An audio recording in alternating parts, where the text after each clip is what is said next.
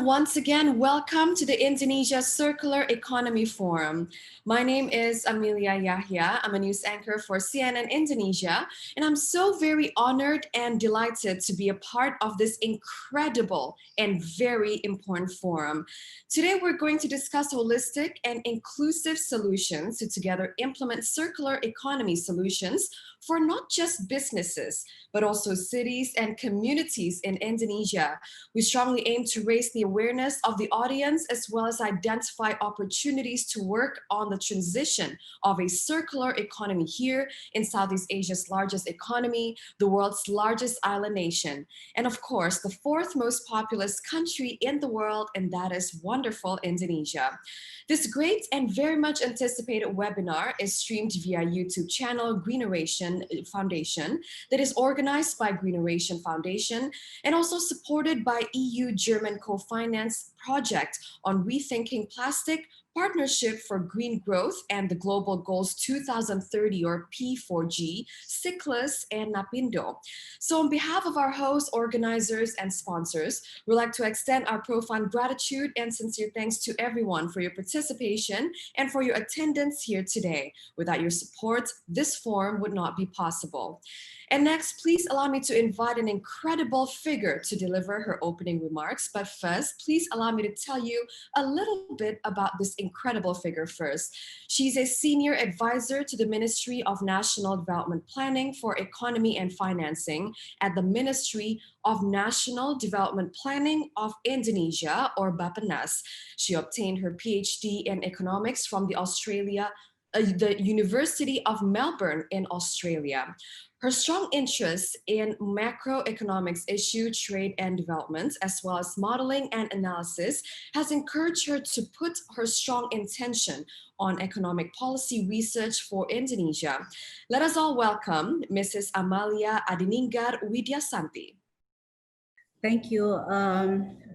Ladies and gentlemen, first of all, I would like to say sorry that my minister is not able to come to deliver his keynote speech.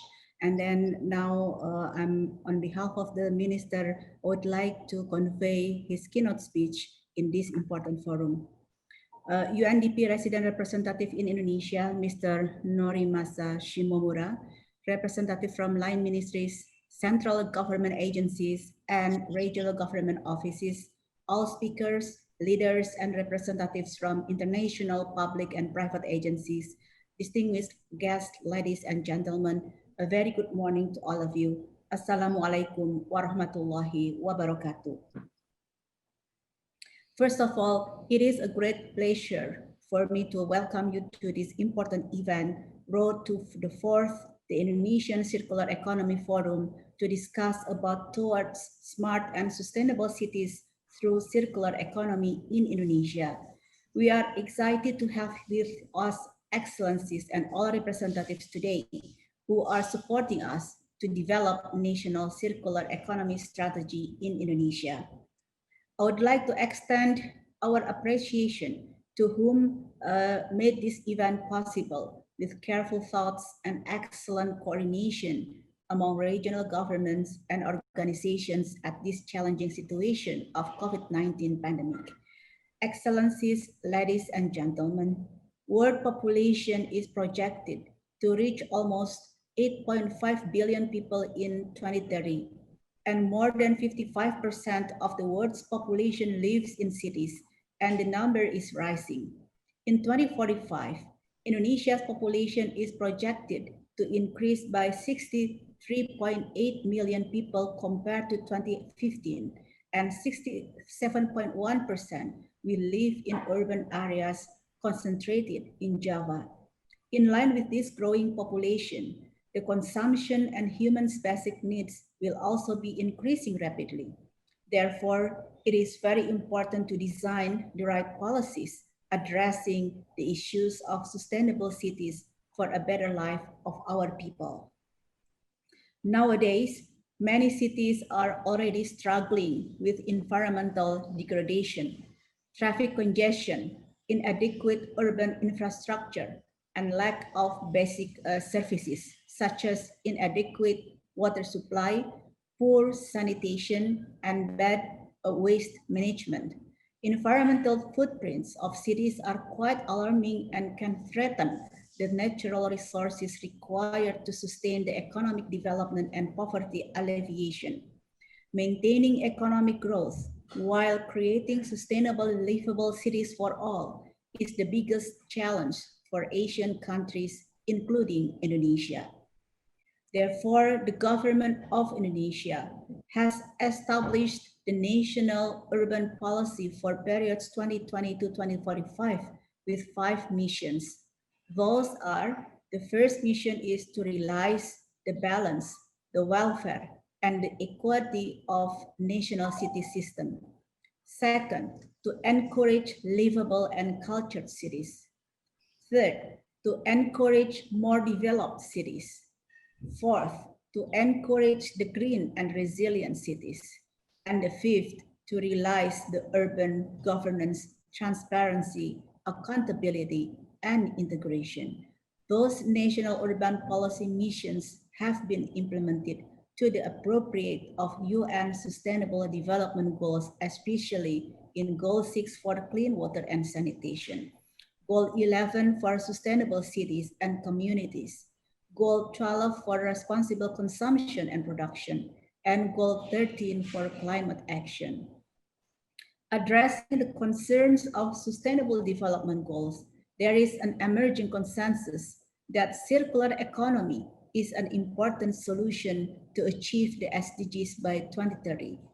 The circular economy holds particular promise to achieve multiple SDGs, including SDG 6, SDGs 8 on economic growth, SDGs 11 on sustainable cities, SDGs 12 on sustainable consumption and production, and SDGs 13 on climate change, as well as SDGs 14 on oceans and SDGs 15 on life on land. Excellencies, ladies and gentlemen, Indonesia adopted the circular economic concepts into its vision and development strategies. Vision Indonesia 2045 has elaborated the circular economic concepts as the policy going forward.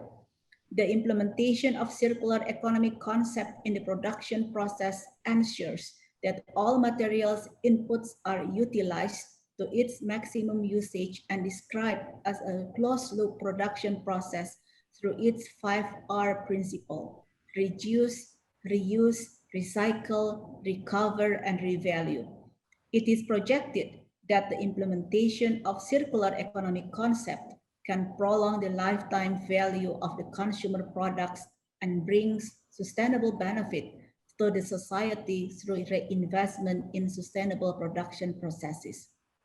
The circular economy agenda has also been stipulated in our National Medium-Term Development Plan 2020 to 2024 as a part of low carbon development strategy. Through the low carbon initiative and implementation, we expect to achieve the growth potential by maintaining low emissions activities in the cities. Indonesia commits to preserve natural carrying capacity and maintain economic growth accordingly. Indonesia has set ambitious target to reduce greenhouse gas emission up to 29% unconditional and 41% conditional by 2030. The government of Indonesia has also established the Presidential Regulation number 59/2017 regarding the implementation of Sustainable Development Goals in Indonesia. To expedite the implementation of circular economy, the Ministry of National Development Planning, in cooperation with the UNDP and supported by the Kingdom of Denmark, have launched a project to analyze the potential strategies for circular economy in Indonesia. The project will measure the economic, social, and environmental benefits of circular economy in 5 key Indonesian industry sectors, including food and beverages, construction, electronics, textile, and plastics. This will be followed by subsequent phases focusing on development a detailed circular economy action plan and forming partnerships to implement a circular economy strategy. Excellency, ladies and gentlemen, the transition from a linear to a circular economy requires a joint effort by stakeholders from all sectors. We believe that business sectors can contribute to the transition from linear to circular economy by developing competencies to implement product reuse and recycling and serving as a trendsetters to innovative circular economy business models. We as a policymakers can support the transition from linear to circular economy by promoting the reuse of materials and supporting higher productivity by providing adequate incentive and sound policies. However, the government of Indonesia certainly needs to engage with all stakeholders to implement circular economy towards smart and sustainable cities. I believe the implementation of circular economy can bring the emergence of thriving cities, livable cities, and resilient cities, which is aligned with the 2030 agenda. I look forward to our discussion today to exchange ideas and views on this prospective agenda. Thank you very much. Wassalamualaikum warahmatullahi wabarakatuh. Thank you.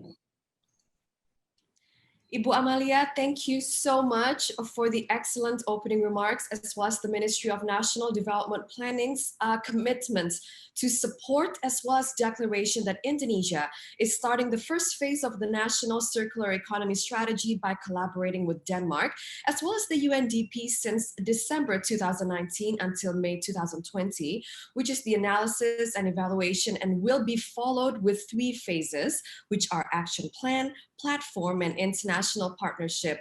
And after our Ibu Amalia, our next keynote speaker, he assumed his duties as the head of office of the European Union to Indonesia and Brunei Darussalam.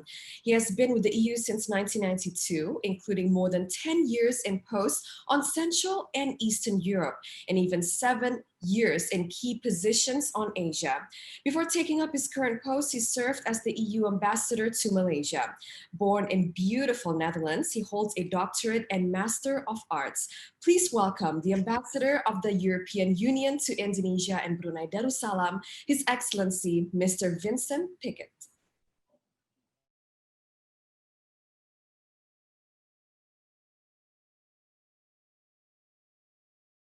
Good afternoon. I'm delighted with the opportunity to be here at the opening of the Road to ICEF 4. I greet in particular the Minister of National Development of Indonesia, His Excellency Suharto Monoarfa, and I greet especially my colleagues from the Diplomatic Corps, the Ambassador of Norway and the Ambassador of Denmark. Speaking about circular economy and the greening of our economies is more important than ever. Politicians across the world are being asked by their citizens to make sure that we recover quickly from the COVID crisis. We can do that recovery in 2 ways. We go and repeat what we did before and pump a lot of money into the old economy. Or we can be smart and combined the rebound after COVID with the necessity to move to a green economy. Europe sees the crisis also as a huge opportunity. In December 2019, just before the crisis, the European Union adopted our new policy framework for the development of Europe over the long run, and we call it the Green Deal.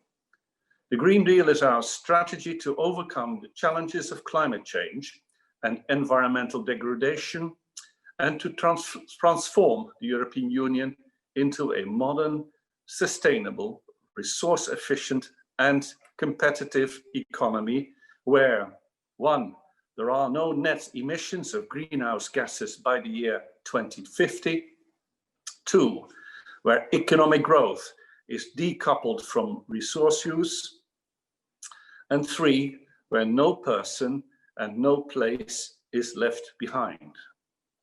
The European Green Deal provides a roadmap with actions to boost the efficient use of resources by moving to a clean, circular economy. We aim to restore biodiversity, and we will cut pollution. Europe's Green Recovery Plan does not abandon these ideas. In fact, we intend to put more emphasis on them and emerge with a stronger and greener economy. We know that the green sector provides more jobs than conventional sectors, and we intend to use this speed up this green transition. We are very well aware that we cannot do this as Europeans in isolation. Working with international partners is an absolute must if we are all to emerge from this crisis stronger. The EU and Indonesia are already cooperating for a couple of years on fighting climate change, greening the economy, and a sustainable modernization of our societies. The cooperation includes areas such as sustainable forestry, clean energy, waste reductions, and many more. And we are committed to take this forward even with greater intensity. We look forward to continue our cooperation on circular economy that we started during our circular economy mission in October 2018 here in Jakarta. We've made a lot of progress on the circular economy since then.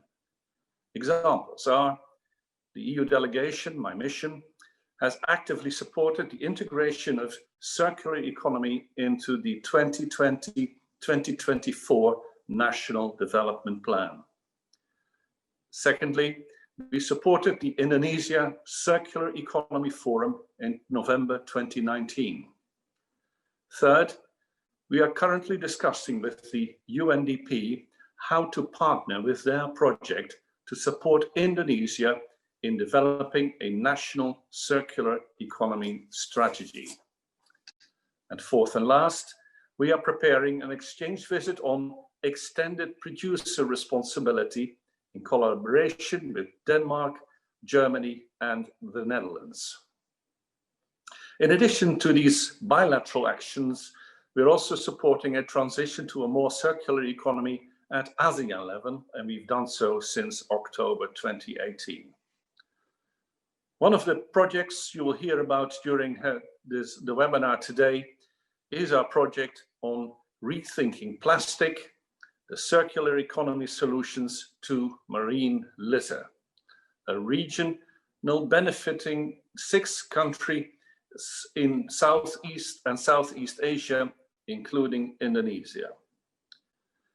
In Indonesia, the project engages with Bappenas and other government agencies such as the Ministry of Environment and Forestry, the Ministry of Industry, and Ministry of Transportation, as well as it engages important private sector players. This year, the project has supported Bappenas in organizing a national webinar on hazardous medical waste in the COVID-19 scenario. It has organized a webinar on extended producer responsibility for waste management in Indonesia, taking into account lessons learned from EU policies and practices. The project is working with the Prevent Waste Alliance of Germany to adapt the extended producer responsibility for packaging tools. It is supporting the Ministry of Environment and Forestry to develop standards and criteria related to plastic packaging recycling. And finally, through pilot activities in several cities, the project intends to support the implementation of roadmaps of waste reduction by producers by increasing the capacity of informal sectors and local governments. As you can see, there is already a lot of moving and a very active collaboration between the European Union and its member states and Indonesia on the circular economy. And we are very keen to do this also in the coming years and to intensify our cooperation. We do that in the form of Team Europe, that is to say, bringing together the EU institutions and the EU member states for common cooperation goals. Now that Indonesia has taken the first by developing a strategy for circular economy, we would be keen to work with the government and parliament to operationalize this strategy, including by turning into law and by further developing the specific actions needed by all economic sectors, in particular the ones that are heavy in resource consumption, such as the metal industry, mines, ICT, and so on. And we also look forward to working together on the setup of appropriate governance measures. Another important prerequisite for the transportation to a circular economy is the availability of finance for the green transition.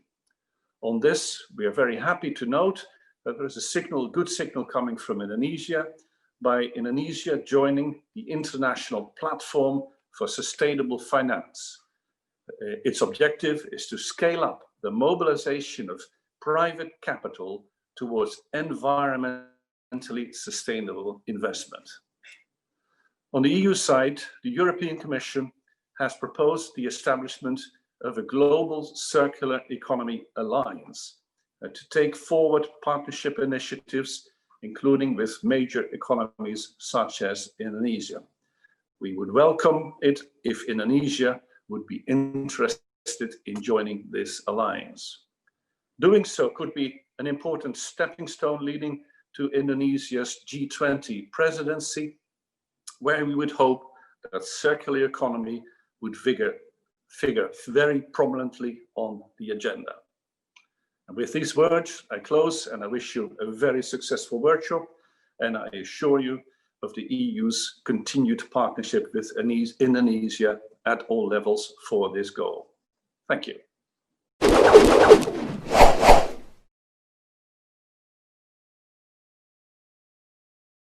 Thank you very much, Your Excellency, Mr. Vincent Pickett, for the opening remarks too. And our next keynote speaker is the Norway ambassador to Indonesia. He obtained his master's degree on political science from the Oslo University and started his career as a diplomat when he became an advisor for the Department of European Affairs at the Norwegian Ministry of Foreign Affairs, after which he then had an extensive career with the ministry. Let us all welcome the ambassador of Norway to Indonesia, His Excellency Mr. Vegard Kale.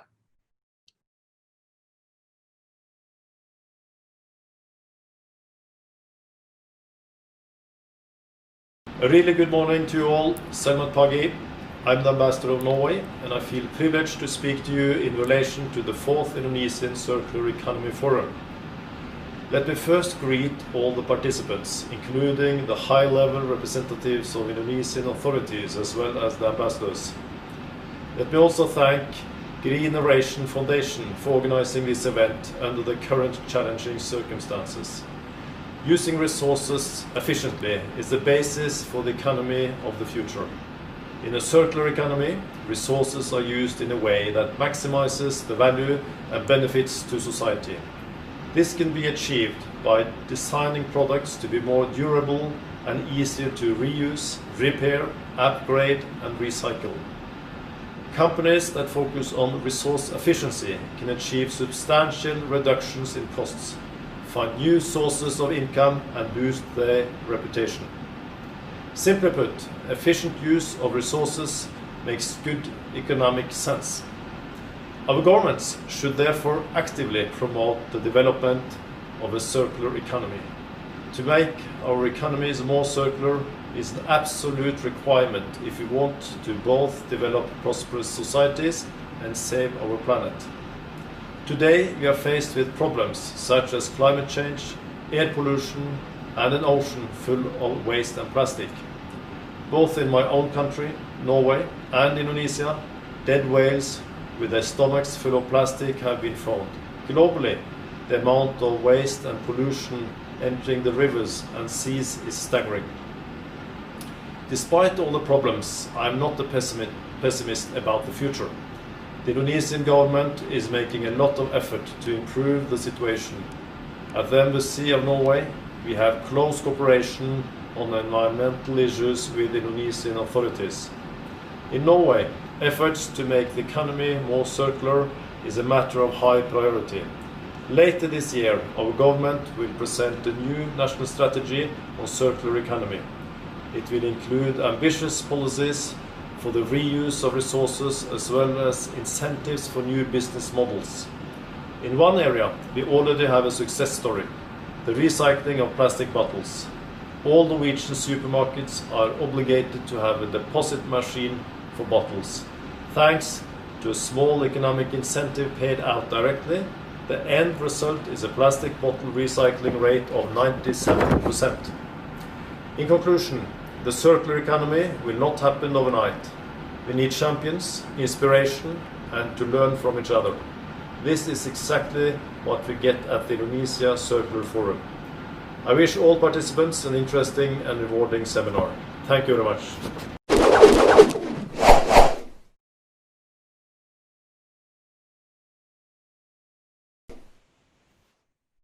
Thank you very much, Your Excellency, Mr. Vegard Kala. And our next keynote speaker is the Ambassador of Denmark to Indonesia, Papua New Guinea, Timor-Leste, and ASEAN. Prior to that, he was the Ambassador of EU's Foreign and Security Policy, Danish EU representation, Brussels, following EU's foreign and security policy and supporting the European External Action Service. He also has a master's degree in political science at Aarhus University. Let us all welcome the Ambassador of Denmark to Indonesia, His Excellency Mr. Lars Bo Larsen.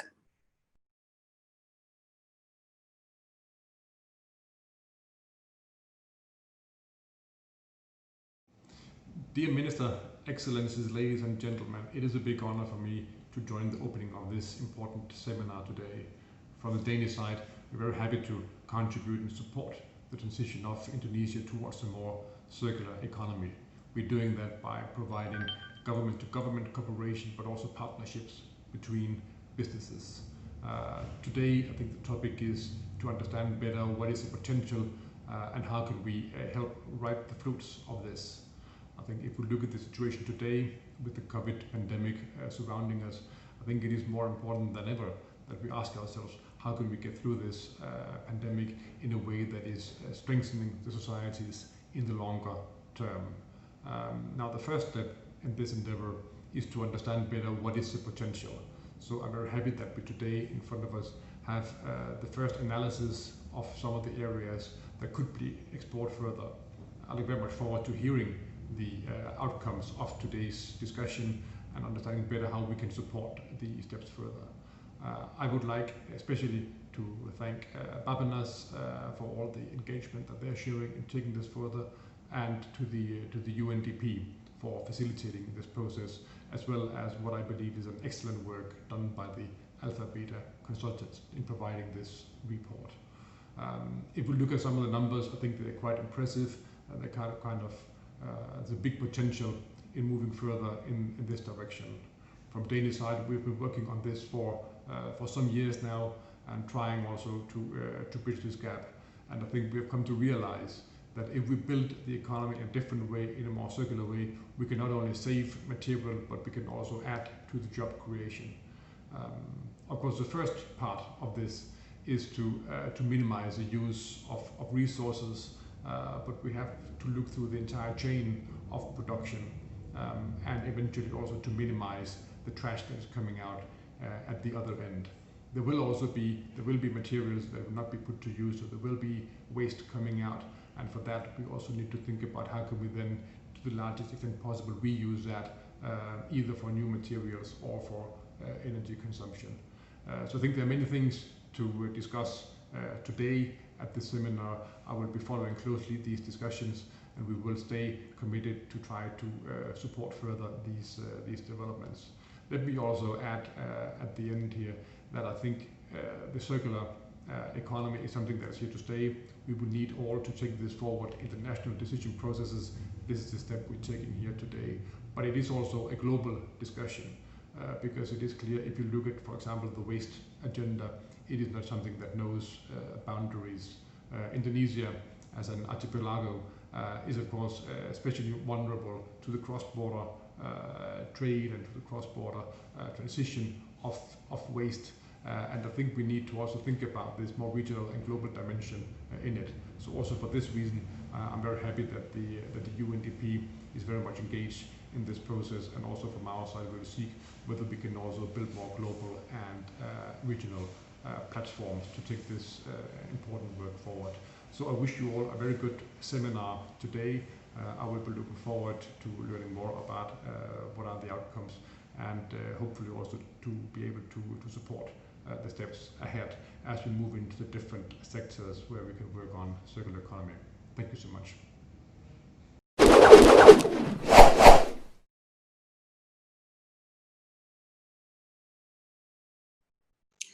Yes, thank you very much, Your Excellency, Mr. Lars Bo Larsen. And next, distinguished guests, ladies and gentlemen.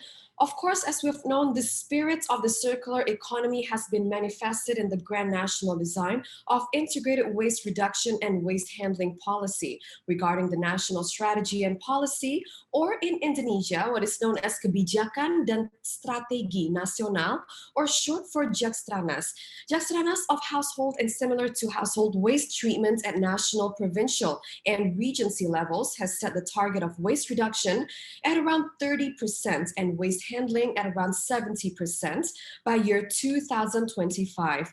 Therefore, Indonesia also has included a circular economy term in the medium-term national development plan narration up to year 2024 and will be further emphasized until 2029's term. Prior to the main events, Greeneration Foundation will organize the webinar Road to the 4th Indonesia Circular Economy Forum as the pre-event of the main event, the 4th Indonesia Circular Economy Forum, or ICEF, on the 21st until the 23rd of July 2021.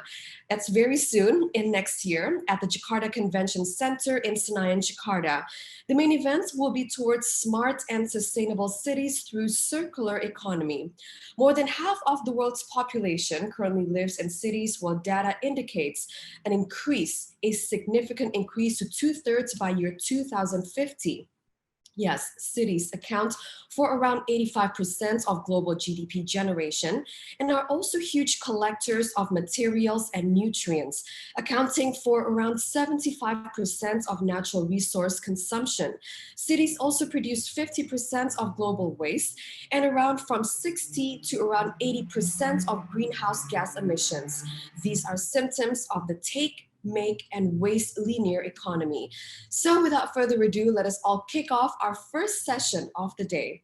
This session together will highlight the progress in Indonesia so far since the formal launch of the National Circular Economy Strategy on the 24th of February 2020 through multi-stakeholder collaboration efforts. But please first, allow me to introduce you and tell you a little bit about our dearest moderator, Maria Dianurani.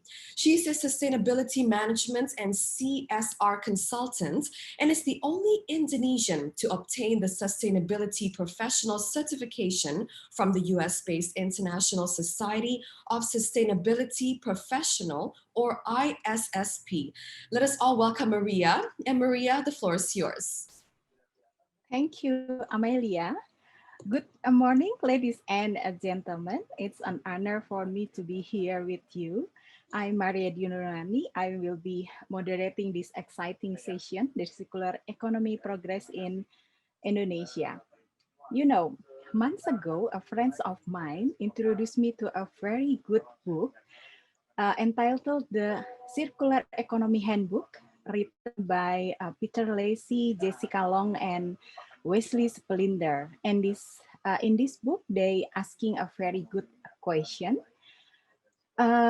They ask whether this whole thing about circular economy is all about environmental issue, and they answer it right away that no, it's not. It's actually there's a business issue, both directly and indirectly. So the global economy depends on a business stepping up in the face of global pressure with new forms of innovation and value creation. So moving to a circular economy has the potential to do more than deliver the disruptive changes needed to secure a sustainable future, and it will also open exciting new opportunities, possibilities for business to enter new markets with innovative product and services, and also further benefit include the impact on a brand trust and reputation. So in this session, I think we may expect to learn how business in Indonesia perceive circular economy, whether they see this opportunity already, and how the government of Indonesia provide the conducive environment for this new economy to arise. So with us, there are four excellent speakers. Let me introduce them. First, we have Dr. Insinyur Arifin Rudianto, MSc, the Deputy Minister for Maritime and Natural Resources in a Ministry of National Development Planning, or known as National Development Planning Agenda, or BAPENAS. Bapak Arifin Rudianto is also the chair of Implementing Committee and a National Coordination Team of Sustainable Development Goals in Indonesia. He received a bachelor degree in agriculture from Bogor Agricultural University, a master degree in tropical coastal management from University of Newcastle upon Tyne at the United Kingdom, and doctoral degree in maritime policy from University of Wollongong, Australia. Our second speaker will be Mr. Fraser Thompson, the founder and director of Alpha Beta, an economic and business strategy consultancy based in Singapore. After commencing his career with the Boston Consulting Group, Fraser received a doctorate and a master's in economics from the University of Oxford. He also worked for a World Bank Group and lecturer at Oxford University, and then working for McKinsey and Company. And right now, he also the co-founder and chief strategy officer of Sun Cable, creating the world's largest solar farm. Our third speaker is Ibu Sinta Kamdani, the president of Indonesia Business Council for Sustainable Development, or IBCSD. She's also the owner and CEO of the Sintesa Group. And she's also involved in numerous business and social activities, including in a Chamber of Commerce and Industry, Kadin Indonesia, Employer Association of Indonesia, APindo, and also the founder of Angel Investment Network Indonesia, or ANGIN. And also there's another involvement and award for Ibu Sinta. And our fourth speaker is Mr. Junarti, the president of Indonesia Global Compact Network, a local network of United Nations Global Compact in Indonesia. He's also the expert team of the UN Global Compact. And right now he's a commissioner of PT Raja Wali Corpora, an Indonesian national holding investment company operating in various business. And prior to his current position, he was the managing director of PT Raja Wali Corpora, Excel Comindo, and also IBM Indonesia. And he also active in various civil society organizations. Okay, the speakers will have 15 minutes to present. I will remind 3 minutes before the time's up. And for audience who need translation, you may click the interpretation menu at the bottom of your screen. Jadi untuk Bapak Ibu yang memerlukan terjemahan, bisa diklik tombol interpretation yang ada di bagian bawah di layar ya. Okay, for audience, if you have any question, you can use the Q&A menu Please mention your name, your organization, and the question is targeted to who. Okay, without further ado, I'd like to invite our first speaker, Bapak Dr. Insinyur Arifin Rudianto, MSc. To Bapak Arifin, the time is yours. Thanks, Ibu Amelia, moderator. Yang saya hormati, Ibu Sinta Kamdani, President of Indonesia Business Council for Sustainable Development, IBCSD, Mr. Fraser Thompson, co-founder of Alpha Beta, Bapak Junardi, President of Indonesia Global Compact Network, leaders and representatives from international, public, and private agencies. Distinguished guests, ladies and gentlemen, good morning and a very warm welcome to all of you. Assalamualaikum warahmatullahi wabarakatuh. Tetap sehat, senyum, dan semangat.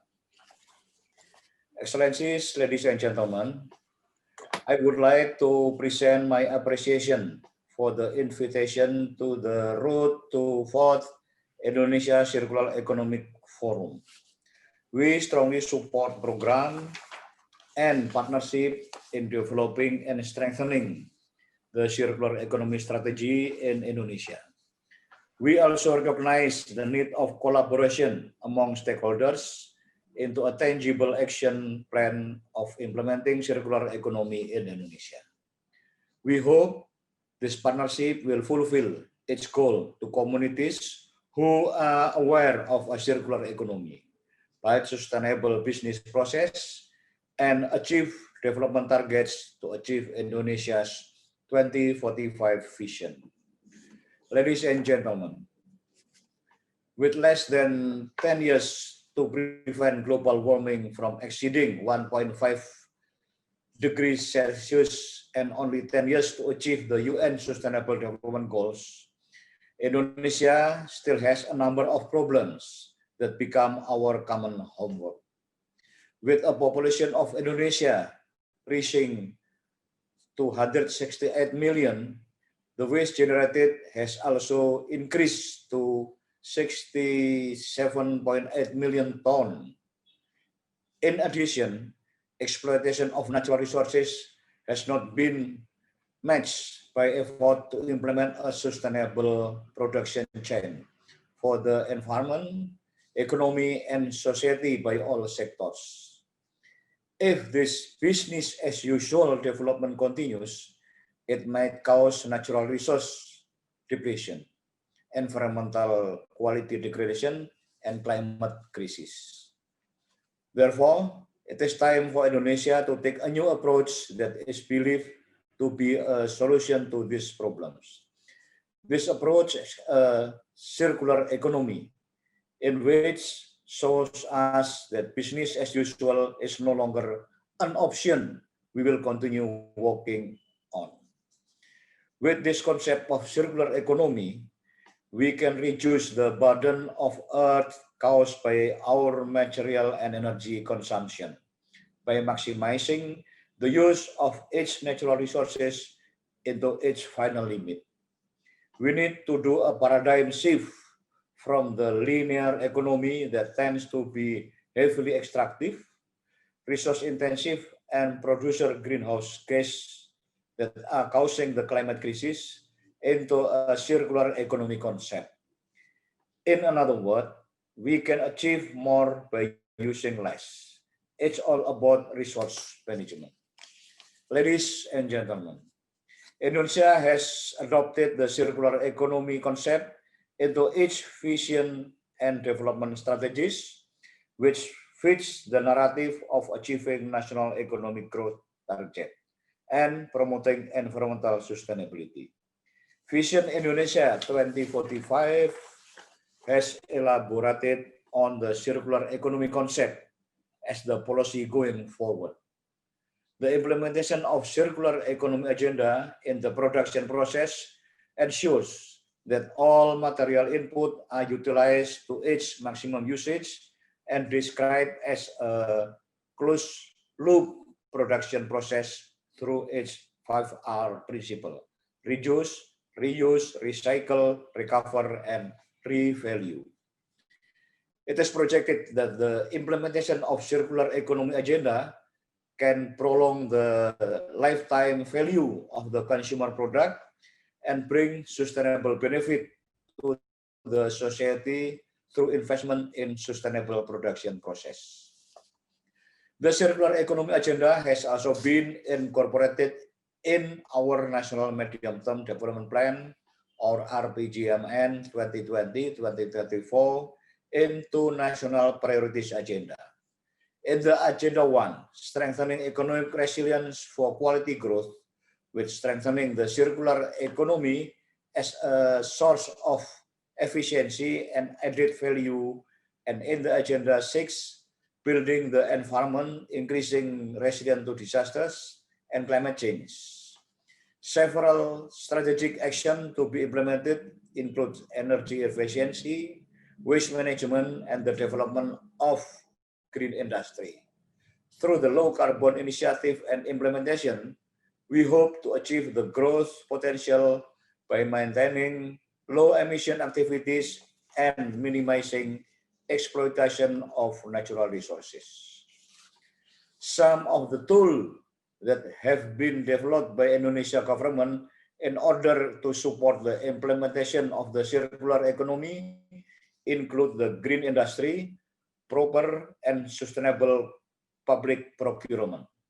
Several implementation of a circular economy and energy sector, such as the use of fuel from RDF, mass solid waste, the use of palm oil, mill effluent for electricity generation need, and the use of indirect heat from geothermal power plants for agricultural and livestock products. Since 2010 to 2019, 895 companies have received Green Industry Award. Energy and water saving in 2019 were reported to be up to 3.5 trillion rupiah, and equivalent to 229 billion rupiah. In the proper framework, out of 2,045 industries assessed, 1,707 industries were achieved Blue and Gold certification, an increase of 4.56% from the previous year. The reduction in greenhouse gas reached 93 million tons of carbon dioxide equivalent, and the reduction in pollution reached 50 million tons of pollutants. This is a form of appreciation as well as proof of the industry's commitment to the efficiency of raw material and energy, the use of alternative energy, saving water, and reducing carbon dioxide gas. However, we all certainly realize that this achievement can still be improved, and we will not stop here. To expedite the implementation of circular economy in Indonesia among industries, we need to develop strategies to engage industries with proper and green industry. We can enhance the proper and green industry framework and mechanism to be implemented in every type of industry, so every industry can participate in those above-mentioned assessment. We could also develop incentive and disincentive mechanism for industries to attract the participation for proper and green industry. Another implementation to support the circular economy in Indonesia is the development of a waste treatment facility project with RDF technology in Cilacap, Central Java. The plant has fully operated in July 2020 with 120 tons per day capacity of treating waste. It is also empowered around 550 local workers since the contraction phase. We do really hope that the regional income and employment rate from this plan can accelerate to the national economic movement and growth. Moreover, during this COVID-19 pandemic, to better understand the circular economy, Bappenas, in cooperation with UNDP and supported by the Kingdom of Denmark, have launched a project to analyze the potential strategies for circular economy in Indonesia. The project will measure the economic, social, and environmental benefit of circular economy in 5 key Indonesian industry sector, including the food and beverage, construction, electronics, textile, and plastic. This will be followed by subsequent phase focusing on developing a detailed circular economy action plan and forming platform for partnership to implement a circular economy strategy. Excellencies, ladies and gentlemen, based on the preliminary result, the potential of circular economy in Indonesia will bring many delightful impact, including reducing waste generated from 5 key sectors. The adoption of the identified circular economy authorities could reduce waste in each sector by anywhere around 60 under 50% by 2030. It is aligned with the national target to reduce waste in 2025 as determined in Presidential Decree. The potential of circular economy in macroeconomic measured by gross domestic product. It would be achieved mainly through a combination of increased revenues from emerging circular activities and lower cost production through the optimization of natural resources and advanced recycling product. The 5 key sectors could contribute to up 590 trillion US dollar or rupiah or around 42 billion US dollar in economic value in 2030, or it is equivalent to 2.3% of Indonesian GDP in 2030.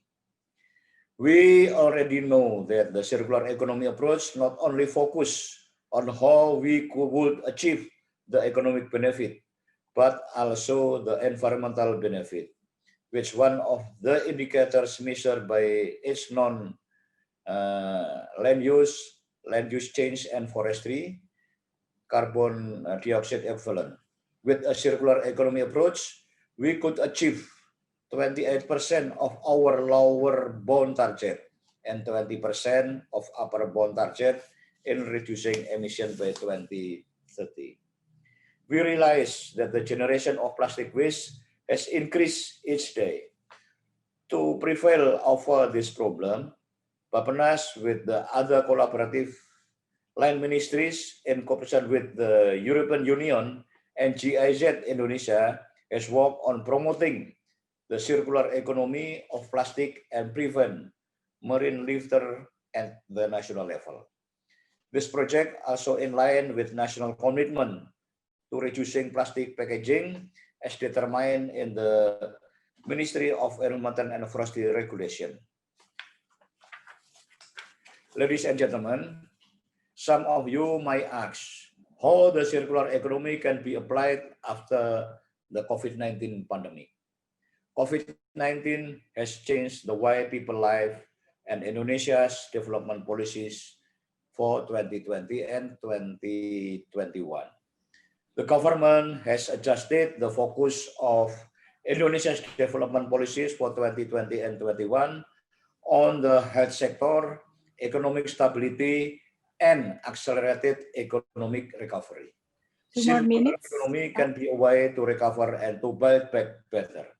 And the improving digitalization and efficiency during this pandemic, the circular economy is considered to be a solution to enhance resilience. To conclude, despite the progress that we have done so far, we still have homework to do. Indonesia still needs a more robust and firm action plan to implement the circular economy. It is critical to bring together leaders across industry, government, and civil society to shift the global economy more aggressively toward the circular economy. The government of Indonesia certainly cannot work alone and needs to collaborate with all stakeholders to be successful in this circular economy initiative, with all stakeholders to be successful. Through Build Back Better, we can build a more resilient circular economy concept that could maintain economic growth in a long term. Let me reiterate my sincere hope that this conference will result in success, and with your cooperation will establish a cornerstone of circular economy development in Indonesia. I look forward to our discussion today to exchange ideas and views on this agenda. Thank you very much. Wassalamualaikum warahmatullahi wabarakatuh. Thank you, Bapak Arifin Rudianto. So, ladies and gentlemen, we can learn from Bapak Arifin presentation that Indonesia seems in the good direction to circular economy concept adoption through its vision and also RTJMN and its existing tools and project. Okay, now I like to invite our second speaker, Mr. Fraser Thompson. Mr. Fraser Thompson, you have 15 minutes to present, and the time is yours.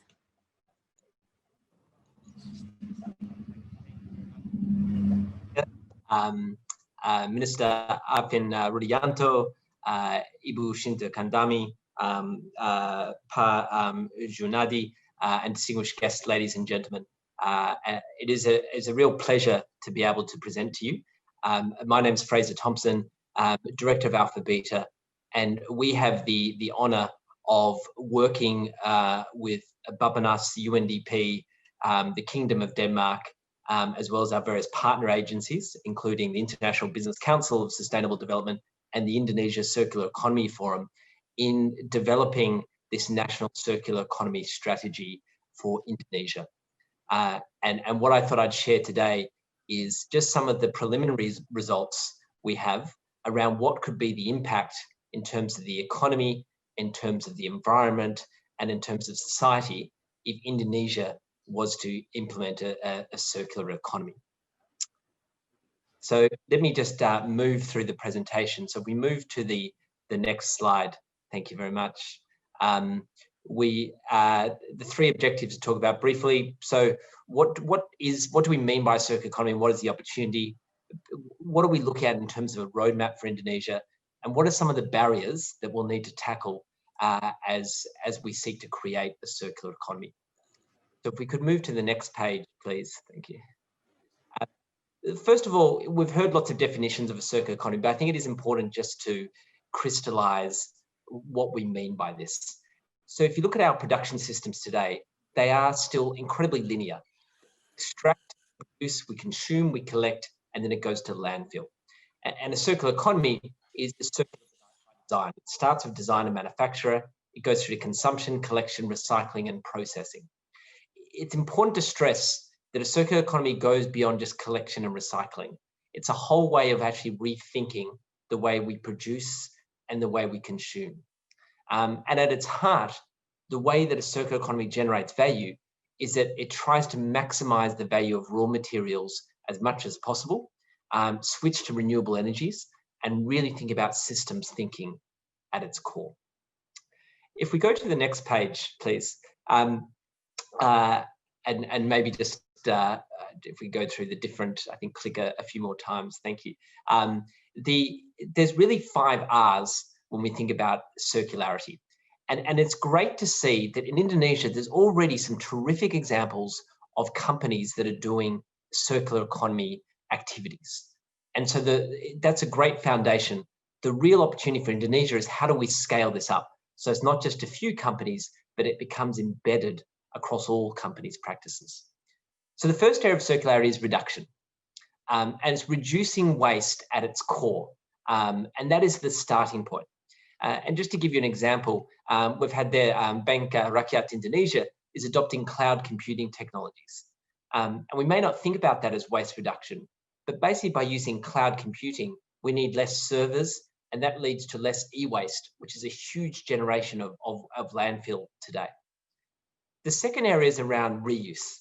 And it's interesting, Asani, one example here. So it's Indonesia's first B2B electronic rental. So renting of PCs, printers, monitors, etc., that allows people to then return those and then they get reused. When it comes to recycling, we've seen lots of interesting examples here. One we've seen Magalava, which is basically using black soldier fly and its larvae to convert organic waste, particularly food waste, into protein, and that gets reused for animal feed and pet food.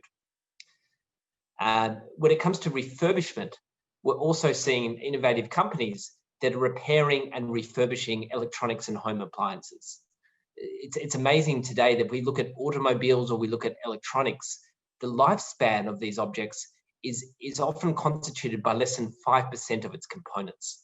And so rather than throwing out the entire product, if we can think about ways of refurbishing them and upgrading them, we can significantly increase the lifespan of those assets. And then the last area is around renew. And basically this is around how we substitute the materials involved in a product to make them more sustainable, more renewable. Great example again in Indonesia of EvoWare, producing cups from farmed seaweed, and just basically trying to sort of cut into the plastics market with finding viable alternatives. So great to show that these 5 R's that constitute a circular economy, Indonesian companies are doing a lot today, and it's really a thought about how do we scale this up. If we could go to the next page, please. Thank you. If we look at the trends that are supporting a circular economy, this is really important to understand, because at the moment, a circular economy is really born out of Europe, and the European countries that we've heard earlier have been moving ahead significantly. But in Asia, where arguably the most important need is of a circular economy, there's been relatively little activity to date in comparison. And I think there's a great opportunity for Indonesia to build on what it's doing, to not only do a domestic opportunity, but showcase to Asia about what a circular economy approach can bring. And if we look at some of the trends, I'll go through briefly why they're important. The first is around degradation of natural resources. The World Economic Forum told us recently that half of global GDP is at risk from loss of biodiversity and the ecosystem services they provide. And so we need to find a way of safeguarding our production systems, and a circular economy can help do that. Secondly, we're seeing increasing price volatility and supply chain risk. And so it's important to reduce waste that reduces the exposure to those supply chains as much as possible. And Indonesia is incredibly still dependent on a few international supply chains for certain food items, as well as certain mineral products. And so by building more of a circular economy approach, it can build the resilience for the Indonesian economy and also improve the current account deficit. Third, new technologies are better enabling a circular economy.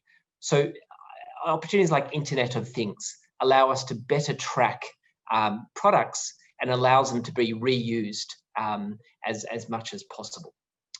The fourth is around consumer acceptance. And it's interesting that a survey done of Indonesian consumers showed that 63% said they were willing to pay a premium for green products. So if you like, there's an emerging business opportunity amongst Indonesian consumers that are seeing sustainability as a core purchasing decision. Fifth is around shifts in labour market. As automation starts to take place with new technologies, that a lot of Indonesian workers are at risk from losing their jobs. The Asian Development Bank recently came out and said there's roughly 23 million jobs that are at risk in Indonesia by 2030 from Industry 4.0 of technology automating certain jobs. And circular economy can help by moving some of those jobs from upstream, which are more vulnerable to automation, to downstream service jobs, which tend to be less vulnerable. Regulatory shifts have been supportive of this, from the Paris Climate Agenda to various other international agreements. We're seeing new capital to support investment, so $30 trillion globally in sustainable investment, new dedicated funds just for circular economy, and also greater collaboration due to urbanisation. So 35 million people expected to move to cities in Indonesia between now and 2025. And that's really important because it makes circular economy easier to do because the supply chains become much more compact. So all of these trends point to the reason why circular economy becomes more relevant than ever to Indonesia. Thank you. Next slide, please. We've already talked about the National Circular Economy Roadmap. I won't spend much time on this, but I think it's incredibly exciting. And thank you to the Minister, Rudianto, for discussing this. The first stage, as I say here, is 2020 is around the analysis that we're doing on the economic, environmental and social potential of the circular economy. Next year is then turning that into an action plan. And then there'll be a series of pilot projects before full implementation in the midterm plan 2025 to 2029. So there's a clear roadmap that Bappenas and the Indonesian government have laid out, which is very thoughtful in how they plan to incorporate the circular economy. If we move to the next slide, and maybe just scroll down so we see all the sectors. We selected 5 sectors with the input of different stakeholders and Bappenas and Indonesian government stakeholders. And these 5 sectors collectively represent about 30% of Indonesia's GDP and about 43 million jobs. So they're incredibly important for the economy, but they're also sectors where there's a large amount of circular economy potential. And I won't go through all the details in the interest of time, but you see some of the numbers here about why they're so significant. You know, from the 300 kilograms of food loss and waste generated in Indonesia per person per year, to what we see in construction waste, to also, of course, what we see from plastic packaging waste across Indonesia. So if you like, there's a lot of inefficiencies in each of these sectors that a circular economy can help address and thereby release economic value. If we move to the next slide, we looked at basically what's the amount of waste generated per day in each of these sectors.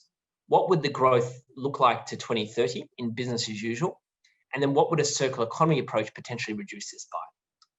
And it's important to say that actually we see quite considerable growth under business as usual in Indonesia's waste in each of these sectors. And that's generated primarily by 2 factors. One is the growth in the consuming class. So this growth in the consuming class is expected to double. And as Indonesians get wealthier, we see a shift in buying habits and increasing amount of goods and services that are purchased. And that leads to greater waste. The second is around urbanization.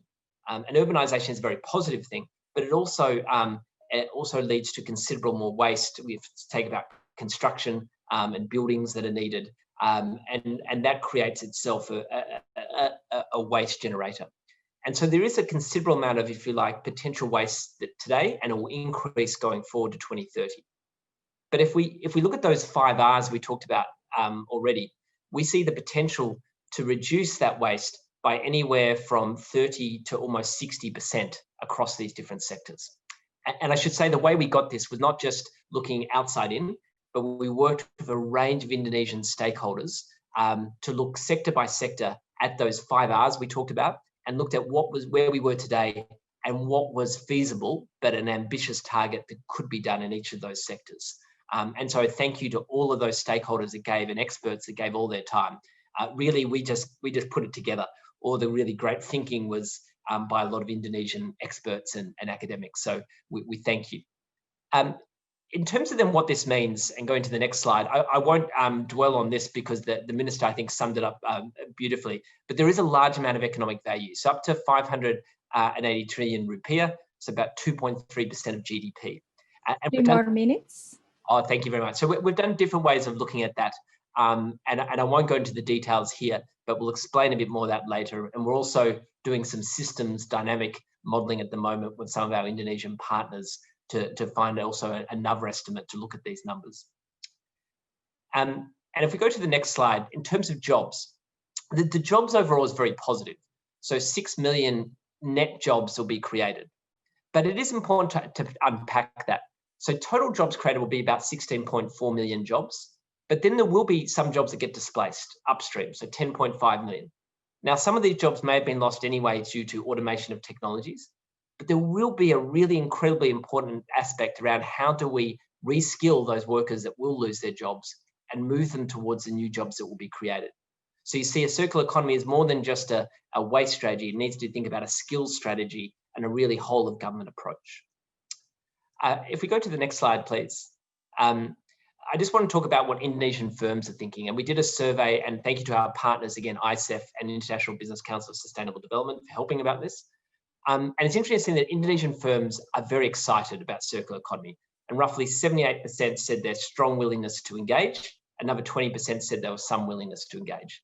So there is a lot of incentive there. If we ask why, the next slide speaks to that. And it's basically around reducing the environmental impact and building the brand and reputation. And finally, if we go to the next slide, the challenge is that all this sounds very good, but there's some barriers that stand in the way. We looked at the barriers internationally that get talked about as the biggest challenges.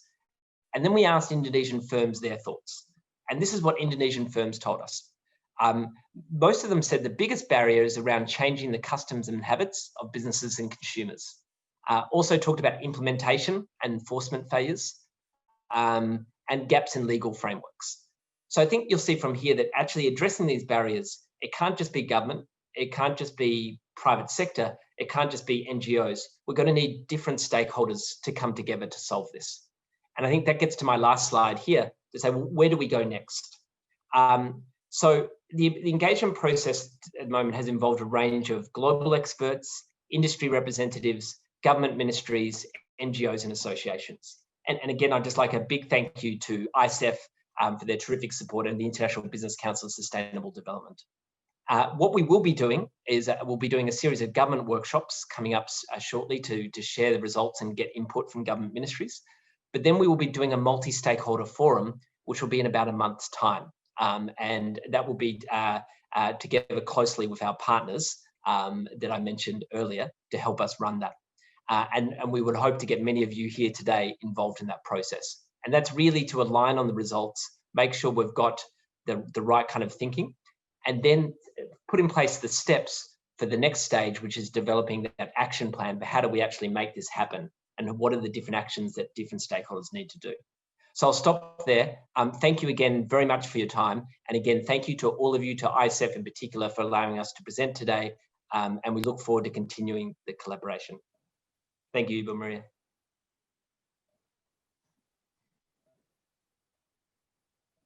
I think you're on mute. Yeah. Sorry. Thank you, Mr. Fraser from Singapore. We learned from the presentation from Mr. Fraser Thompson that Indonesia actually has huge potential to circular economy, but sadly, also the huge barrier to achieve. So let's see how we move to the next level. And now we go to the third speaker. We have now Ibu Sinta Kamdani. You have 15 minutes, Bu Sinta. The time is yours. Thank you, Maria. If you can please put up my slide. So good morning to you all. Thank you for the opportunity to participate in this forum. This is an important one to discuss about circular economy. First of all, let me introduce about IBCSD. IBCSD was founded in 2011 after going through 4 years of continued effort from the Indonesian Chamber of Commerce and Industry, Kadin Indonesia. So at that time, I was in charge in Kadin, and we were trying to find a way how to bring companies focusing on sustainable development. That's how we set up the IBCSD. And we are a CEO-led association. Sorry, can you go to the next slide? Next slide, please. We are a CEO-led organization, and we share our commitments on promoting sustainable development. We are also a part of the WBCSD family. So this is where I think each country that has part of WBCSD. Next. Next. These are some of the companies that are part of IBCSD, and let me start now by having this circular economy business case. So I think business case is very important for us as business player in the decision making. I think it shows its risks, opportunities, and threats, and putting them in perspective of the investment. For circular economy, ultimately the accelerated adoption of circular business model will benefit the company itself.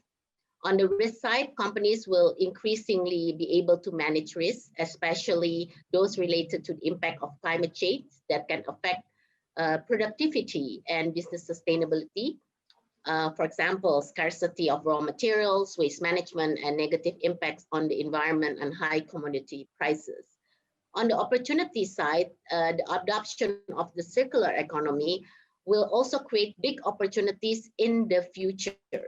And according to WBCSD, the application of the new circular business model only reach no more than 9% of the global economy. So the number is still very small. In Indonesia, a joint study is currently being carried out by UNDP and Bappenas to analyze the circular economy's opportunities in 5 selected sectors. I think Fraser mentioned this, and IBCSD is inviting also the member companies to participate. Although we are still in a very early stage into this, but we do see a very big opportunity and very high with innovation and product creations that will be embedded in this business model. Company will also be able to increase productivity and reduce production costs through resource efficiency and reduction of unnecessary waste. The competitive advantage of the companies who have adopted circular economy business model will also increase because one of it has become a sustainable and responsible company. This relationship with customers, investors, consumers, and other stakeholders will become stronger. Next. I think. Okay, so we have talked about the opportunity. Please, can you go back? Can you go back to the slide before? Yes, I think we have talked about the opportunities. I would like to touch some of the barriers that prevent businesses from transitioning into circular economy. I think, if I'm not mistaken, Deloitte, in collaboration with Utrecht University, has conducted a joint research on obstacle against transitioning path to a circular economy, and the research results are very relevant to see some of the constraints of implementing this in the Indonesian context. According to the research, the biggest obstacle to the application of circular economy is on the cultural aspect. Now, I know Fraser mentioned a lot of barriers, but I want to specifically mention about the cultural aspect, which is namely the company's own culture, which is still accustomed to a linear model. So a linear business model, make, use, and dispose. There is no collaboration between business actors within its value chain, and interestingly, the lack of awareness of strong interest from the consumer side as well present an additional barrier to this culture context. So I think this is definitely education and socialization that we will have to continue doing. High constraints are also found in the market aspect. The transition to a circular economy requires high investment upfront. So I want to focus on the financial side. Meanwhile, the financing model for implementing a circular economy is still very limited, and prices for those products are still relatively low. Such financial factors put up a strong barrier for businesses. So although Fraser mentioned that consumers are willing to pay extra, but I think in general, when we look at Indonesian consumer, I think this is still a barrier that the cost is still a big issue. On the technological aspect, there are also moderate constraints such as the design for circular products and the lack of initiative on large-scale pilot projects. These pressing barriers such as the limited ability to create high-quality remanufactured products, as well as the limited amount of data on realizing the societal impact, the impact of circular economy also contribute to this technological aspect of barrier. And finally, on the regulatory side, there remains also a constraint. Policy needs to accelerate the transition to a circular economy, including incentive mechanism, green procurement, and sources of financing for circular economy. Next. Next, please. Circular economy is part, of course, of the strategic program area. Before, slide before, please. This is part of the strategic program of IBCSD in promoting among business sectors. Now, one of the pathway to translate the sustainability on the ground is by strengthening the business leadership and action in circular economy. So we talk a lot about program, but unless the leadership is there within the business as well, it's difficult. This is why through our CEO-led program, we really also do focusing on the leadership.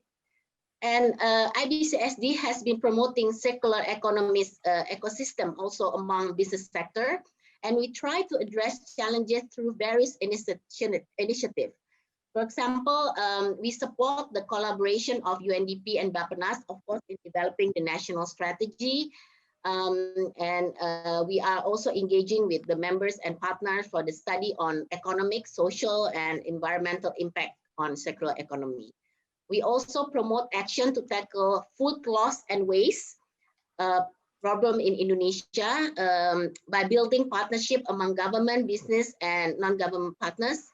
We conducted workshop with our member as the pilot and also with WBCSD network to identify the hotspot of food and lost weight, so we can identify where we can create the design for circular economic approach.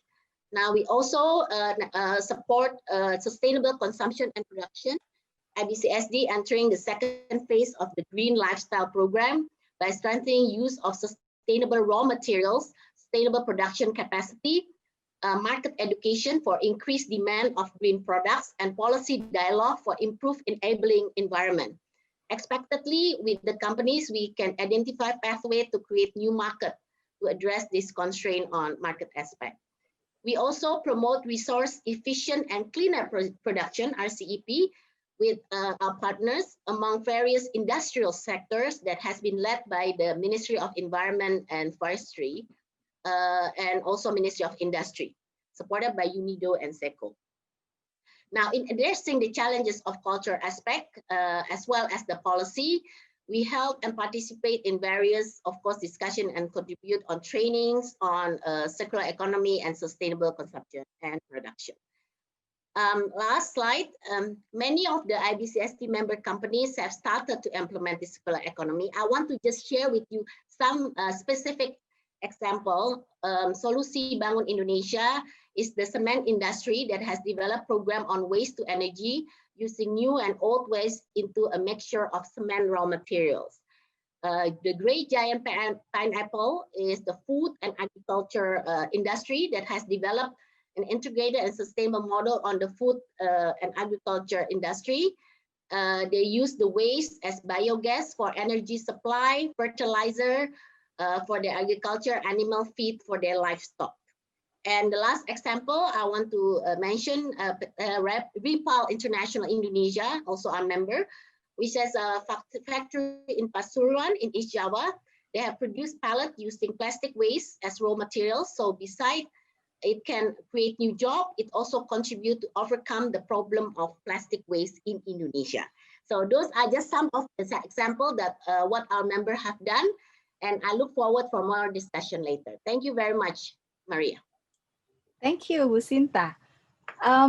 Yeah, we can learn from Bu Sinta presentation that there's another aspect of a business context, the challenges the business face. And the good news is IBCSD is formulate a strategy to encourage the members to still try something to achieve the circular economy. And there's some example, a good example of that from the members. Okay, we go to the last but not least speaker, our Excellent. Bapak Junardi, you have 15 minutes, Pak. The time is yours. Thank you very much, Maria. Thank you.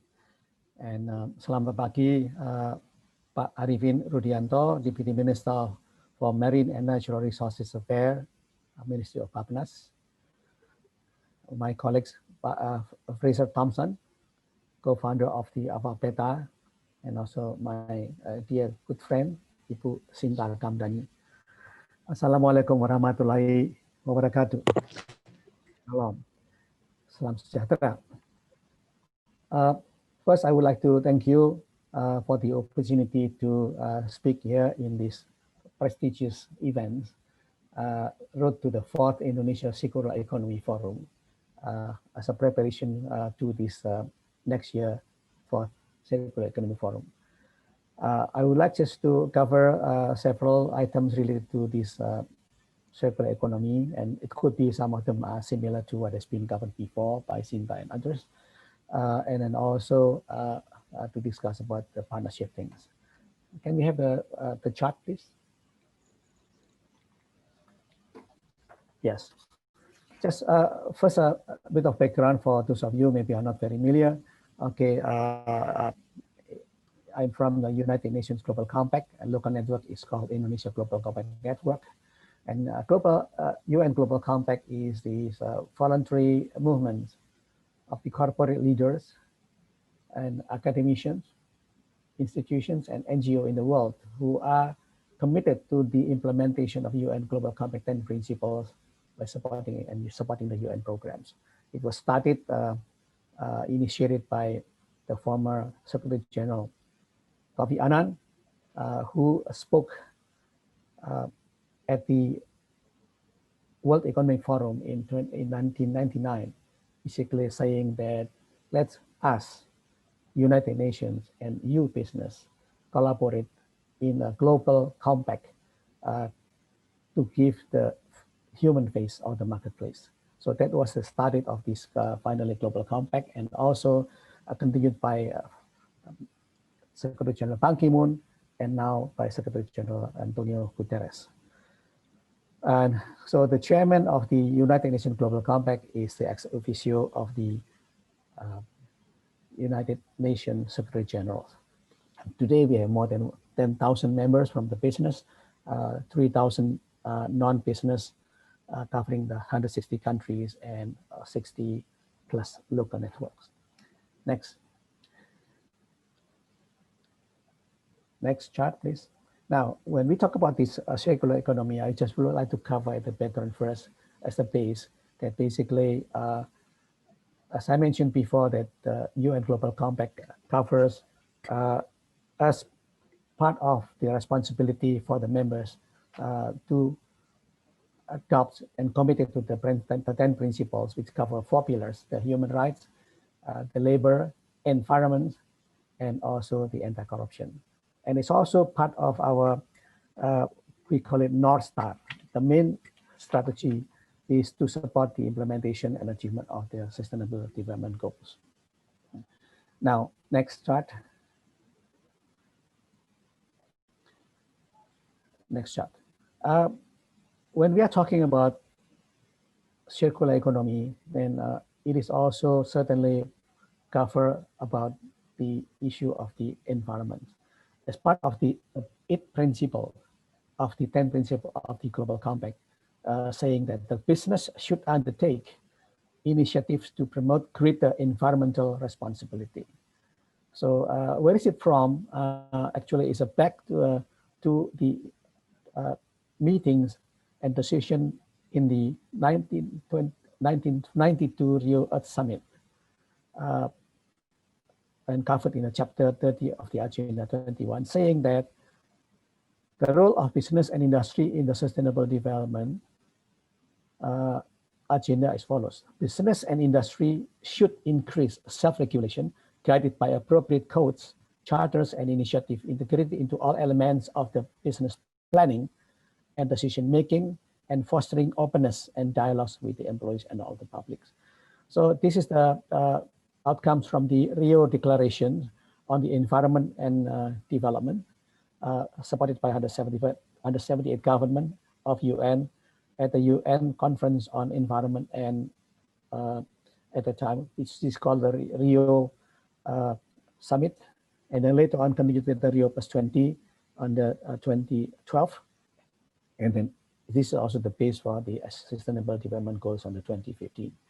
So although it is not a binding document, okay, although it is like voluntary implementation as an action, but today it is a very urgent matter and important matter for all the stakeholders to be able to implement for the sustainability.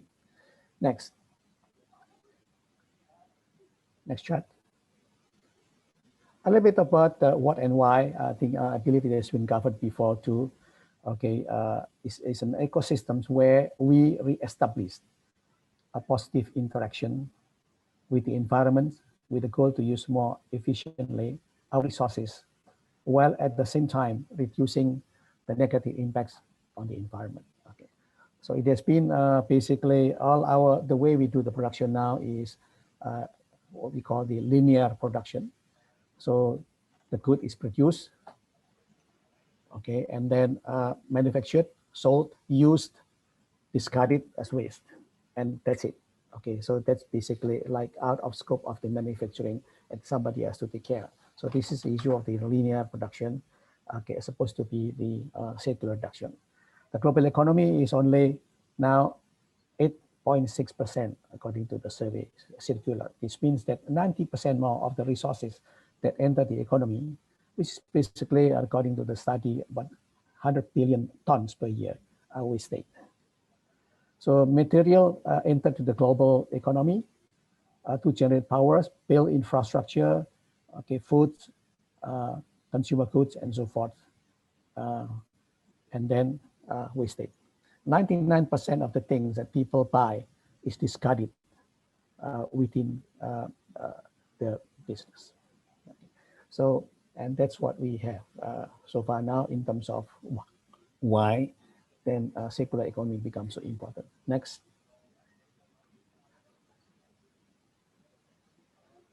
Next chart. So related to the SDG things. Okay, so it is a significant environment and social benefits for doing the circular economy. Okay, there is another way of thinking as a paradigm. Waste does not exist in nature, because then we can basically convert the waste and make use of the waste one way to another, okay, either energy or other places. And a huge economic benefit by doing the circular economy, according to a study, is basically giving you the potential opportunity of 630 billion a year for the EU manufacturing sectors. Okay, it should be eco-friendly, recycle, reduce, and working things right. And at the same time also eco-effectiveness, rethink, reuse, recover, and working on the right things.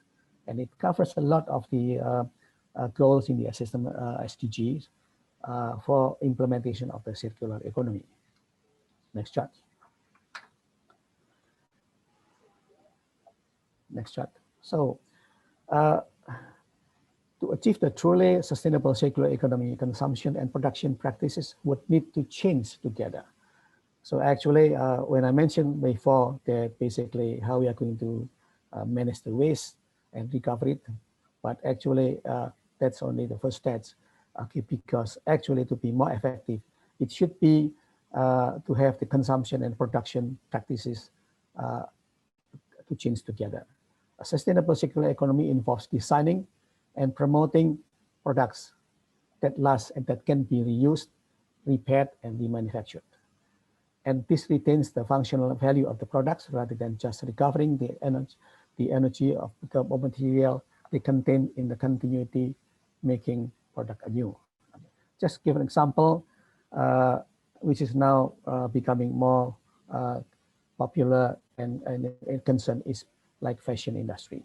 So therefore, last year, okay, there's been what we call sustainable fashions. We understand that basically buying the clothes, and then a survey indicates it that basically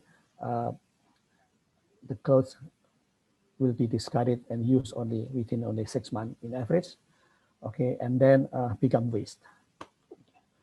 Okay, and then the production of the clothes, the textile industries also contribute to the 10% of the gas emission, which is basically larger than the gas emission, carbon emission produced by the airlines and marine shipping companies worldwide. So it is a significant issues for the fashion. So then the question is that what we can do with this fashion industry, having not a new opportunity, a new business actually, repairing and then restoring, okay, and then reuse of the clothes and so forth, okay, and then becomes the new industry. Another example is basically also food. Like in Indonesia, we know that according to the study, Indonesia is the second largest in food waste in the world. And in average that we discard about 300 kilograms per year per capita food waste. So it's a lot of things, a lot of waste that we can also consider to recover for the make use of it for the circular economy. Okay, next. Now, next chart. Okay, now we go back to this sustainable development goals, and actually, we can compress it into 5 P's. Usually, we understand the 3 P's: people, planet, and profit. We are actually talking about the people. Planet still the same, very important one, and profit become prosperity. But for the important one, we need to have the partnerships and peace in order to work. 3 more minutes, Pak. Next. Yes. Next. Next chart. Okay, this gives you an idea about our priorities and SDG focus for 2020 and 2021 in Global Compact. Okay, it's a business 4 P's related to women empowerment, and then the number 1 is the better living environment, which cover the clean water, sanitation, ocean, and circular economy and climate. And so that's why we are very happy working together with all others, with IPCST, with Green Generation, in order to and the government partners and others for the circular economy. Now, here's example of the actions that we are doing. Okay, what we call cover, making global local business. Okay, there are lists on supporting ICEF programs, pilot program to utilize the organic waste to generate biogas, promote and support the sustainable fashion, promote the UN Global Compact action performs on sustainable ocean business, introduce global opportunity explorer, sustainable business, new business models, and then build partners on the implementation of circular economy, and of course, multi-stakeholder dialogues and best practices sharing. Next chart. Now, mention about these challenges and creating the partnership. I think there has been barriers that mentioned by Ibu Sinda Kamdani. So I just want to skip this because it has been mentioned also before. Basically, there is a low level and high level. Next, I think the important one is partnerships. It's also mentioned there is a need for the partnership, government, business, donors, agency, and civil societies. It has the strengths and position and responsibility, but the combination of all of these 4 become the complementary resources to be able to do that. Okay. So just to summarize it, very important for us to have a new paradigm, especially now with COVID-19, the importance of the circular economy. And number 2 is that circular economy is a new way of doing business today. And circular economy is basically aligned with the achievement of the SDGs. And then to meet more and better understanding about the circular economy among the stakeholders, including the business itself, that it is a new way and it is good for the business.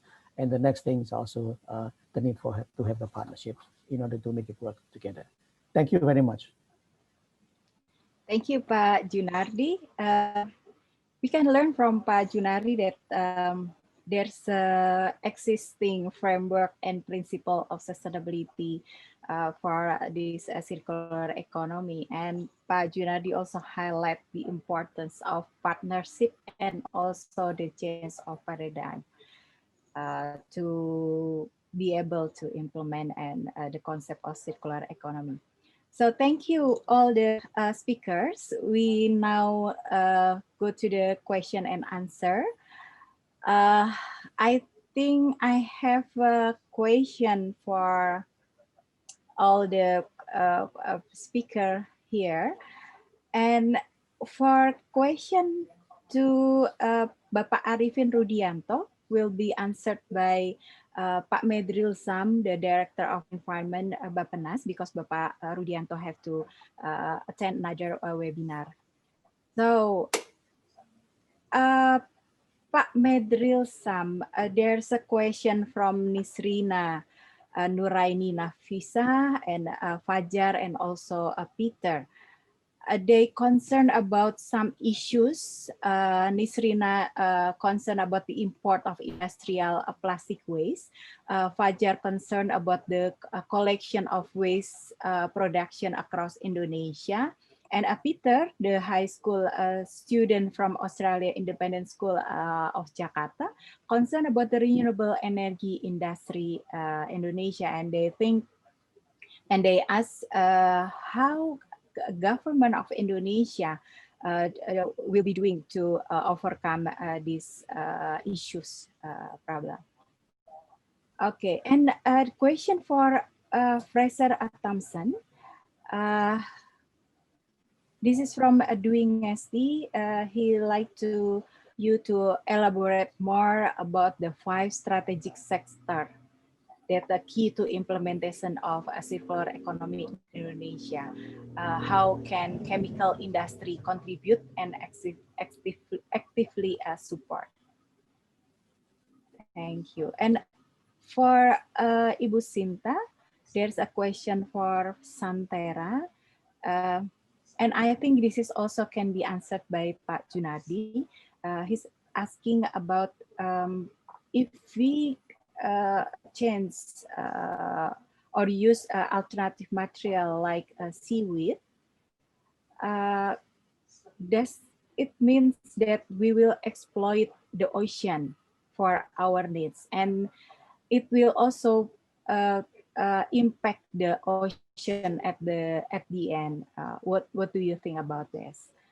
And a particular question for Bu Sinta from Aditya Yusuf. He's asking about the regulation or policy that to support SME to promote a circular economic in SME, because he said that it's very challenging to implement circular economy, especially in SMEs, because it will affect the business costs that eventually will end up on their product or service prices. I think that a question for first round. Bapak Medril? Yeah. Thank you very much, Bu Maria. Good morning, everyone. Apologize to take the floor representing Pak Rudi, because Pak Rudi has already, he has to go for another webinars. Thank you for the questions, and I really, you know, amazed that there are a lot of concerns on this circular economic topics, and the questions from Fajar with regards to waste data. That is, you know, a very crucial issue, and I believe this is one of the most outstanding issues that we have to improve in Indonesia. Not only with regards to the circular economy, but also the waste management in particular as a whole. I think we have already discussed this in various occasions about the data. And with regards to the circular economy, Bappenas actually tried to be a kind of to do a frontier works actually with colleagues with Waste for Change to gather the data with regards to food loss and waste. This is just for examples that how then we are very serious now with regard to the improvement of our database in our waste management systems. But it's not only that, but we need to also to improve the on the upstreams data as well, because if we are talking about circular economy, it's not just about waste. We have to be more cautious about how then the products actually produce, and efficiency issues, resource efficiency, resource use is actually one of the big aspect that we have to identify, and data and information in the upstreams process is also crucial.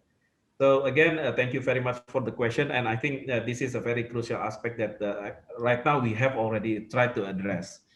And with regards to renewable energy, and I believe this is also one of the very topical aspect that we have already discussed in so many webinars. And right now, the government is very serious to expedite the utilizations of renewable energy, and we try to improve our renewable energy mix and energy mix share.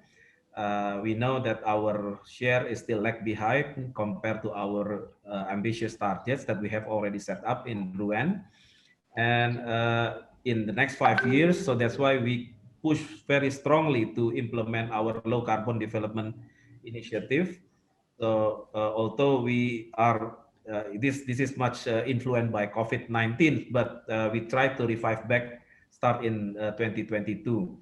We really expect that in the next fiscal year 2022, we revive back our low carbon development path. So including, of course, renewable energy and energy efficiency. So we believe that if we get back on the track, so I'm pretty sure that we will reach our ambitious target with regards to the Paris Agreement's targets, with regards to our environmentals and also our sustainable development goals target as well.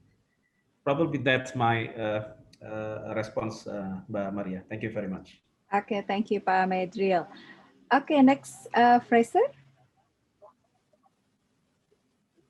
Thank you for the question. So on the sectors, as I mentioned, the 5 sectors chosen were based on their relevance for the economy and jobs in Indonesia and the potential for circularity. So in terms of the first criteria, these 5 sectors, as I mentioned, represent about 30% of GDP in Indonesia and about 43 million jobs. In terms of their circularity potential, we looked at this in 2 ways.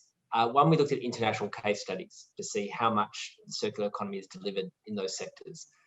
Then secondly, we looked at what was available in sort of existing research to understand the economic potential. And so that's how we got to those 5 sectors. It's worth mentioning that the 5 Rs that I talked about earlier, the relevance of the 5 Rs varies depending on sector. So for example, if we look at construction, we've seen Singapore, which is almost recycling 100% of its construction waste at the moment. Whereas if you look at textiles, the global leader is Germany, and they only recycle about 35% of their textile waste. So each sector, if you like, has different potential across the different levers, which we've tried to take into account. In terms of the role of the chemical recycling industry, I think there's a really exciting opportunity. So if we just take plastic packaging, for example, so plastic packaging, about 12% of plastic gets recycled at the moment in Indonesia. By 2030, the NPAP has talked about a target of 27%. And when you look at where that's going to come from, they talk about 3 different modes. They talk about closed loop recycling, open loop recycling, but then also plastic to fuels through chemical processes, chemical recycling. And I think if you look at the plastic mix in Indonesia, it's clear that we're going to need a combination of that mechanical and chemical recycling. So I think the chemical industry has a really important role to play here. Thank you. Thank you, Fraser. And now, Bu Sinta, would you answer the question?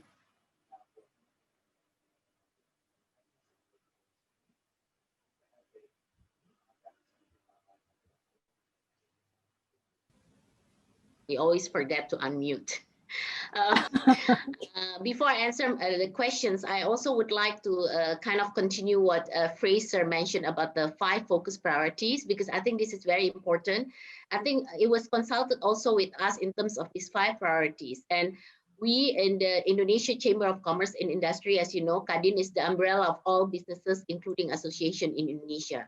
So what we would like to see actually is the follow through in terms of involving representation companies from these different sectors to actually start doing the work, right? I think we've more or less speakers today has mentioned the importance of circular economy. I think we all know about that, and we also know about the opportunities. But the key is now, how can we start this, right? How can, and not just, because so far the company that have done this, actually we can count by fingers, ya Pak Jun ya.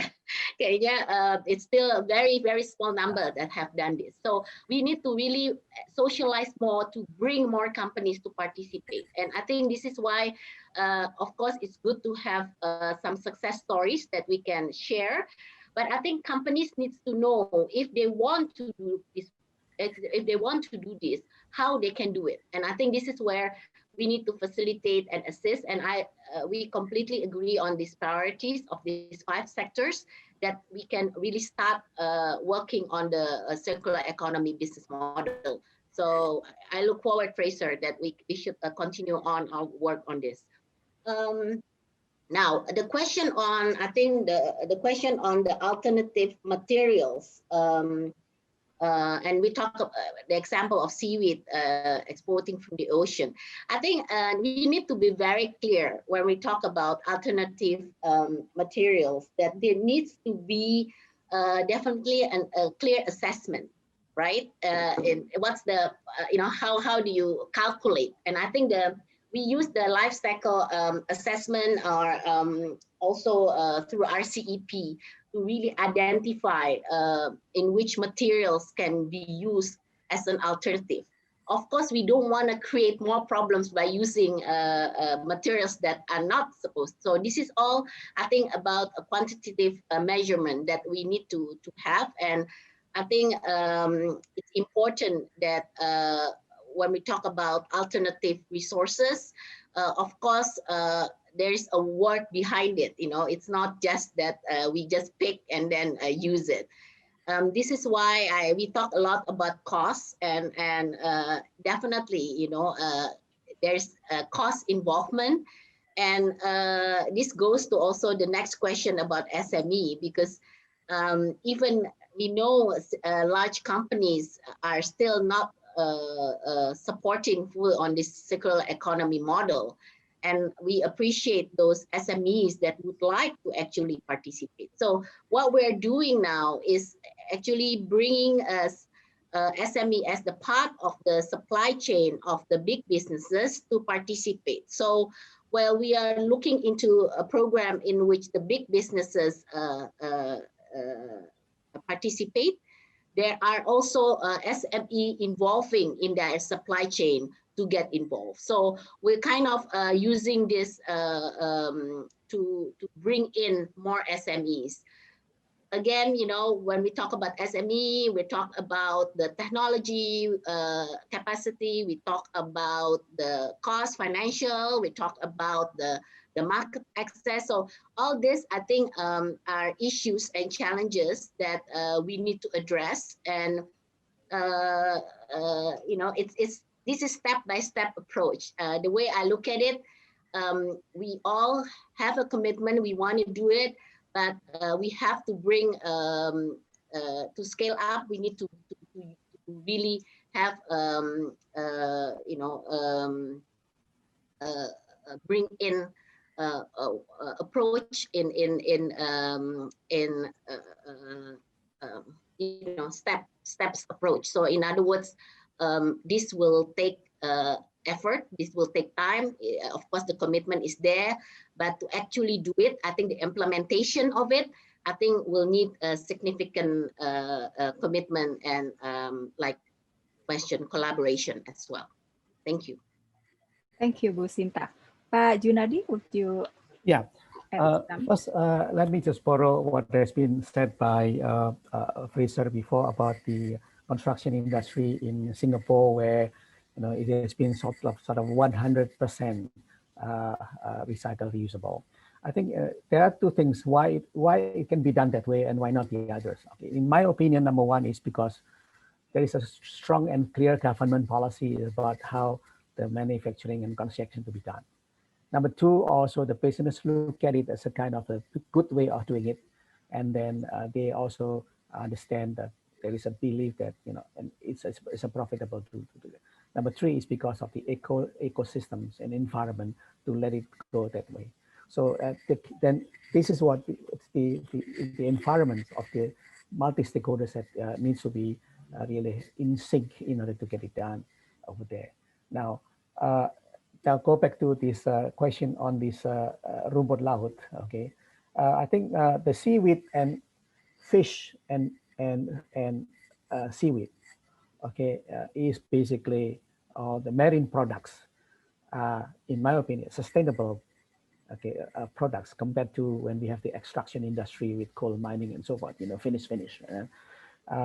But what has happened now with that one, so to me is that, talking about seaweed, okay, is basically if we do overfish, okay, just finish it at once, okay, and there's a lot of illegal fishing is one of the issues, lobster is another issue, and the same thing also with seaweed. If we farm the seaweed, same thing also with nurture the fishes. So it should become a renewable. It's something, to me, is something that when you do the principles of the sustainability, okay, because as a farmer, I would like to have the seaweed, growing the seaweed and sell it and growing again, okay, and because it's different from the coal, for example. So I think that one is still can be done so long that we balance between the productions, okay, and then also they make use of this of the fish or seaweed. Now back to I mentioned about the SME. Actually, certainly, like mentioned by Ibu Sinta, the technologies, and then the knowledge and so forth. I think SME have a lot of potential to do things. And there are some simple things like, for instance, there are now small SME, they are not using the plastic, but they are also using the banana leaves to do these things. As simple as that, okay? Okay, and then how to get a lot of ways to be managed again to become another food, okay? I'm not saying that, we just make packaging food from the waste food, but there is many other ways to do. So the SME can become the supply chains of the bigger corporations, and then the bigger corporation will give him knowledge and technology and so forth to be able to do it properly. But at the same time, within the SME industry, between the SME and SMB, which is basically very important for us in Indonesia, they could be managing the waste, okay, managing the foods, because a lot of them are culinaire, okay, and then supporting the tourism.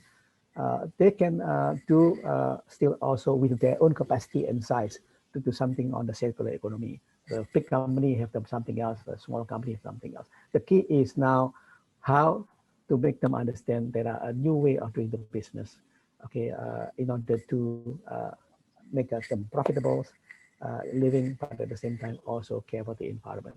Batik is also another issue, okay, because the batik is also a source of the pollutions and water and so forth, okay, but the traditional batik and how they can manage the waste of the water waste for the batik, okay, and all those things. So a lot of learning process along the way, supported by the government and policies, providing the technology to be able to get it done, and then move them into the so long that it is good for them. To me, is a good business for them, then they can do it, because again, waste is a business too. Thank you. Okay, thank you, Pak Ju. We still have 10 minutes, I think. So I would like to open the second session for question and answer. And we have already a question from Aditama Setyomukti to Mr. Fraser Thompson. He asks about the effect of this pandemic. He asks what business or work opportunity can we take advantage of at this time. Okay. And to Pa Medril, their question from Ellie, a college student in Surabaya. He asked about the different or conflicting policy between the national policy and the local policy, especially on waste management and climate action. He asked how the strategy, what's the government strategy to synergize the policy among the government agency. And second question from Kelvin Tirta Kurniadi, he asking about the again the to regulate the recycle materials. How to ensure the safety recirculated materials. Okay, and for I think this is also for Bu Sinta, if we still have time. There's a question also for Kelvin Tirta Kurniadi about the incentive for small to medium business. And also because you say that culture is the top barrier in implementing circular economy, what kind of education we need to increase, to improve? Okay, first, Mr. Fraser, can you answer the question? Thank you, Ibu Maria. Would you mind just repeating the question one more time? I just want to say it's about business opportunities in general or a particular sector? In general, but in the context of pandemic. In the context of the pandemic, right. Yeah, so look, it's interesting. We have in our analysis looked at what's the impact of COVID and how does that impact sort of the size of the opportunities, but also the ability to capture those opportunities. And it is interesting that if you look at one thing in terms of the size of the opportunities, no one quite knows how the Indonesian economy is going to perform over the next 10 years. I think no one knows for any economy at the moment. And if you look at the IMF forecasts, they keep changing month to month. So we are in a bit of a sort of see what happens stage. What we do know is that the economy over the next 2 years is going to be performing below what we would have expected. And so in our estimates, we are updating that to show, look, we may be a bit of a slower period, and then hopefully we start to get back on trend to where Indonesia has been performing. So there is uncertainty. It probably will, the COVID impact may reduce some of the size of the opportunities to 2030. Our initial analysis addressing COVID impact so far suggests that it is not a massive difference. It slightly decreases, but it's not significantly lower than we estimated.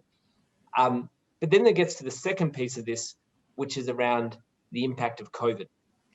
And it has lots of different impacts. I think one of the important things is that I think a circular economy becomes even more relevant if we think about what COVID is going to happen going forward. One of the reasons, if you look at supply chain vulnerabilities, I think a lot of countries are now looking for the first time going, wow, we've actually got a fair bit of exposure for certain commodities. And I think a circular economy is helping build that resilience, and circular economy domestic value chains can be important in the Indonesian economy. The second thing, and thank you for Ibu Shinta for talking about it, is in any growth plan, we need to think about the role of SMEs that have been hit hardest by this.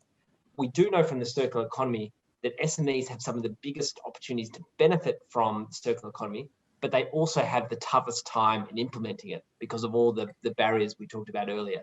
So I do think there's kind of an importance to say, how do we bring SMEs fully into this strategy and not just being led by a few of the bigger companies. There is also a challenge, though, in the short term about supply chains in terms of access to recycled materials. So we've seen across Southeast Asia, because of the pandemic, recycling value chains have broken down in the short term, and we're not seeing the same kind of volumes that we would have hoped. We've also seen a crash in the cost of virgin materials in some sectors, which has had a short-term negative impact on the circular economy. I personally believe we'll see those recover, and so I don't think the long-term impact of that will necessarily be a deterrent, but it is a challenge that we have to navigate. So I guess in summary, I'd say that there is a big uncertainty about how this plays out. Yeah. I think in overall, though, I think the COVID impact will probably be increase the relevance of the circular economy rather than decrease it going forward. Okay, thank you, Fraser. Pak Medril? Yes, thank you, Maria. To be honest, I'm a bit confused about the questions with regards to the controversy between the national and also the local policy. I think I might to get a bit a clear question. So, in what sort of policies that in contrary between the national and the local level? But in my observations, national policy with regard to the circular economy, in particular with waste, I think they are all hand in hand on the with what the local government has already implemented so far. And in the central government as well, we try to encourage the local governments to improve the governance, improve the institutional setups, and also the way the local governments managing the waste right from the source up to goes down to the landfill site or the waste processing sites. So basically, right now, I need to inform you as well that the central government right now is preparing a national platform, a new national platform for solid waste management. And we really hope that this new national platform can bring a big reform on the solid waste management, in particular at the local level as well. With regards to the incentives, I think if I'm not mistaken, the second question is related to the incentive, right? In particular for the small, medium business for the circular economy. Is that right? Yeah, but there also another question about the how the government ensure the safety of the recirculated materials. Is there any regulation on that? The safety regulated. Safety, I think what he means the safety recycled material distribution. I'm not quite understand on the questions actually. Yeah, I think he's mentioned about the recycled materials.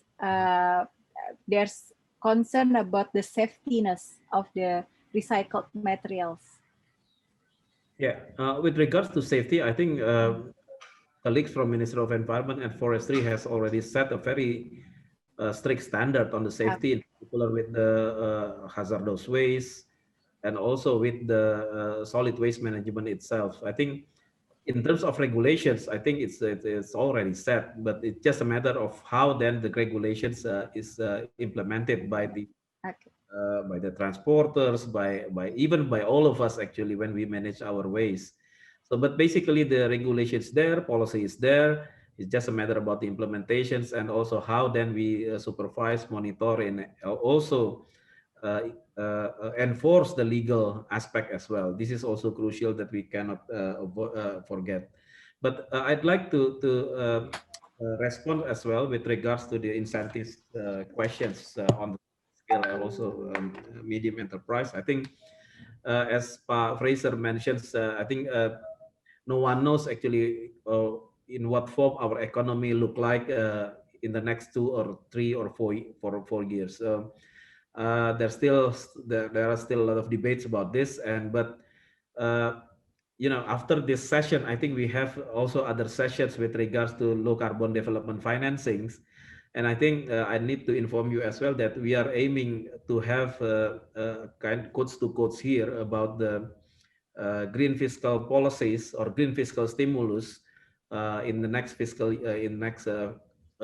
fiscal year in 2022.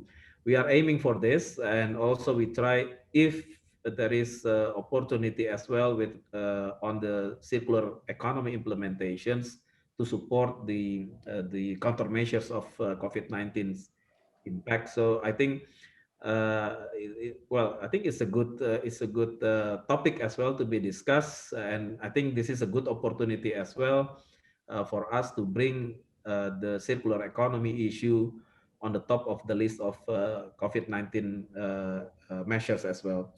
And although I'm not promising anything, but well, the discussions will be there about the incentive to incentivize the green economic activities on the COVID-19's response measures.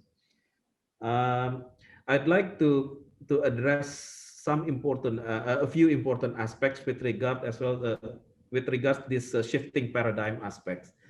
And as I mentioned in last year ICEF seminars, I really would like to underline about the importance of a better understanding about the circular economy itself.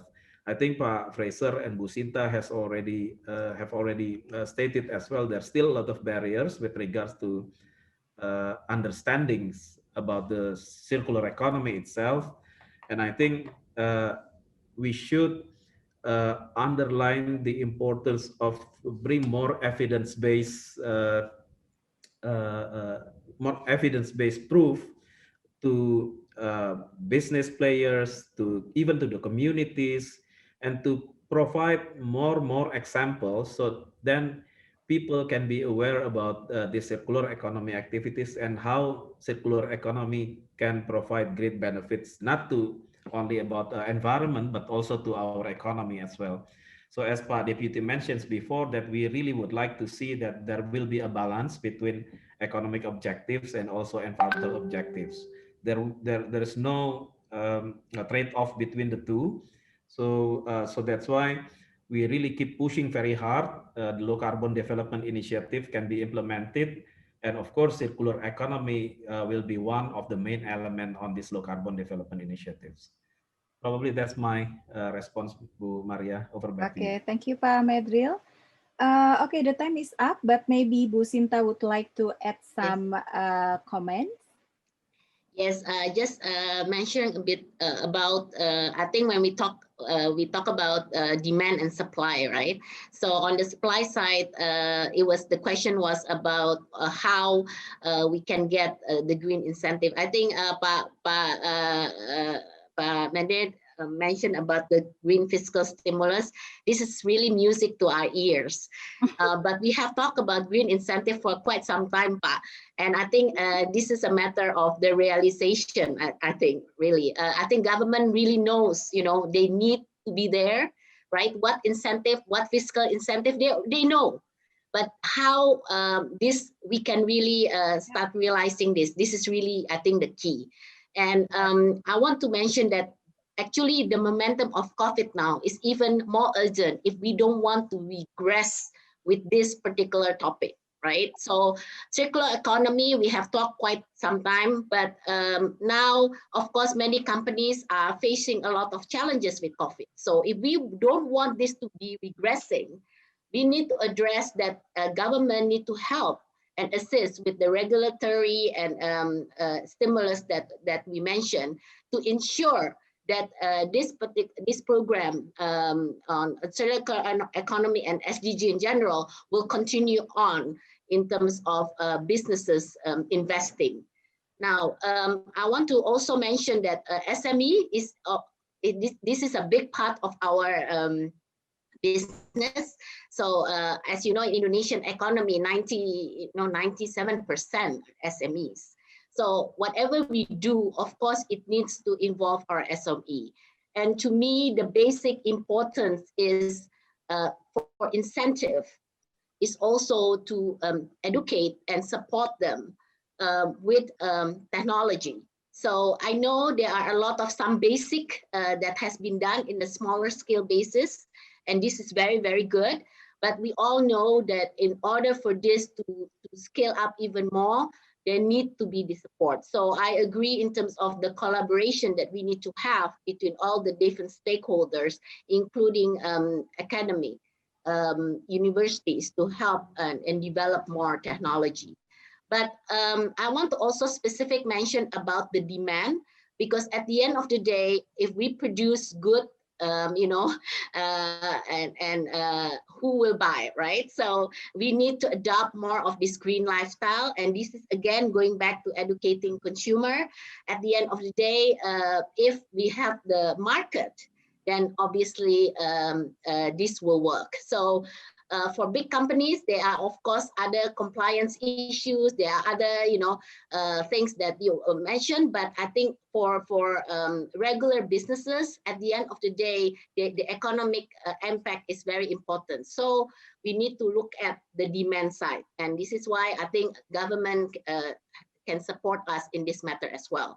I want to end by mentioning culture, because I think the question was there. Again, I want to say leadership is key for all. And this is leadership not just from business, leadership from government, leadership from civil society. These are important. If we want to embed the culture into Indonesia, we need to start with the commitment from the leaders. So I think I want to end with that. Thank you. Thank you, Bu Sinta, and thank you all for all the speakers. We may give applause to the speakers. We may conclude from this session that, well, everything is here. The regulation is here. The examples, the intention, the members and the market also here. So the question is how we go forward from here. So that's for today, the session. Thank you again for all the speakers. I'm Maria Dianurani. Good day and goodbye. Well, thank you very much. Thank you, Maria, for excellently moderating the first session, and for all of our speakers for sharing with us your knowledge and insights. And for everyone wondering about the press release link, it will be available on bit.ly/pressreleaseICEF. So ladies and gentlemen, everyone, as the day is still very young, we still have many more experts to share their insights with us, and together we're going to pick their brain. So let us take a little break as we gather our coffees and snacks and get comfortable for our next session, which will promptly start at 11:35 Jakarta time. So please stay with us and we'll be right back. Economy strategy through multi-stakeholder collaboration efforts. So on this session, the second session of the day, we will all identify the challenges, the opportunities, and best practices of circular cities and how Indonesia could benefit from that. So our moderator for this second session is Mr. Klaus Oberbauer. Please allow me to tell you a little bit about him. He is a program manager for the Ocean Plastic Prevention Accelerator, or OPA. His extensive travels and diverse experiences have made him a facilitator of understanding between cultures. His focus always lies on pursuing positive change, social integration, and all aspects of sustainability. Mr. Klaus, welcome, and the floor is yours. Thank you, Ibu Amelia. Selamat pagi.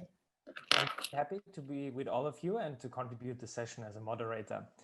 We just heard about the Indonesian circular economy strategy and the progress that was made towards a circular economy in the country. And to ensure the success of this strategy, it is essential to consider the role of cities. And I'm very happy to welcome the speakers to discuss this topic with me today. Welcome Dr. Dodi Reza Alex Nurdin, the chairperson of Lingkar Temu Kabupaten Lestari and the regent of Musi Banyuasin. Welcome Triyono Pricho Susilo, the general secretary of PRAISE.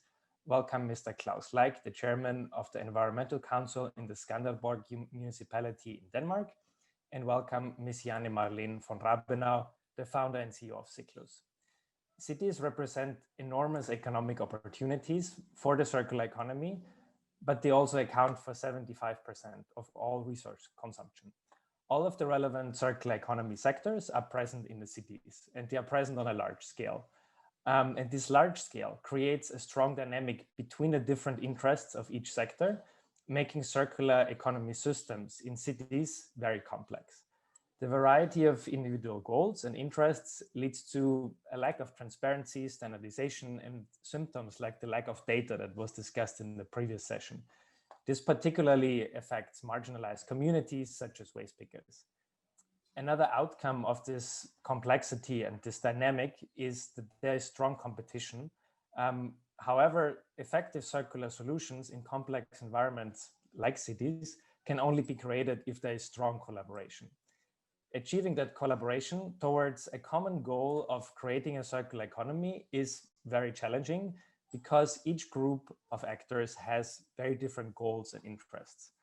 Unfortunately, there are currently not many efforts, particularly in large cities, to overcome such obstacles and to create system-wide solutions that truly include all the relevant actors. And this is why we need more system-wide projects to create pathways for creating that strong collaboration that is needed for circular economies. In my work at the Ocean Plastic Prevention Accelerator, we have developed some experience with working with highly complex waste management sectors. And I believe the speakers in this session have made their own experiences with their own circular economy projects in cities. To achieve an urban circular economy, we require to engage all actors in joint efforts, and so that they can build connections with each other and eventually create communities that collectively achieve a circular economy. The problem is too complex for any actor to solve alone, and we need more people to think about collaboration rather than competition. I would also like to invite all of you here to join our efforts at the Ocean Plastic Prevention Accelerator. And one way to do this is to support our efforts to make waste systems more transparent. I will share later the link to our Surabaya waste flow map with you, which shows the waste flows in Surabaya. And we invite everyone to give us any type of feedback or also to use our methodology. We will make this methodology publicly available online very soon. And for more information, you can contact me directly or just follow our online channels. So now on to our session and to our first speaker. Welcome again, Dr. Doli Reza Alex Nurdin. Dodi Reza Alex is the regent of Musi Banyuasin and the chairperson of Lingkar Temu Kabupaten Lestari. Before that, he was the leader of Commission 6 of the House of the Representatives of the Republic of Indonesia. He also served in several companies, such as the President Director at PT Radio Trijaya FM dan Radio TPI, Panji Media Network, PT Panji Media Gemilang, and Director at PT Mitra Pratama Katul Istiwa. He holds a doctorate of public administration from Pajajaran University.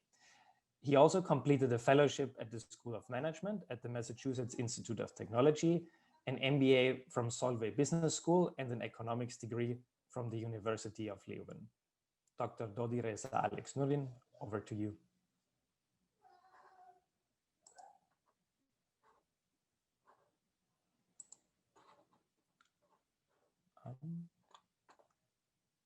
Okay, I think we have a slight delay with Dr. Dodi. I'm not sure if you can hear us. Maybe let's move on first to our second speaker. Welcome, Triyono Richo Susilo. But Triyono is the Secretary General of the Packaging and Recycling Association for Indonesia's Sustainable Environment, or PRAISE, which is an alliance that supports the development of sustainable integrated packaging for waste management solutions in Indonesia. He is also the Public Affairs and Communication Director at Coca-Cola. Okay, we have, yeah. So first over to Patri, over to you. Thank you. Yes, good morning, I guess, good afternoon, everyone. Thank you, Klaus, for the opportunity, and also thank you for Greeneration to invite PRAISE to be part of the ICEF 2020. So I think the session today, which is very very critical, very important about how does the circular economy work in the city sector, framework. So let me first maybe introduce PRAISE. So some of you may have heard about PRACE before, some may not. So PRACE is actually an organization or a coalition, a non-profit coalition actually. It's set up by private sector. We are set up by 6 companies, Coca-Cola, Danone, Unilever, Nestle, Tetra Pak, and Indofood. So all of us is actually work in the sector of fast-moving consumer good as well as packaging. So and the story of PRACE is actually goes back a long way, actually about 10 years ago, where we see actually we have the concern about how to manage the post-consumer packaging waste.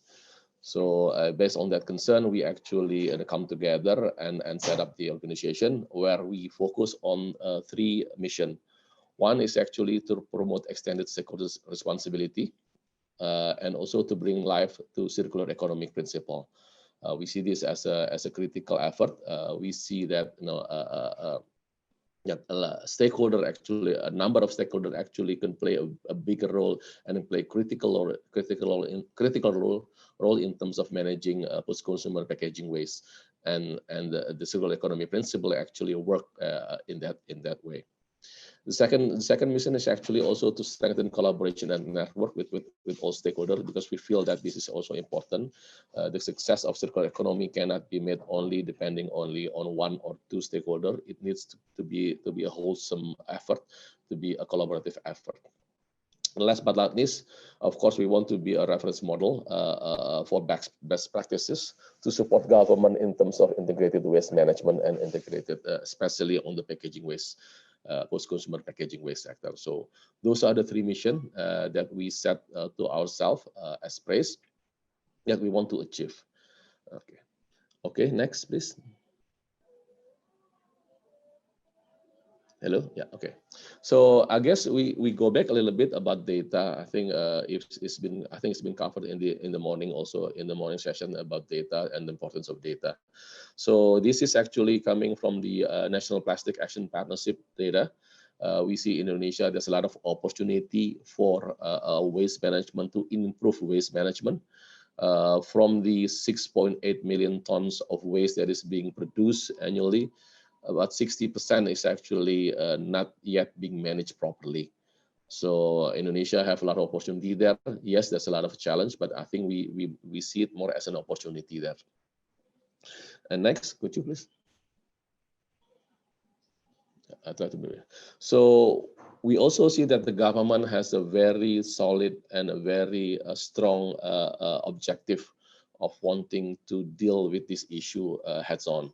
So there's already a publicly stated goals of 70% marine plastic reduction by 2025, which is not far away. Actually, it's only like 4 or 5 years ago from now. So I think we need to come together to really push effort into making sure that this has happened.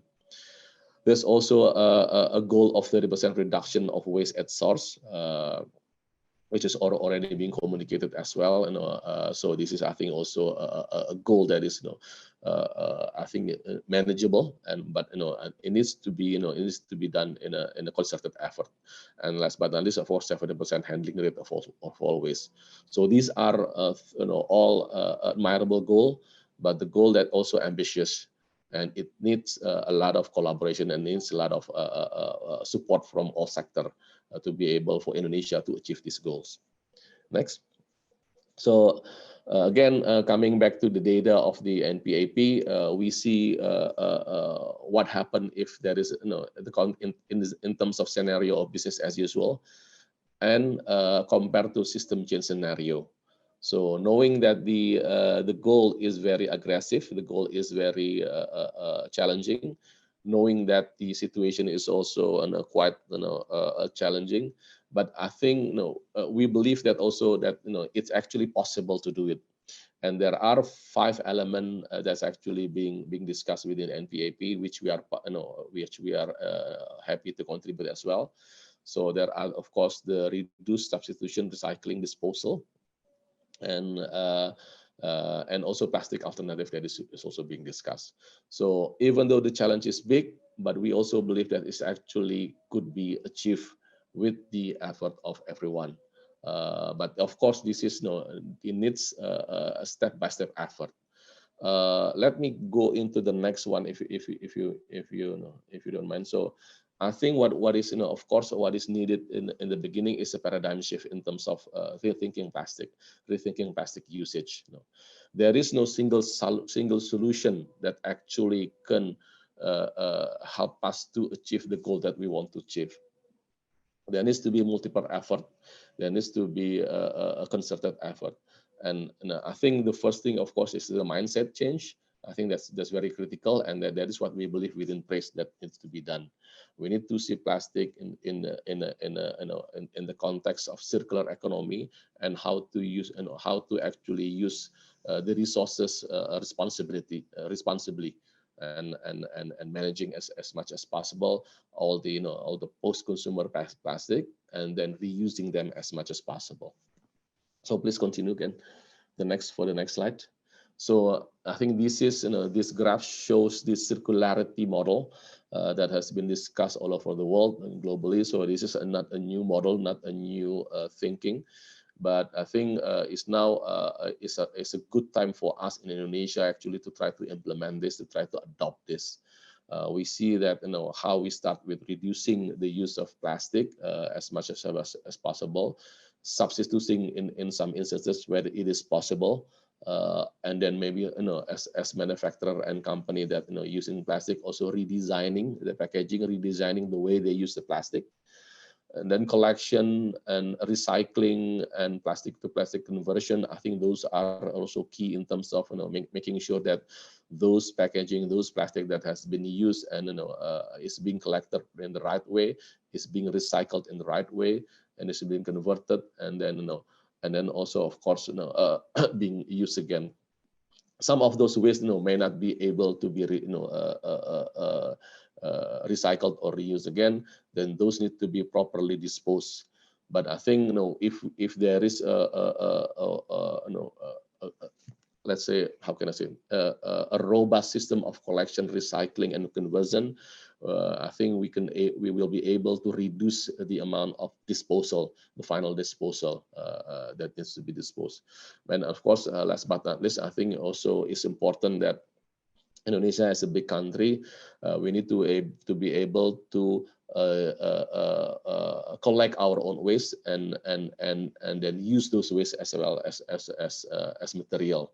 So as much as possible, let's try to reduce the exporting of waste to other country. So I think this is also critical. We see the opportunity in the early side that actually 61% of all waste in Indonesia are not being managed. So that means it is there are opportunity there. Next slide, please. So this is actually the funnel. If we look at again, if I reiterate again the what has been agreed within the NPAP's context, there are five action plan that's actually was discussed. One is actually reduce and substitute, and then redesigning, and then collection and recycling. So, and within the collection, there's also a part of this controlled disposal, as I mentioned before. So these 5 elements, if we are able to come together and do it properly, I think we'll be able to achieve all the goals that is being set up by the government themselves. Next, please. So then the question comes is, what is the role of the private sector? What is the role of PRACE in this equation, in this framework? So we are lucky that and grateful by the support of the government, especially of Coordinating Minister Luhut, at the end of August last month, where we actually introduced the creation of IPRO, or Indonesian PRO, the first packaging recovery organization in Indonesia. So this is actually a non-profit organization that PRACE helped to set up. It is designed, it is a task to improve collection and recycling of post-consumer packaging waste, especially 4 types of plastic waste that we see prominent in Indonesia. And those are PET, HDPE, beverage carton, and flexible plastic. So those are the 4 plastic that we are targeting in the beginning.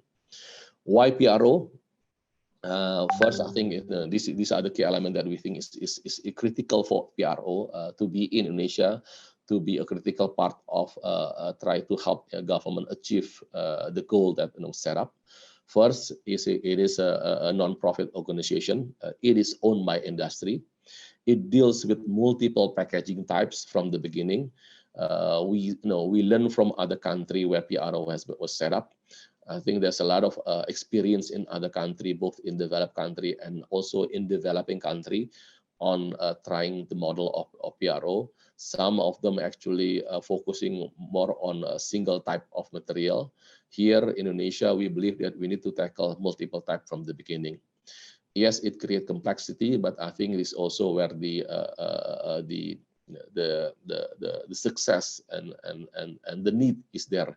So that's why we deal with multiple packaging from the beginning. The PRO also work in terms of, sorry, could you go back a little bit? Come back to the previous slide, please. Yeah. Also work on incentive model as well. We are looking at incentive as one way of helping the collection and the recycling sector. Why it is important? Because we see that there could be, I think Indonesia, the challenge is also in terms of the economics, in terms of the value chains of the material. For example, if you look at PET is quite robust. There's already about 55 to 60% collection, national collection and recycling rate in Indonesia, but there's still the 40%. And those 40% is actually relate to the fact that it's, those 40% are located in area that are difficult to access. And if recycling industry or collector need to access them, they need to have more. It costs more for them to get those material. And those area we see where actually PRO could play a role in terms of work together with recyclers, work together with aggregator to look at those area where actually material that are not being collected today, how we can incentivize them to actually being collected so that we can increase the collection and the recycling rate. Of course, the IPRO, we don't foresee the IPRO is only consisting of 6 companies. We want to expand the membership of PRO, and we are looking at converter, at retailers, at manufacturers as part of the PRO membership. And last but not least, professional management. The organization is set up as an independent entity and is being managed professionally by professional people. We expect to recruit people that really have dedication and have expertise and have knowledge that actually could push the IPRO agenda and to make sure that the IPRO implement all the activity on the ground. Next, please. So these are the key element of where IPRO is actually connecting with a lot of stakeholders. So I think we've been hearing about EPR in the past, extended producer responsibility. But here, within PRACE and within the IPRO, we see actually that producer is only part of the overall stakeholder. So we are more inclined to use the term extended stakeholder responsibility framework, because we believe to manage the issue of post-consumer packaging waste in a circular economy, I think it's more proper to involve all the stakeholders that is gaining benefit or also involved in that process, in that value chain. So IPRO itself, it works directly with a number of stakeholders. First and foremost, of course, the converter, the manufacturer, because those are those that we expect to become a member of the PRO. Secondly, of course, the retailer. Those are also hopefully we can work together with them in terms of trying to improve the collection system and also inviting them to become member. There are elements of research and education within the IPRO function as well, because I think the research could be part in terms of the designing of packaging, as well as about how to properly segregate waste from the beginning, because we know that high value waste is actually segregated waste that are not spoiled with with contaminants. So those are important to make sure that how to manage waste directly from the beginning. Collection is also critical. So we will be working a lot with collectors. We will be working a lot with recycling industry to make sure that we can work together to think of ways to increase and improve collection system, as well as improving the volume of collection system of collected materials. Just to update everyone as well, we are now already starting to progressing with the tendering process to work together with the collection system as well as the recycling industry to look at ways on how to improve collection and improve volume. This tendering is important for us. It's the most important step for us, because that means we are moving ahead with implementation of activity on the ground. And tendering process is also critical for us, because we see this again in the spirit of collaboration, in the spirit of transparency. We want to work with we are opening possibility to work with everyone to make sure that this IPRO can become successful. Last but not least, of course, government is critical for us also, because the government support is one thing that we need to have, and the government input, because all the effort that is being done through PRO, all the volume that is being collected by PRO, we need also to report to the government, because this is part of the overall private sector responsibility in terms of collection and recycling. And last but not least, I think all those recycled materials, those can be used again as material, either to become other type of product, or also as a closed loop system to become packaging themselves.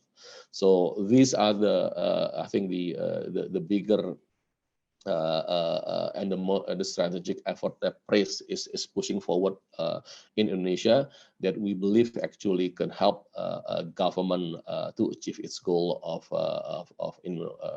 reducing plastic and debris, as well as reducing waste and managing waste properly. So I think that's the last of my slide, if I'm not mistaken. Yes, and thank you very much again, and good day, everyone. And of course, I'm open for further discussion on this topic. Thank you. Thank you, Patriona, for sharing about PRACE and your efforts towards the IPRO. PRO has shown to be a very effective solution in other places for engaging several stakeholders, and we are very much looking forward to your work in Indonesia. Thank you again. Now I would like to continue with Dr. Dodi Reza Alex Nurdin, the chairperson of Lingkar Temu Kabupaten Lestari and the region of Musi Banyuasin. Dr. Dodi Reza Alex, over to you. Thank you, and good morning, everybody. Thank you, Klaus. Actually, I would like to have a presentation about the LTKL, which is the Lingkar Temu Kabupaten Lestari, is the Sustainable Districts Organization or Sustainable District Association, which is headed by myself as a Bupati or the region of Musi Banyuasin Regency in South Sumatra. And then I begin this presentation by giving you some insight about the circular economy for sustainable districts, that we are trying to translating the concept of the circular economy into implementation for our organization or our association as a sustainable districts. So the first slide, next. Please share the slide. Yeah, who are we? The LTKL actually is the Lingkar Temu Kabupaten Lestari. It is the association of a district government collaborating for sustainable economy. So we have the same platform, our regencies, our districts governments, all the bupatis, which is a member of the association, has the same goal, same target, and the same platform, that we are collaborating and we are working together for sustainable economy in this regency or in our regional development. And then that the LTKL consists of several regencies, and the several regencies have also the collaboration, very good collaboration with our strategic partners, including the non-government organization and also the international foundations. Next.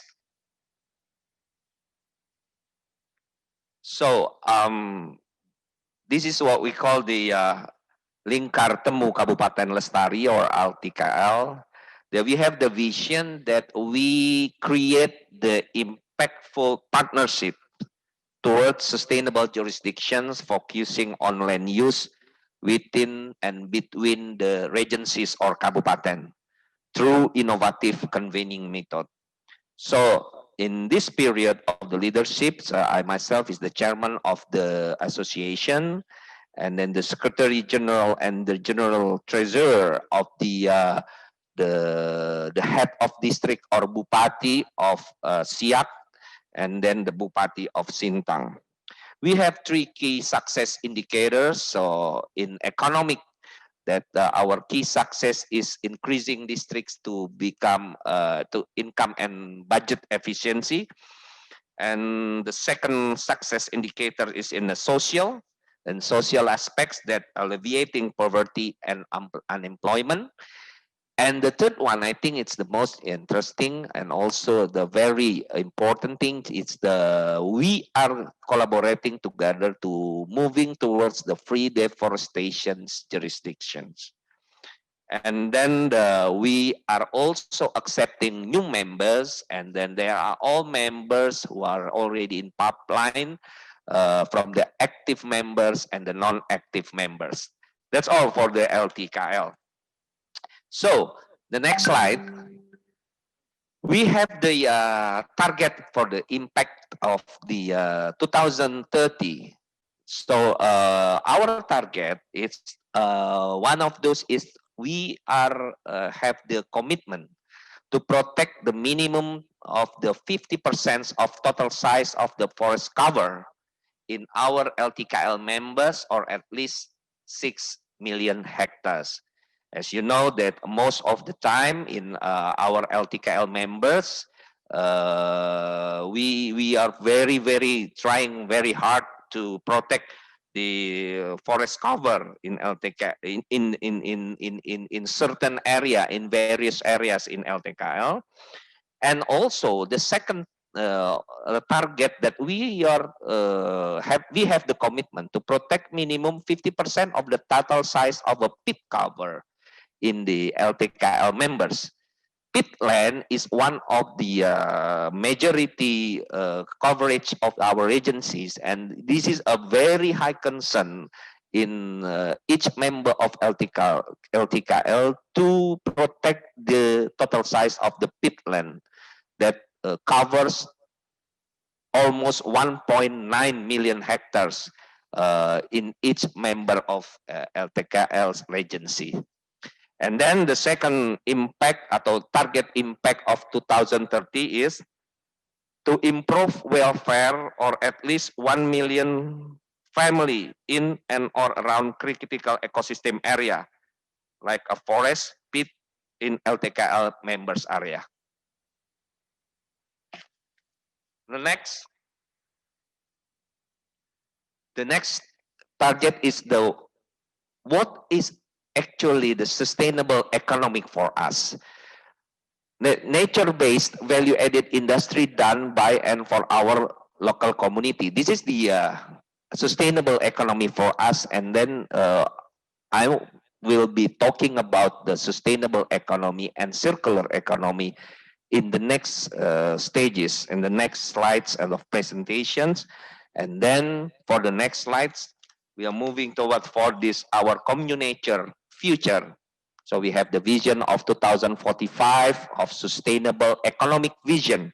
You can see the graphic here. So it is like a circular economy that one of the greatest concerns of Indonesia actually, if we can protect our environment, so we can also empower the society, we can also eradicate the poverty. So like in Indonesia, we have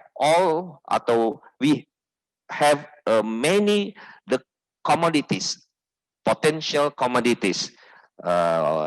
We have like, for example, in the certain regencies of LTKL members, we have a plantation like the rubber plantation or the palm oil plantation, but we have also the alternative commodities, not only the traditional or the conventional commodities, and that we have the vision not only to produce or to export the raw material. So the vision of the sustainable economy is the vision of the development itself to promote and to develop of the downstream industry. The downstream industry, which is based on the natural resources, which is maintained and which is run or which is produced by the society itself. So the natural, the downstream, the helirization or the downstream industry, which is based on the natural commodities, and then the people who will be the responsible to produce or to maintain all the natural resources, which is only can be done if the environment is well maintained or well preserved. So this is the vision of the sustainable economic. So we have the graphic or the charts here. There's our communature future 2045 of the sustainable economic vision that we have presented in this slide. Next. Like we know that in LTKL, members of the certain districts in Indonesia or regencies in Indonesia, we have alternative commodities, and then this can be presented in this slide by many or certain varieties of spices in the global market. So it is not very usual for us maybe who can know the varieties of spices which is produced by the members, the association, but this can help the economic of the region or for the district itself. For example, in this island of Borneo or Kalimantan, we have tengkawang, and we have in Sumatra, we have curcumin and jahe or red ginger. We have also cacao or pandanus. That is the economic of the society of the villagers, and then it can be classified as a sustainable economic. So our task is to promote and then to enhance the downstream industry of this alternative commodities that can be used to eradicate the poverty and also to achieve the goal of the sustainable development in each members of the associations. Next slide. So now we are integrating the circular economic in our associations of the LTKL. This, like I mentioned before, the integrating the circular economy. Why circular economy is important is because this can promote and can also supporting our vision, yes, to promote the sustainable development. So I'm presenting here the case study in one of the members of the regency. It's for the sustainable economy. Now,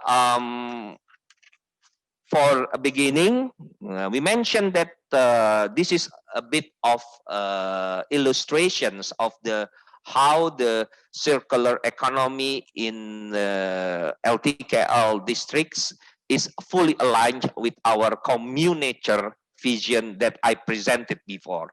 So each year we throw away, by study we have 300 million tons of plastic, 50 million tons of electronic waste, and 1/3 of all is a food produce.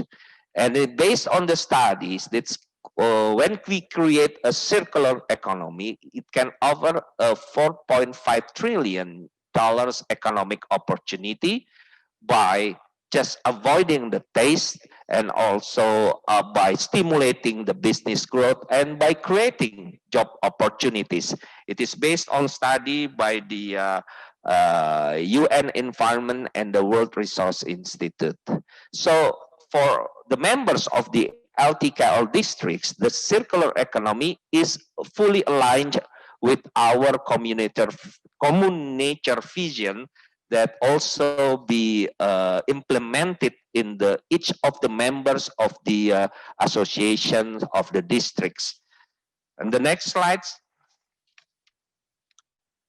This is also the illustration that's for the LTKL Association of the Districts of Sustainable Districts. Household waste becomes priority. So we can have here the illustration of the two regencies, one in Gorontalo and one in Musi Banyuasin, that we can have the same condition here, that unlike in the urban cities, the majority of our households are farmers, and yet we can say that here the solid waste source in Gorontalo is for a household waste, and then counts of the majority of the solid waste source, and also in Musi Banyuasin.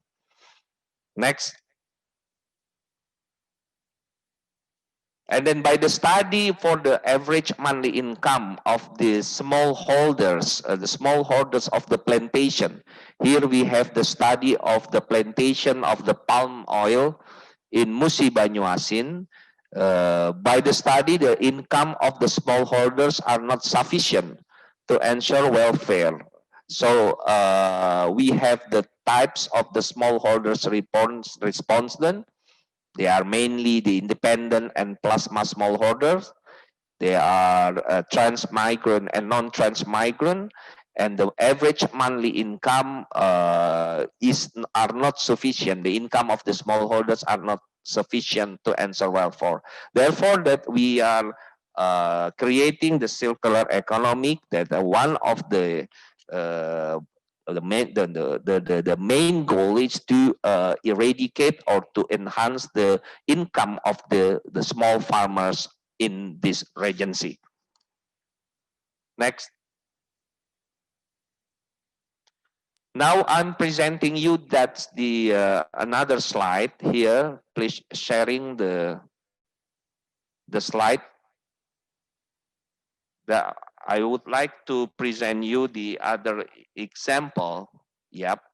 This is what we call the one of the example of the circular economy in this one of the members of the regencies of LTKL.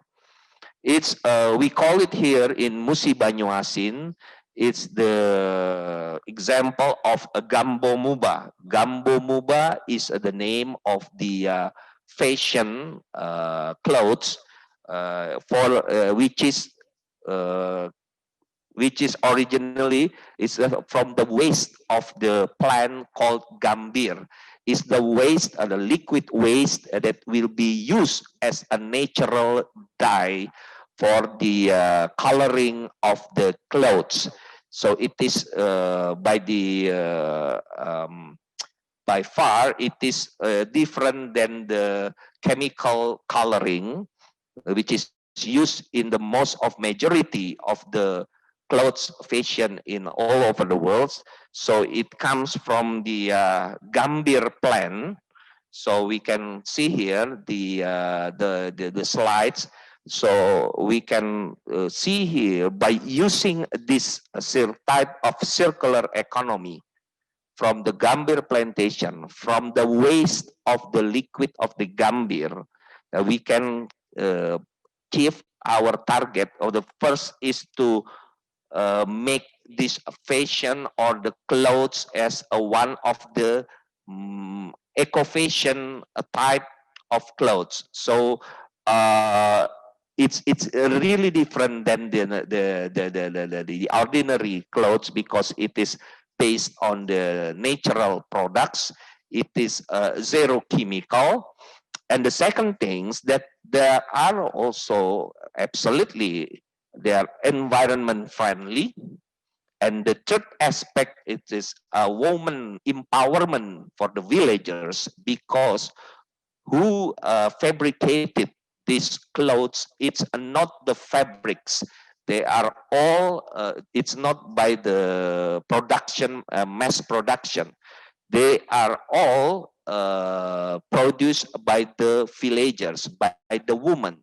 So this is the woman empowerment who will achieve another supplementary income that will eradicate the poverty among the villagers.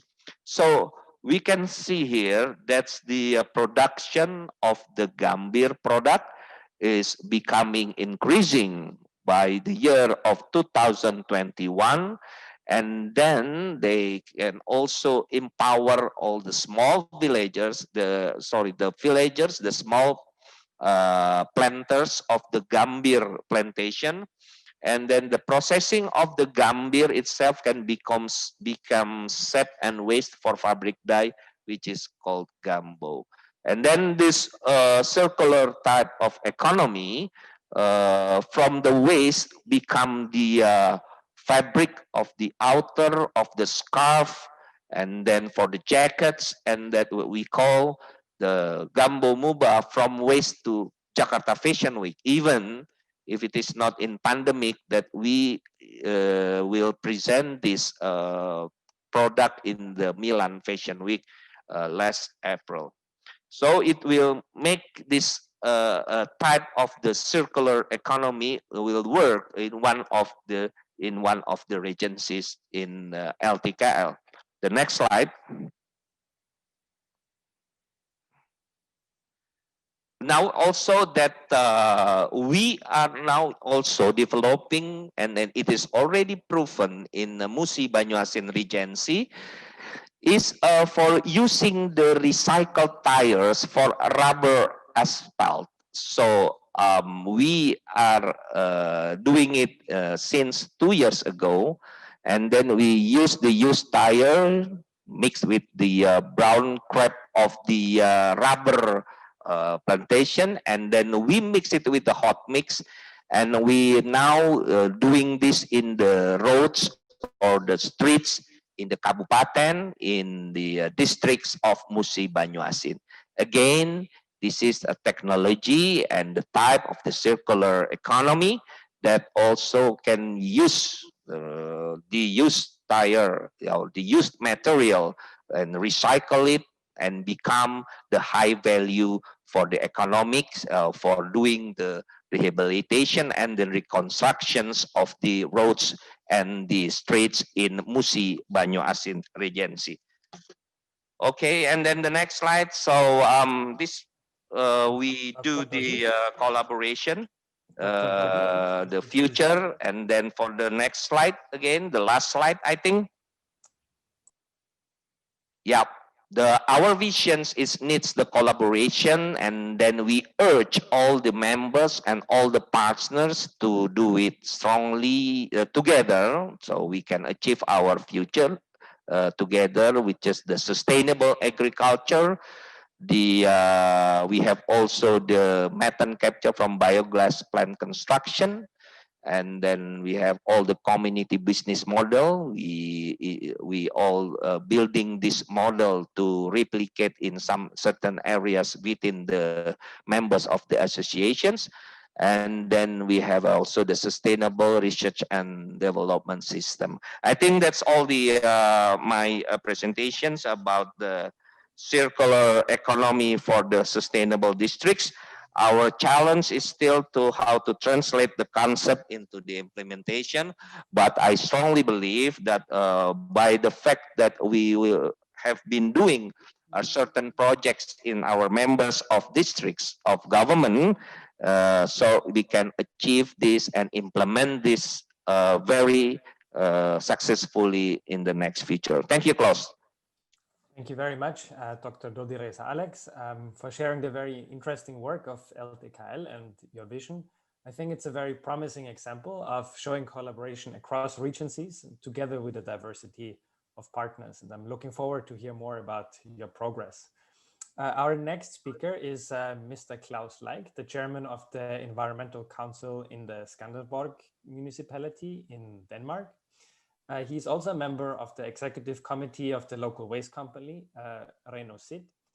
He has worked intensively with the green transition and circular economy for a number of years, and he has been involved in formulating the waste master plan of Skanderborg Kommune, as well as the recently approved climate, energy, and resource policy and strategy.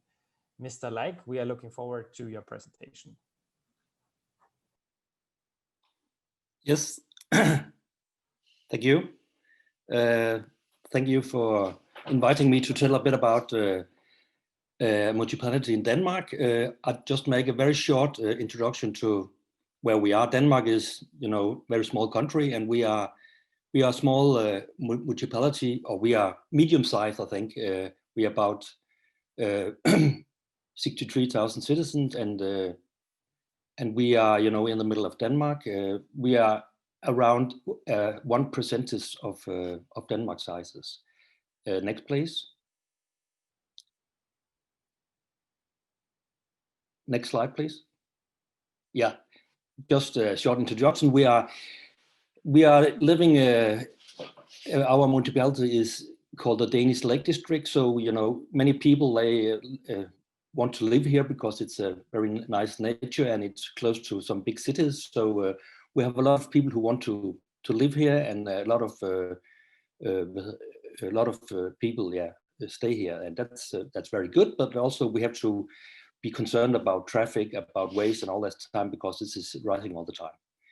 So this is just a short introduction to our place. And the next slide, please. What I'm going to tell now with some slides is how we, very practical work with this circular economy. And I think the Danish municipalities, they are working the same way, but we are doing different things. So we look around in Denmark and see how to get good ideas, but we also try to find our own ways in how we can solve this problem. Next, please.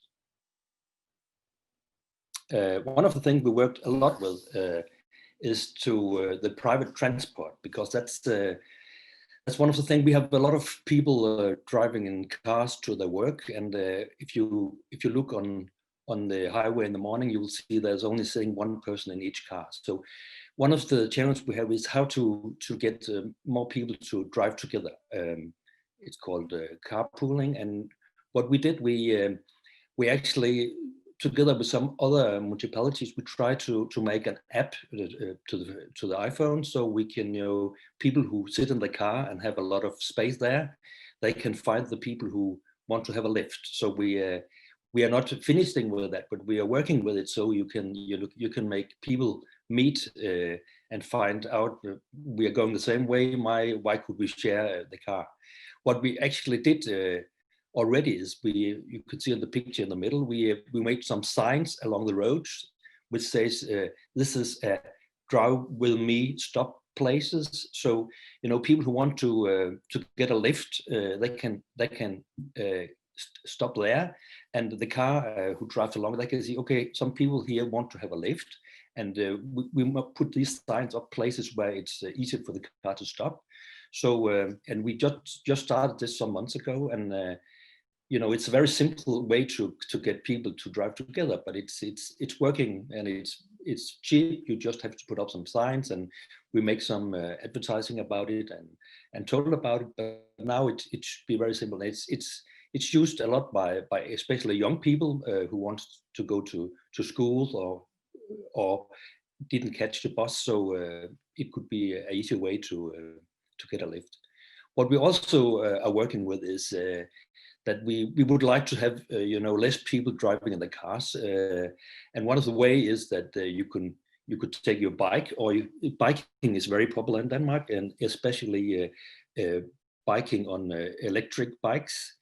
And many people, they are interested in electric bike, but the problem is it's quite expensive to buy an electric bike. So what we did in our municipality is we went rent out for free bikes for 2 weeks or 1 month. So if you're a person who said, I would like to maybe buy a bike to electric bike, but before I buy it, I would like to try it. So now you can go to us and say, could I have a electric bike for 1 month and try it and see if it's something for me? And after this, you can decide. So that's very popular. So we have, you know, I think we have about 30 bikes, and they are booked at least 1 year ahead for people who just want to try it for 2 weeks. So it's a way to, you know, to get people more interested in skipping the car and instead try to make transport by biking.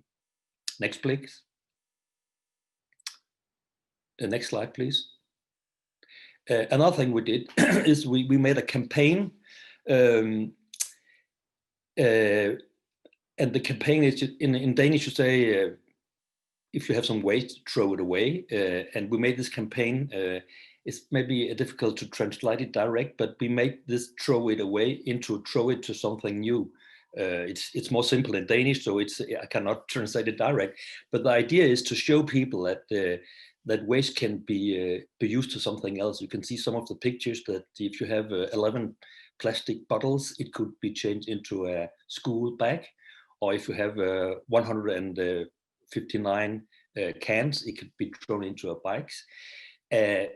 And you know, it's just a way to show people that it's important that you don't throw these things away, but you put it so it could be reused. And it's quite popular that people you know, realize it, that waste is not waste. Waste is materials which could be used to other things. So it's a campaign we work quite a lot with, and I think it changed the mindset for many people.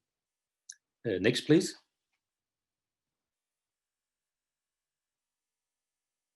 And what we also worked with is that when we built our own buildings in our municipality, we make strict rules that they should be you know, energy like heating and electricity should be green electricity and green heating. So we have a very high standard on schools, on old people homes, on kindergartens, and that's the way both to do it the right way, but also to show the rest of the people in the municipality, the private homes and the companies that you're able to do this. And we also, when we are building new, we have a very high standard. So, you know, the material is materials who could be reused, material who is not polluting, and you know, all kind of things. So we try to do it in a high way. And what we also when we build, we look on how can you use a building 24 hours a day. So if we build a school, we make a plan for it and say, okay, in the daytime you could use for teaching, and after teaching you could use maybe for some people who want to have some meeting, or some people who want to make gymnastic, or all kind of things. And what could you use it for in the nighttime? So we have you know, buildings who are used maybe not 24 hours a day, but maybe 18 hours a day. So it's important for us to think more widely when we have a building, and we have, you know, rules saying that when we are going to make new buildings, we have, before we build them, we have to make a plan for how it could be used for different things, and also how it could be used for the local area. So the local people living next to the school should be able to use it for their activities also. Next, please. And what we also do, we have this, it's in Danish, but it says Y square meters. And that means that we also try to, look at all our buildings in the municipality, our schools, our old people's home, our kindergarten, all our kind. And then we look on them and say, maybe we could, instead of building new all the time, maybe we could use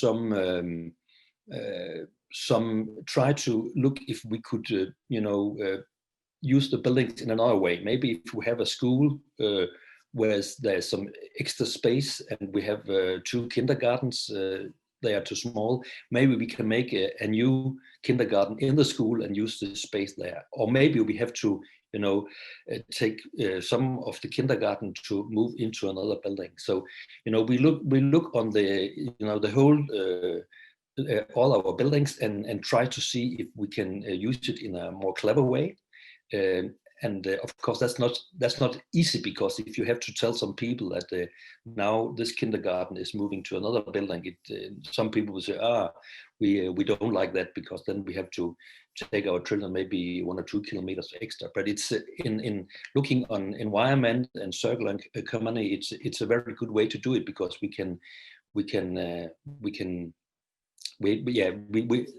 don't have to build so many buildings, and things are also changing all the time. So over time, if we just build new all the time, we will have a situation where maybe in 5 or 6 years this new building will not could be filled up, because there'll not be enough children for it. So it's something we look a lot about, how we can use our buildings in a more clever way. Next, please. And what we also work with is that how to reuse, for example, bricks. If we have some old buildings we are breaking down. Earlier, we actually didn't really know what happened with the bricks. Some companies throw it down, and then it was, sent somewhere away. Now we have this rule saying that if we throw down buildings, we have to try to reuse the bricks. And we also have, when we build new things, we try to see if we can use the bricks.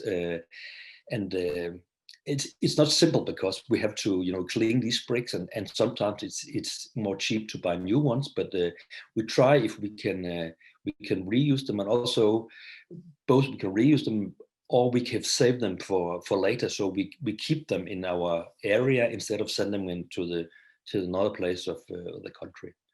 And if you take the other picture, we also try to reuse polluted soil. Also, earlier we just, if we had maybe a place where there was some soil was polluted, we just had some company to take it away to some safe place. Now we try to say, can we reuse it in our own area? And for example, we use it along roads to make some noise reduction.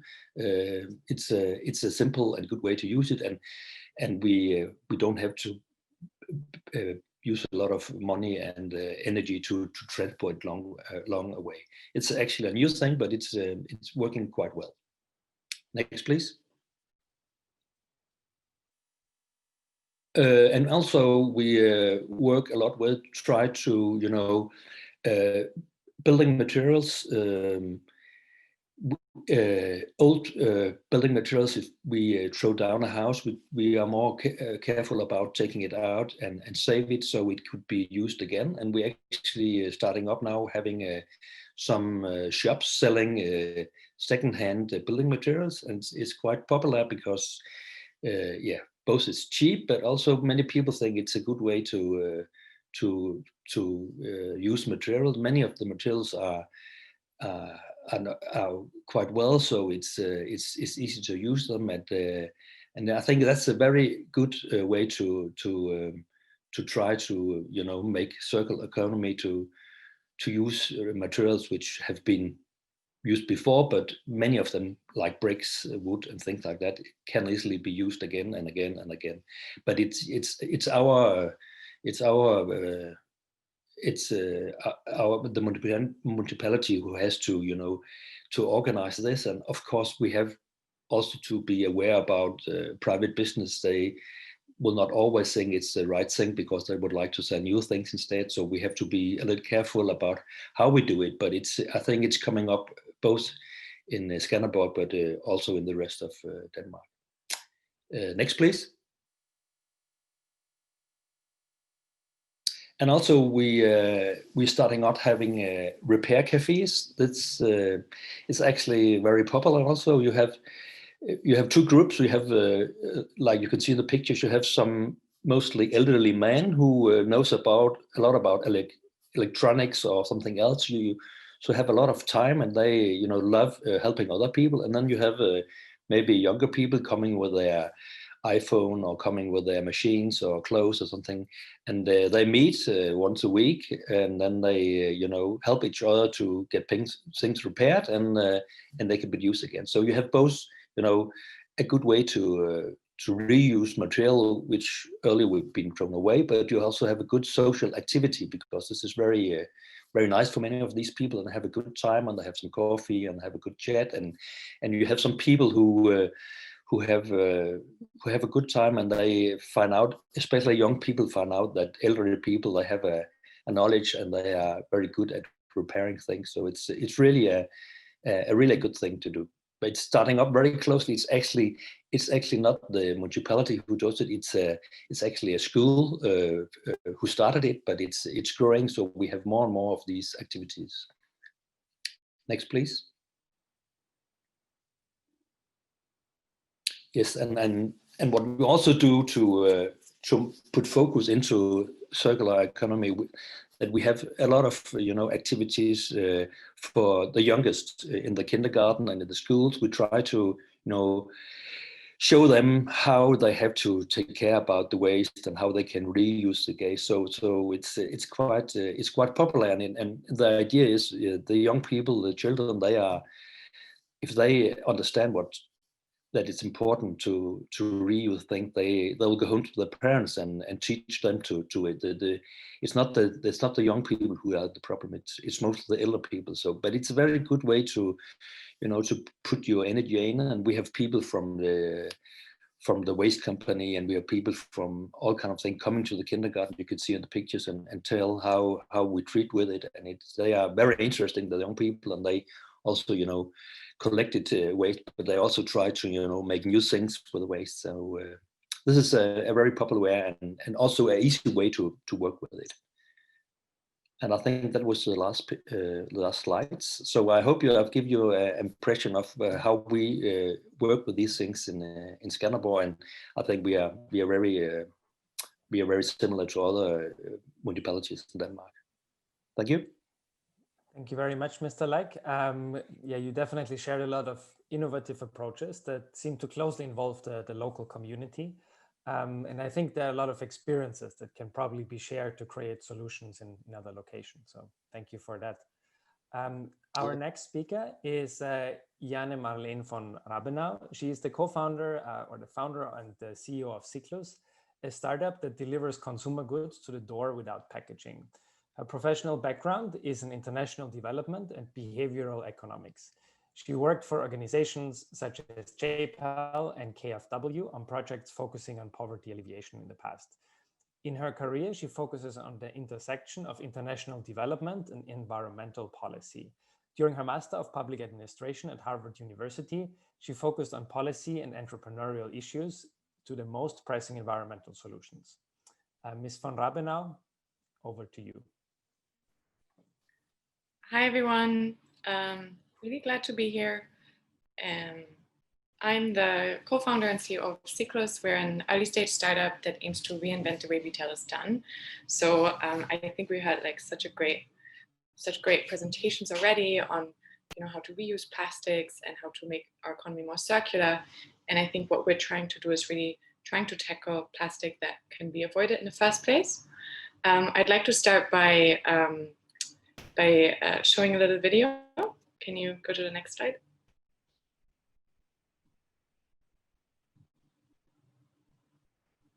Mbak, isi ulang dong Mbak, mau ngegoreng tuh, susah banget, minyaknya nggak ada. Ada Mbak, Bu.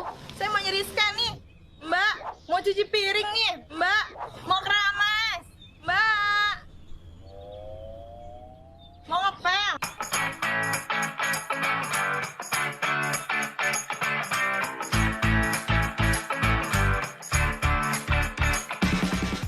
Itu ada kembaliannya Mbak. Soalnya kalau di siklus lebih hemat 10%.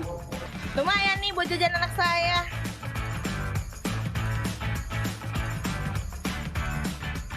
Makasih ya Mbak. Iya, Saya Ibu. pulang nih.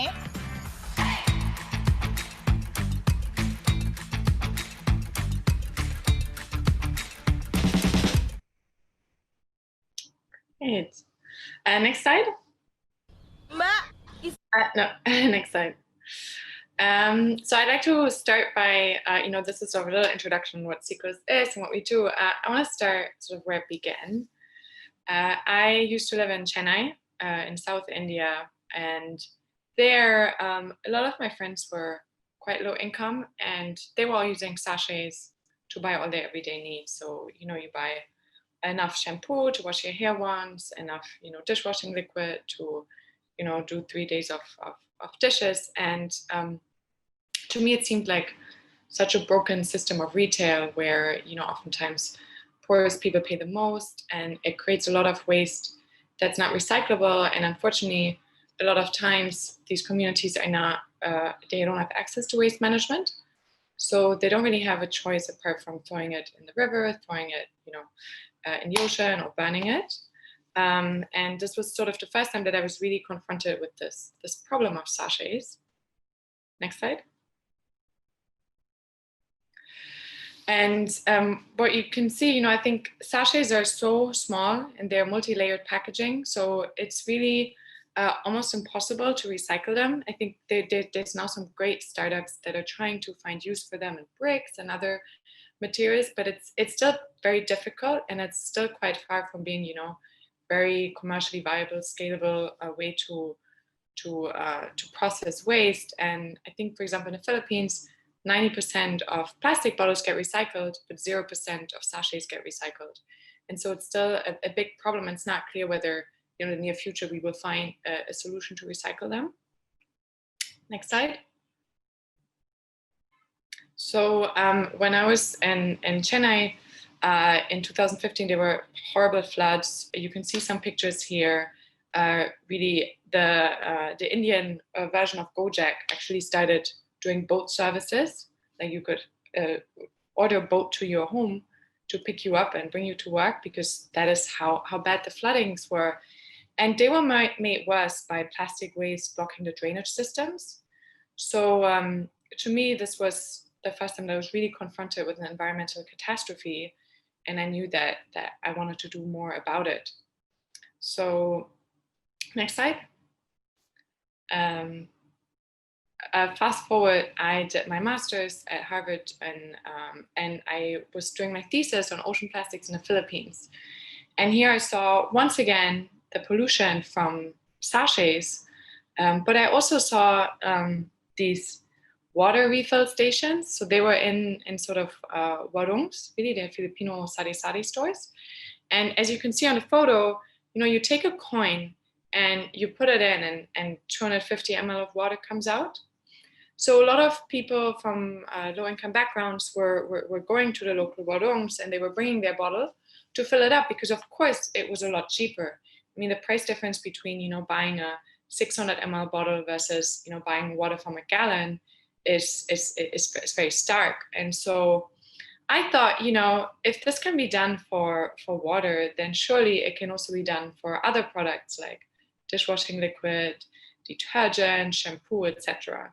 And so this is really what led me to found Cyclus. And so just at the end of last year, I actually moved to Indonesia because I felt that Indonesia was the right place to do it, as it's a vibrant startup community, second biggest ocean plastic polluter, and a lot of brands are now increasingly interested in trying to find alternative models to bring products to their customers in a more sustainable way.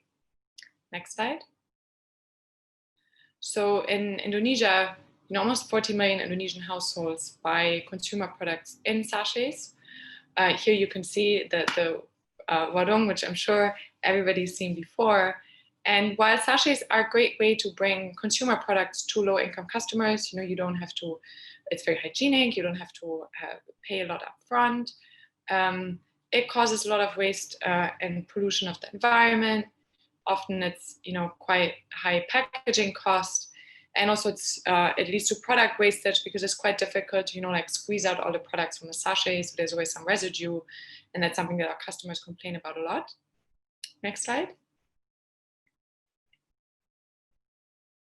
So here, I think from a consumer standpoint, really what we see is that sachets are oftentimes more expensive. They lead to product waste, and it can be difficult to stretch dosage. Next slide. And we aim to reinvent the way retail is done and really reimagine the future of retail. So we have mobile refill tricycles that go around low-income neighborhoods, both door-to-door and at fixed meeting points. And customers bring their own containers. And our dispensing technology is, we're developing dispensing technology that's precise, fast, and safe, and can deal with issues of tampering and product loss. And customers are informed by a WhatsApp group, but also ultimately an app that we're launching soon where they can pre-order, pay, etc. And this will also, the data from that app will allow us to give insights to brands, but also improve our stocking and operations. Next point, next slide. And we're not alone in this. I think what we see around the world is startups that are pioneering new models of retail. So we have Loop Store in the US. They're actually delivering consumer products to door in refillable containers. So they basically pick up the empty containers. There's Algramo in Chile that is that have refill vending machines. Unilever is piloting refill stations in Indonesia and also India. And there's also big supermarket chains in Europe that are starting this now. And I think what we see is that there is a business opportunity there, and there's a way to really make cut out plastic at the source versus just recycling it. And I think it's a really exciting time to be in this space. Next slide. So the way it works really is that the customer buys the container or brings their own container, they fill it up, they get a discount, they use the product, and that cycle continues. While on the other hand, the driver informs that, hey, we're in your street or we're coming today, do you want to pre-order? They sell the product and then we restock it. And the containers we restock then, get refilled by the principal, the FMCG. Next slide. And our value proposition to customers is that they can save costs, they get more practical containers, and they can enjoy the convenience of to-door delivery. While for FMCGs, we're giving them a more sustainable model, we're giving them better data and better brand loyalty, and we can generate more income to sellers. Next slide. What we see from our customers is that, they are very happy to switch. So most of our customers are not super aware and educated on plastic waste problems, although some of them are. But what they really value is the price difference. They value being able to dose their products better. And of course, that it comes to door, particularly in times of COVID, where a lot of people are worried about infecting the virus by going to supermarkets. And so I think what we see is that if you provide customers a good product, then they are willing to switch to a more sustainable alternative. Next slide. And what we really hope is to cut out plastic waste at the source and also create savings for our low-income customers. So we aim to save almost $3 million savings for low-income customers in the next 2 years, and save 200 million sachets from being produced in the first place, which is the equivalent of 140 football fields of plastic, for football fields covered in plastics. And since we're targeting areas that are particularly low income, there's a higher leakage rate to the ocean. So I think in Jakarta, there's still decent waste management, but as you know, there's some parts of Indonesia where there really is hardly any waste management. So really trying to focus there to maximize our impact. Next slide. But we can't do this alone, and we're excited to work on this together. It's a difficult problem to figure out, but I'm sure that together we can find a solution to create environmental impact and social impact, and still find a scalable business model. Next slide. And thank you to our partners, and thank you so much for organizing this conference, and it's been a pleasure talking. Thanks. Thank you very much, Ms. van Rabenau, for sharing about Cyclus and your very interesting and impactful model. So I hope it can scale to all of Indonesia very soon. Thank you. Now we're moving on to the questions and answer session. And I would like to start with a question for Patriono. The question is by an anonymous attendee, so I'm not sure who asked the question, but I think it's very relevant. And the question is, are there any commitments and steps from companies to reduce single-use plastic packaging, specifically sachet packaging? And specifically, the person is asking about the members of PRAISE. So what are the commitments and the measures implemented by PRAISE members to reduce single-use plastic packaging? Thank you, Klaus, and then thank you also for the question. I think that's a very relevant question. So I think for the current PRAISE member, all of us we have our stated commitment and public commitment, as I think already being communicated a while back. So all of us, I think, are committed for circular economy and also to try to reduce the use of plastic in our product, as well as using more recycled content in our product packaging. So I think that's the commitment that has been voiced out. Some members are actually putting the target at 2025. Some I'm putting 2030.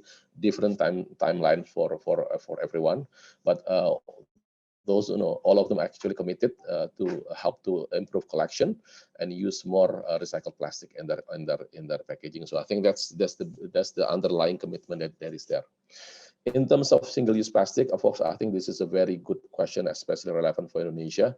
I think this is part of the design process that is being undertaken by the PRAISE members. So we see, effort that is being made in terms of sometimes using the model of bulk purchasing. So there are some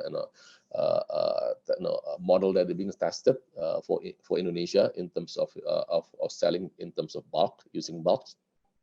There are also efforts to reduce the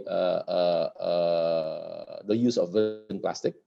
So in some type of bottle that is being used now, there are technology that actually able to reduce 40% the use of virgin plastic. So that's one way of doing it. And also try some type of plastic which is not as easily to recycle are also being phased out. So we are using a lot more PET now, a lot more PP that we know that actually easier to recycle. And also we see effort from some companies, from some members actually trying to phase out colors in their packaging, so that it becomes, let's say, bottle become more transparent, because I think that's also higher value.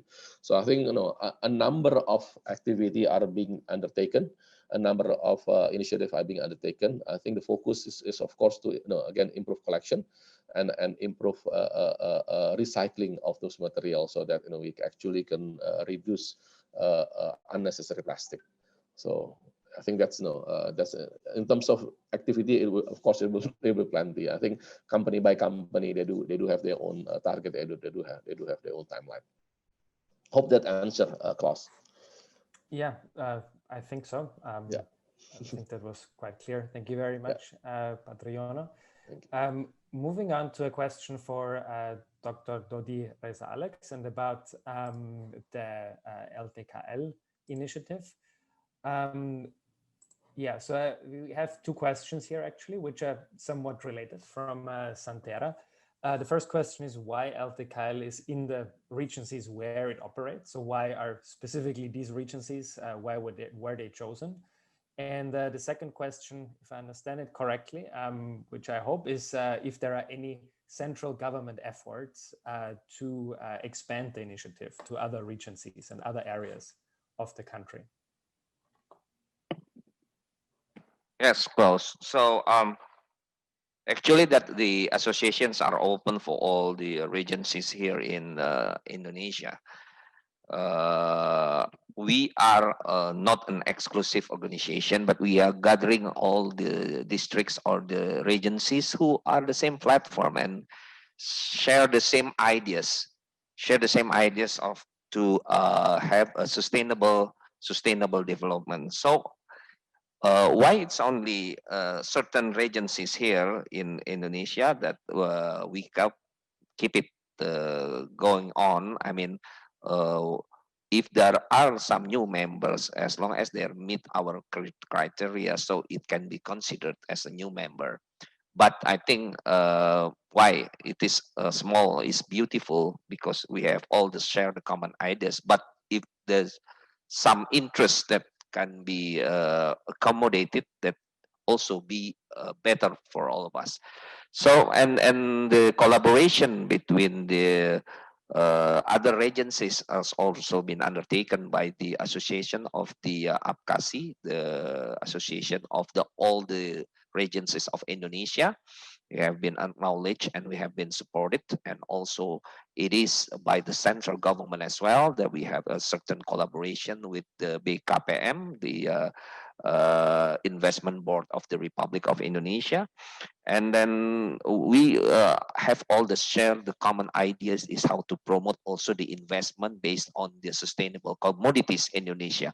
Like here in Musi Banyuasin Regencies, I'm talking about the biofuel, the sustainable renewable energy. And we are all open for all the investors who can be participating or interest in one of the regencies of the associations.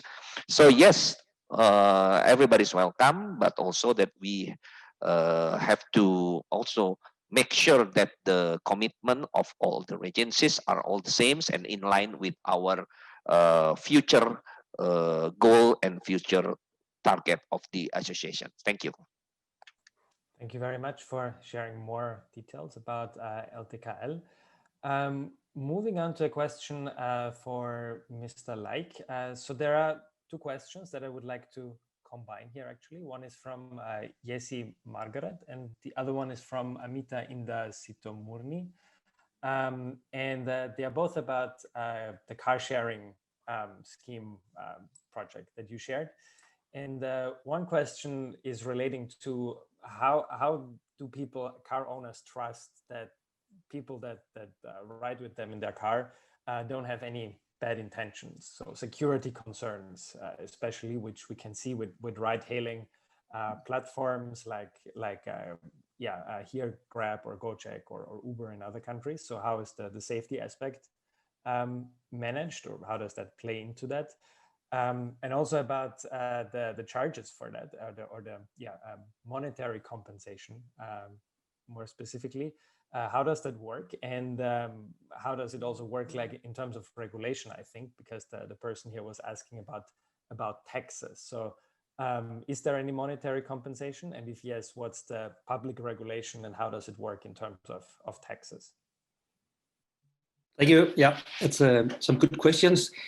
We have in Denmark several systems like GoMore, it's called, where you pay for having a lift, but it's more like a long distance lift where you can find a driver on your iPhone and take a lift. But what you're doing in our municipality is just, the short distance.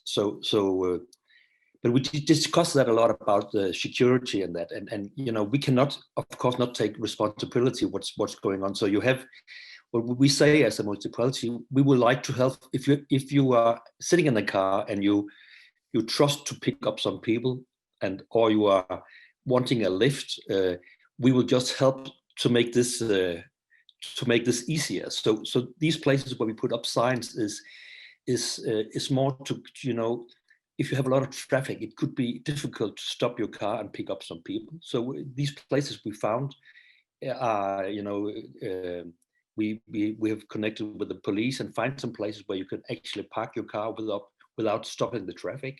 So that's what we are doing. We're helping, you know, two partners to get together. But of course, if something happens, some bad thing happens, we can of course not take responsibility. But we've been discussing that a lot before we did that. If we could do it or if not could do it.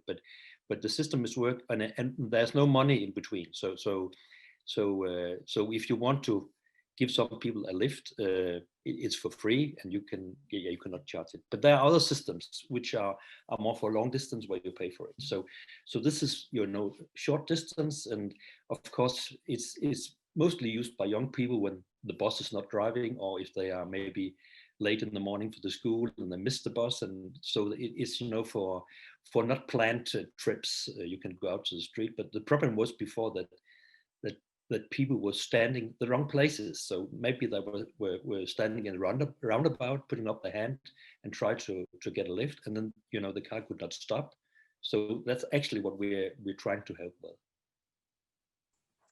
Thank you very much. So it sounds like there is also like an education process about teaching people how to use these more sustainable alternatives in the proper way.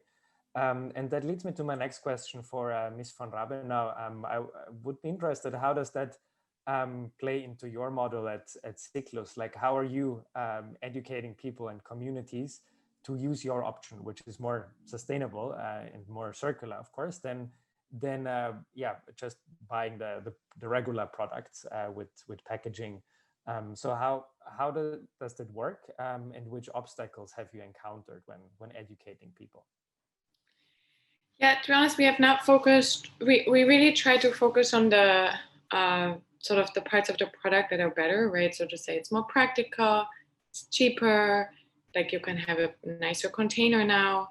And we don't focus so much on the plastic waste component. And there were two reasons for that. One is we didn't want to shame anyone, because, you know, we understand that people make choices because they're constrained to make these choices, right? So I don't want to shame someone who makes $150 a month for not doing all they can to preserve the environment. And the second reason was just bandwidth. You know, we're still early stage, so for us to, you know, also focus a lot on like environmental awareness, which I would love to do, and I hope that in the future we can focus more on that, and we can see this as a platform, you know, to also convey other you know, messages about waste to our customers. And actually that's one of the reasons why, you know, now Greeneration is helping us do that part of the outreach that is more focused on the environmental aspect. And so in terms of the challenges, I mean, of course, you know, we're trying to create a new system of retail. So it's not easy in terms of like working with suppliers, getting enough traction, making, you know, ensuring that everything is running well. So of course that's been tough, but I think in general, customers are quite receptive to the idea. I think the biggest concern that they actually have is, you know, product authenticity. So, and I think we're really working on getting the technology right to ensure, you know, that ensure our principles, but also to ensure the customers that this is 100% the right product. We've actually had quite a few customers who had issues in the past with white label brands that sort of went around also door to door and were selling products that they felt were not good. And so they're quite worried about being scammed again. And they're also like, oh, why are you even doing this? You know? So that's been quite interesting. So there's definitely still a lot of like challenges ahead, but I'm confident that, you know, we can tackle them, and that it is indeed possible to sell products to a mass market as refills.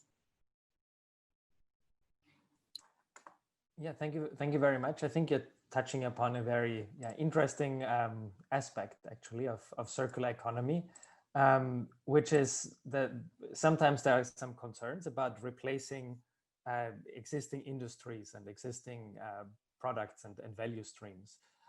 We had a question that was related to that from Amita, actually to Mr. Laik, but I would like to make that question more general to everyone here. Like, how do you see the transition to more circular products when you're actually replacing potentially other value streams? Because all the solutions that every one of you presented could be seen by some people as a threat to their business and their operation. So how are you managing that, and how do you see this also, like maybe more holistically, how this transition can happen? Maybe I'll just take a go at it. I mean, I think so. I'm from Germany, and there's always so much debate around, wow, we can't do green energy because it's going to take the jobs from coal away. I guess that's true, but that's also capitalism. And in green energy, there's actually a lot more jobs. So yes, there will be some losers, right? That you can't provide every single person that lost a job with an equally good job. However, there's a lot more people who are getting jobs from it afterwards. So to me, it can also be sort of this like weak argument where it's always around, oh, there's a few losers. So unfortunately, we can't do this, even though like we're massively destroying future generations, literally destroying the possibility of living like on planet Earth in order to protect a few jobs. Like I don't think that makes sense. And just in terms of secrets, I mean, I think what we would aim to do is really be able to put this into larger volumes as well and help them, be competitive versus other markets like Indomart, etc., that provides bigger portion sizes, which then Warung could also do. But I think it's unavoidable when you're trying to reinvent something, trying to make something better, that there will be some losers, and I think it's about trying to make sure that to as much as possible, avoid them or integrate them into a new system, but also accept that like there's a bigger mission here that we're trying to accomplish, and it's important to not like entirely lose sight of that, and sort of also outweigh the benefits and costs. Yeah, thank you very much. How about you, Dr. Dodi? You mentioned the example about the fashion coloring, the dye. How does that actually work? Because there's obviously a large industry who is producing already colors for clothes. So have you had any interaction or conflicts with them when you are presenting your more sustainable alternative, or how? Yeah, maybe you can share a bit about your thoughts behind that. Yeah. No. We are in a specialized product and a specialist market. And then there is a growing attention of the environmentally friendly products here in the region itself, and also for the whole Indonesia, and internationally known that the natural dye clothes it's very healthy, and then a very beneficial for the health for the people, and then avoiding the cancer, etc. So no, I think it's the main important things, and the main target is how to empower the villagers and to eradicate the poverty in the regions. Once the society can feel and can grab the advantage of the benefits of the products of this kind of products, they will be more and more producing. And then there is also the specialized attention for this. And then I think that's the field of the environmental products here in the country. It's very good, and it keeps growing. It is not the competition between the chemical coloring of the clothes, because it is a different product. It really makes the color itself is different, and then it will not be promoted as the competition of the other products, but it is the alternative, eco-friendly. It's more eco-friendly. It's healthier, and then it is different. It is not fabricated by the big mass product of the fabric of the factory. Actually, it is by the woman who lives in the village, and they who make this coloring by hand. So it is different, and then I think it's a very good diversification and good positioning of the product. And it is a circular economy type of product as well. So it can be go from the waste to the fashion week and the fashion style, and then go back the profits to the community. And it's not only the clothes, but also the home interior products, like this for the sofa, for the wood panel, etc. So it's very interesting. Thank you. Yeah, thank you very much. Patrayono, maybe you can share a little bit about your experience, like in your, you have more an inside perspective, I think, with a producer at Coca-Cola. And of course, it's very encouraging that you as the producer are actually thinking about this. And yeah, it could be seen as kind of like you're taking away your own business or your profit margins while moving to more sustainable products, or how, yeah, maybe you can just share a bit about this, how this thinking works inside a large FMCG like Coca-Cola. Thank you, Klaus. Again, I think this is a very critical question. So I think, as I mentioned, it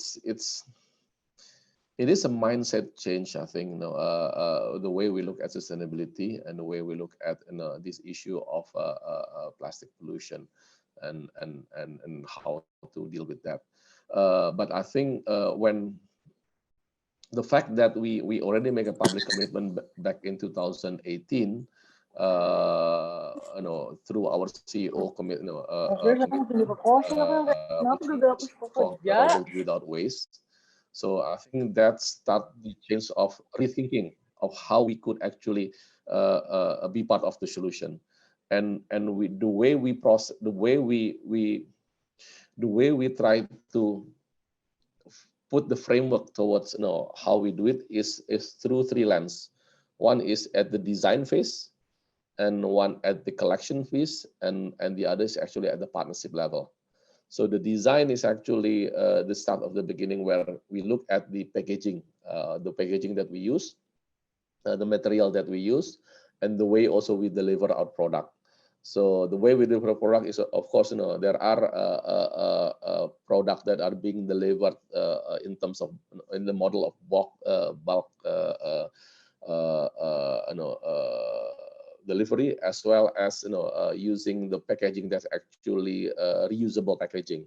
So there are examples of that. In Indonesia, we actually use a glass bottle a lot of time in the past. But the thing is, glass bottle also requires a lot of energy. So we need to find a balance between that. So I think we are looking at all possibility in terms of the design context, and that's where we also see the opportunity of using more recycled content. So I think, again, coming back, there are no single solution that actually could work in all instances. So we look at different solution and where actually that actually can work for specific context. So that's on the design piece. The collection piece is also very important for us, because I think it's also, we know we use a lot of plastic, and we also need to be able to help to collect them and either recycle them or reuse them. So that's where we actually put a lot of effort in terms of joining this industry coalition, to make sure that we can put also a solution in terms of collection. And of course, the last piece is actually the partnership. We cannot do this alone. Coca-Cola, even though we're a big company, we know that the issue is much bigger than only one company can handle. This is the issue of everyone. And I think looking at what has been shared by a lot of the panelists, a lot of speakers, a lot of ideas is actually out there. And I think working together, then we can find that solution. But I think to your point, mindset change, I think actually in the beginning, it's not business as usual. we firmly believe that, I think we fully believe that the future is different than what has been in the past. So, and circular economy is is something that we firmly believe that actually can be part of that, and we try to adopt the principle of circular economy in what we do. Thank you very much, Patriono.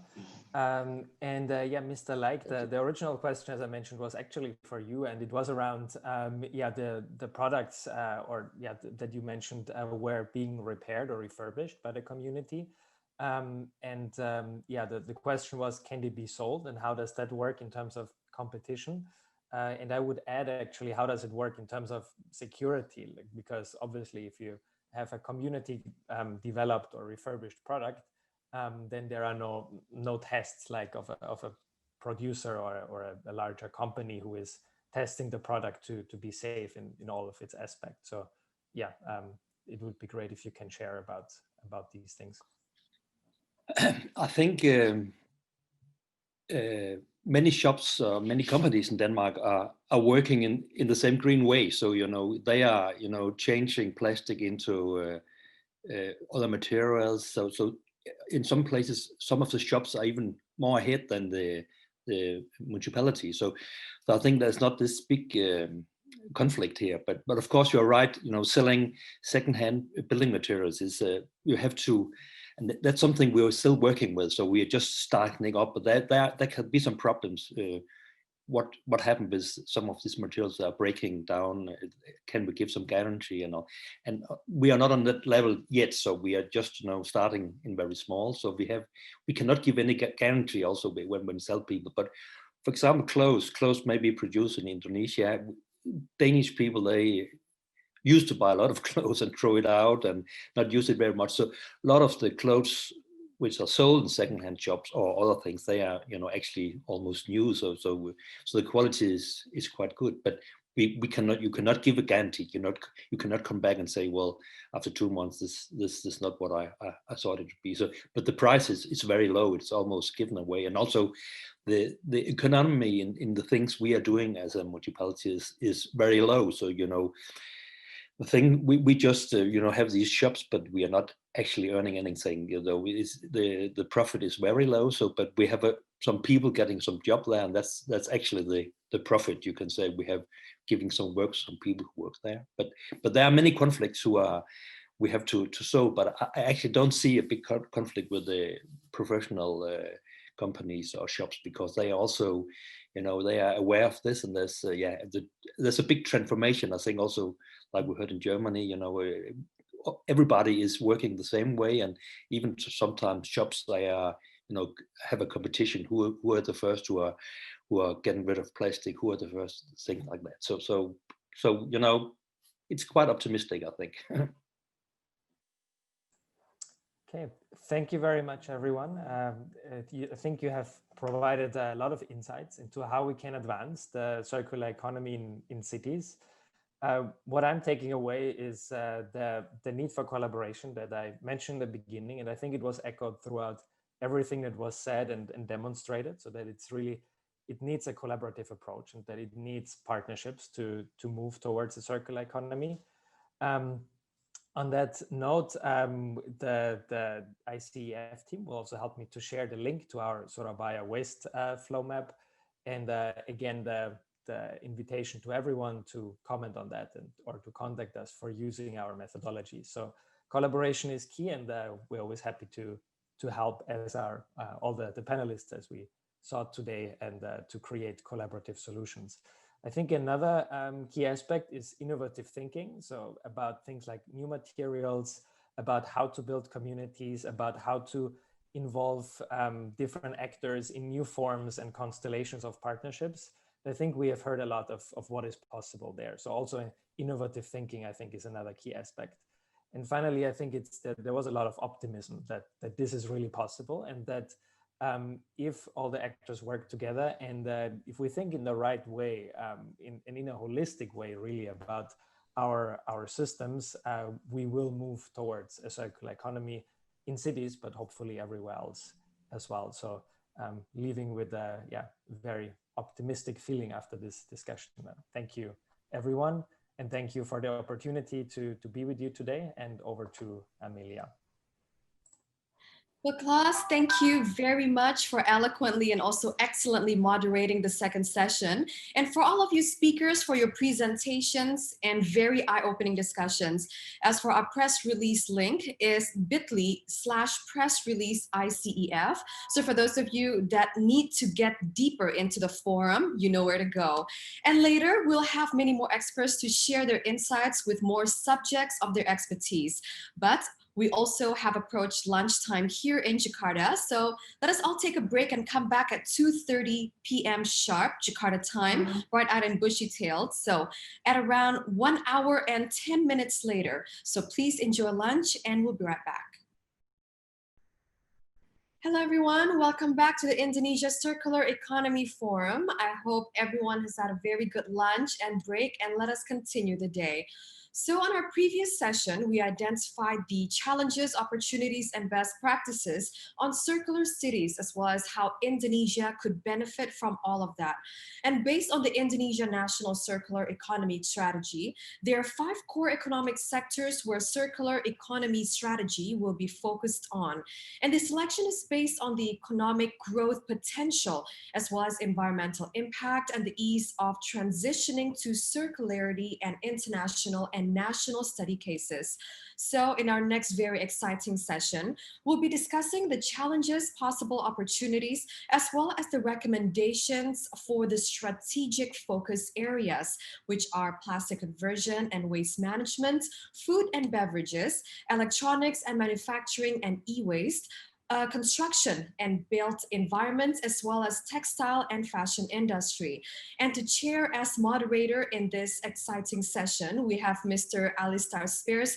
He's the chairman of Most Valued Business Indonesia. It is an independent organization committed to empowering sustainability as well as best business practices through highlighting, encouraging, as well as publicizing businesses that are genuinely trying to do the right thing.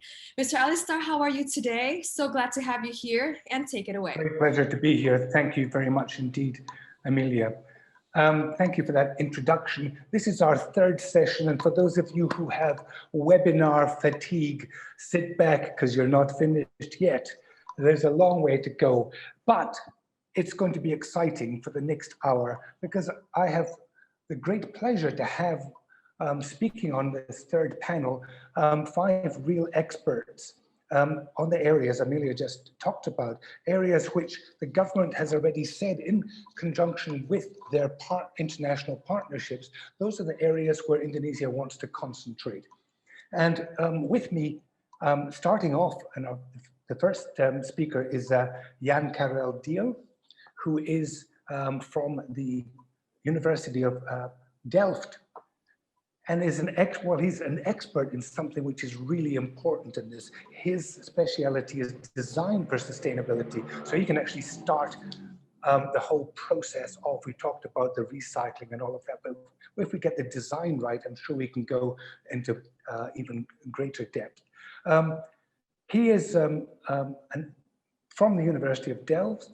He has really done a great many things. His research primary focus is the know-how, transfer, and implementation of sustainable product innovation in the international context. I'm not an expert in any of these at all, Jan Karel, so I'm going to let you dive in. And what I'm going to do is introduce each of our panelists one by one, rather than all of them. After you will come Ibu Eva Bakhtiar, then Dr. Andreatti from the Department of the Ministry of Industry, then Ibu Hana Nur Auliana from Waste for Change, finally Ibu Intan Anggita, who is from the clothes and fashion industry. But let me introduce them all in depth one by one when it's their turn to speak. So let's dive in now with Dr. Engineer Jan Karel Diel, who's going to take us through his area of expertise for the next 10 minutes. I'm afraid we've got 5 speakers, so all you get is 10 minutes, which of course doesn't give us any time at all. So the sooner I keep quiet and you start talking, the better. Over to you. Thank you very much, Alistair. Good afternoon, ladies and gentlemen. It's a big pleasure and honor to join you for this very important seminar today. And my name is, as mentioned by Alistair, Jan Karel, or JC Deal. I'm from Delft University of Technology, and I'm representing the School of Industrial Design Engineering, but also the so-called Delft Global Initiative. And I have a short presentation on design for a circular economy. Specifically, I would like to share two cases we have been working on in Asia, one in Bangladesh and one in Indonesia. Next slide, please. Can I have the next slide? Yeah. So the first case will be about recycling in Dhaka, Bangladesh, where we transfer plastic waste into something useful, something valuable, to make something, to use it, and thereafter we dispose it again. The second case, click next slide. The second case will be about reuse, reusing packaging, replacing single-use packaging by refillable packaging. And that would mean that we try to slow down the flow of resources in a circular economy, to use less sources for packaging, but also to create less waste. Click the next slide, please. So let's start with the first case. The first case, as I mentioned, is about recycling. It took place in informal settlements in Dhaka, in Bangladesh, where we had the aim to transform or to transfer plastic waste into valuable water and sanitation products, trying to tackle two challenges at the same time. It's part of our Delta project between the TU Delft and several stakeholders in India, and specifically EPCR in Dhaka. Next slide. If you look at informal settlements, plastic waste is a big challenge, but specifically small plastic waste, because the larger parts are of interest for the recycling sector. They have a value, but small parts have no value for the recycling sector. And that's why you see them often end up like on this picture in the local context. And specifically in this case, when you are in a delta area, it's rather predictable that it would end up in the water streams and in the end in the ocean. So the challenge is there, how can we tackle the problem of small plastic waste? Next slide. But being in an informal settlement, plastic waste is not the only challenge. There are many other challenges there. For example, like access to clean water and sanitation. Next slide. And that brought us together to a challenge where we wanted to tackle the plastic waste in combination with improving access to clean or safe water. And that's what you see here in the picture, that the challenge was like, how can we make local do-it-yourself workshops, small manufacturing workshops, make them transfer plastic waste into valuable water and sanitation products. Because we should not only recycle, but we also have to find and identify useful applications. Next slide, please. And for this, we use the principle of the organization Precious Plastics. It's based in Holland, but it's active worldwide. And they have an open source website, open source platform, where you can download how to produce simple equipment to recycle and reprocess plastics into valuable products. And this was our starting point for our project in the settings in Dhaka. Next slide. On one hand, we have been recycling a lot of small plastic waste, and to see what kind of colors, what kind of textures can we create with that, and how do the local perceive those recycled plastics. That's what you can see to the left. We ask their preference for colors, for textures. But meanwhile, what you can see on the right is we have been observing what are the local needs to get better access to drinking water. For example, to see how they store water, how they distribute water, where does it get contaminated. Next slide. And based on these two types of interactions with the local community, we came up with this simple solution as a first product. At the moment, the water containers are often not being protected. You see it on the left. If there's no lid for these containers, so often the water can get contaminated, or people have to put on there a dish. And now we have been starting to produce these kind of small plastic lids, which fits perfectly on the water container made from the local plastic waste. And you can see it down there on the bottom, how some of the ladies are interacting with it.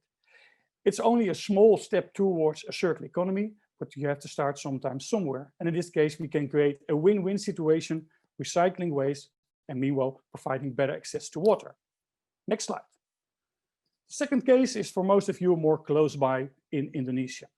It's a project we have been working on, the reuse of packaging, tackling single-use plastic in the laundry industry of Jakarta. Next slide. In this case, we have been working together with a cooperation with an NGO called NVU. They are based in Rotterdam here in the Netherlands, but also in Indonesia. And 4 of our students, international students, you can see them on the back there, they stayed for 2 months in Jakarta to map the waste streams around laundries, but also to think about solutions and to experiment and to interact with the local people on this. Next slide. And as you are aware of yourself, in Indonesia, many people outsource the laundry to small laundry shops in the neighborhoods. That means a lot of transport, but also a lot of packaging.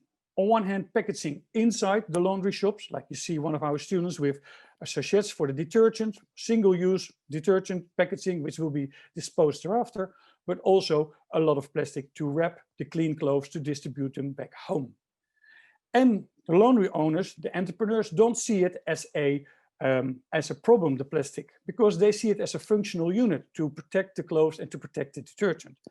So we have been mapping it, but still most of the plastic would end up, as you see here on the picture, to the landfill.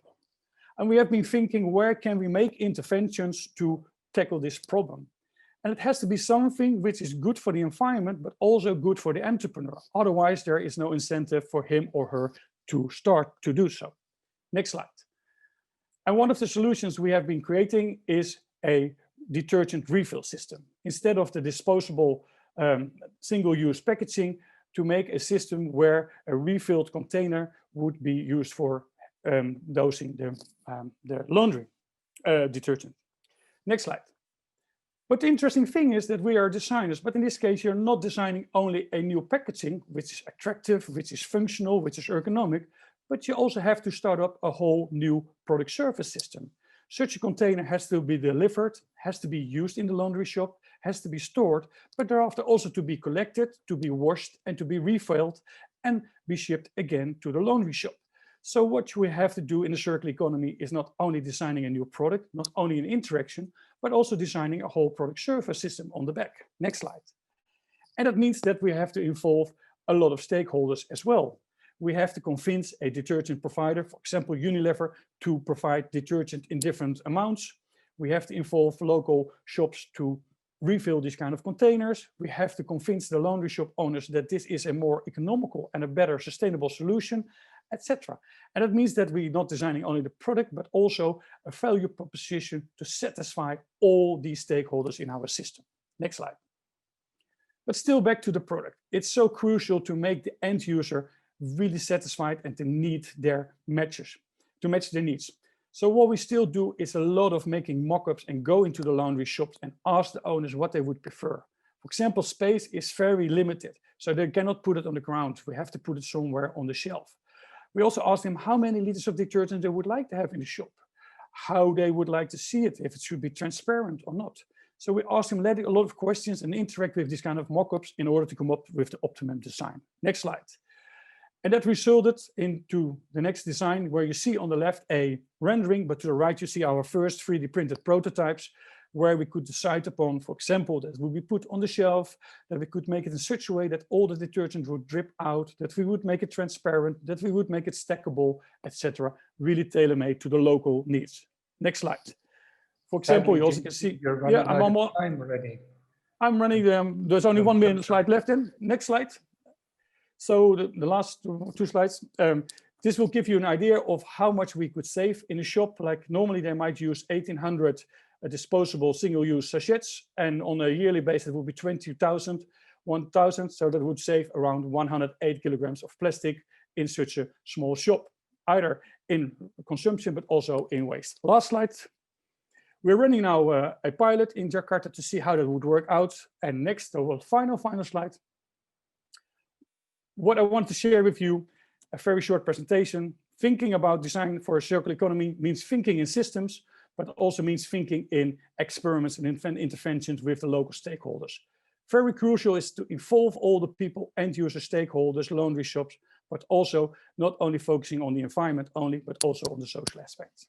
And Alistair, that's what I wanted to share in the only 10 minutes I had. Thank you for your attention. You know, that's exactly what everybody who's watching is looking for. It's the academic who has come into the workplace and made it real.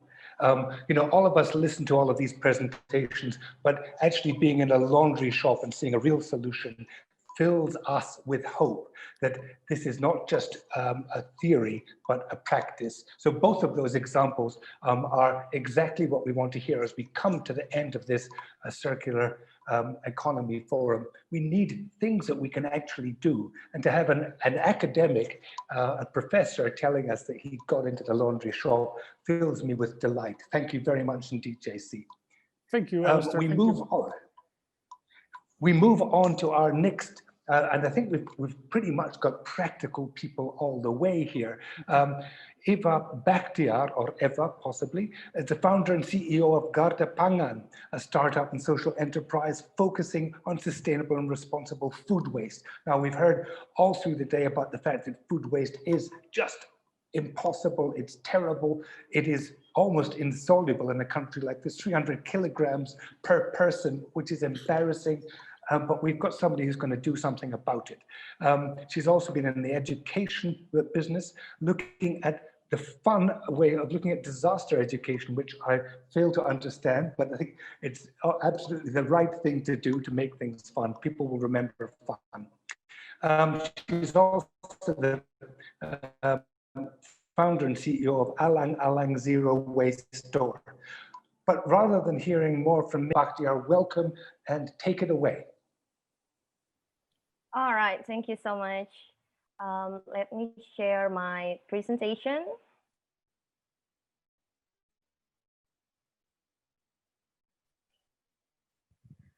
All right, thank you so much for having me here. Hi, everyone. My name is Eva. I'm founder and CEO of Garda Pangan. And today we're going to discuss about food waste in Indonesia and what we've been doing to tackle the issue. All right, so let me start with one mind-blowing statistic from the Economist Intelligence Unit that revealed the fact that Indonesia is actually the world's second biggest food waster.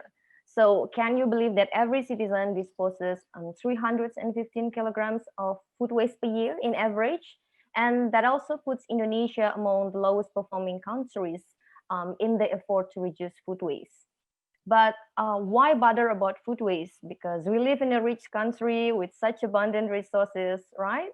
So let me guide you through the reasons. The first of all, food waste means economic loss. That is pretty sure. But beyond that, it also means waste of all the resources needed to produce and to bring the food right in front of you. So it includes vast quantities of land, water, fertilizer that were used to produce the food that is never eaten, labor costs, fuel burned to process, to transport, and to cook them, and not to mention the cost of municipal solid waste as well.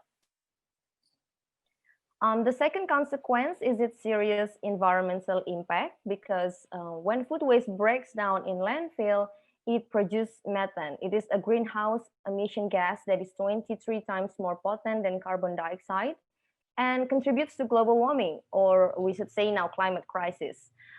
In fact, food waste contributes to 14% of greenhouse emissions in the world.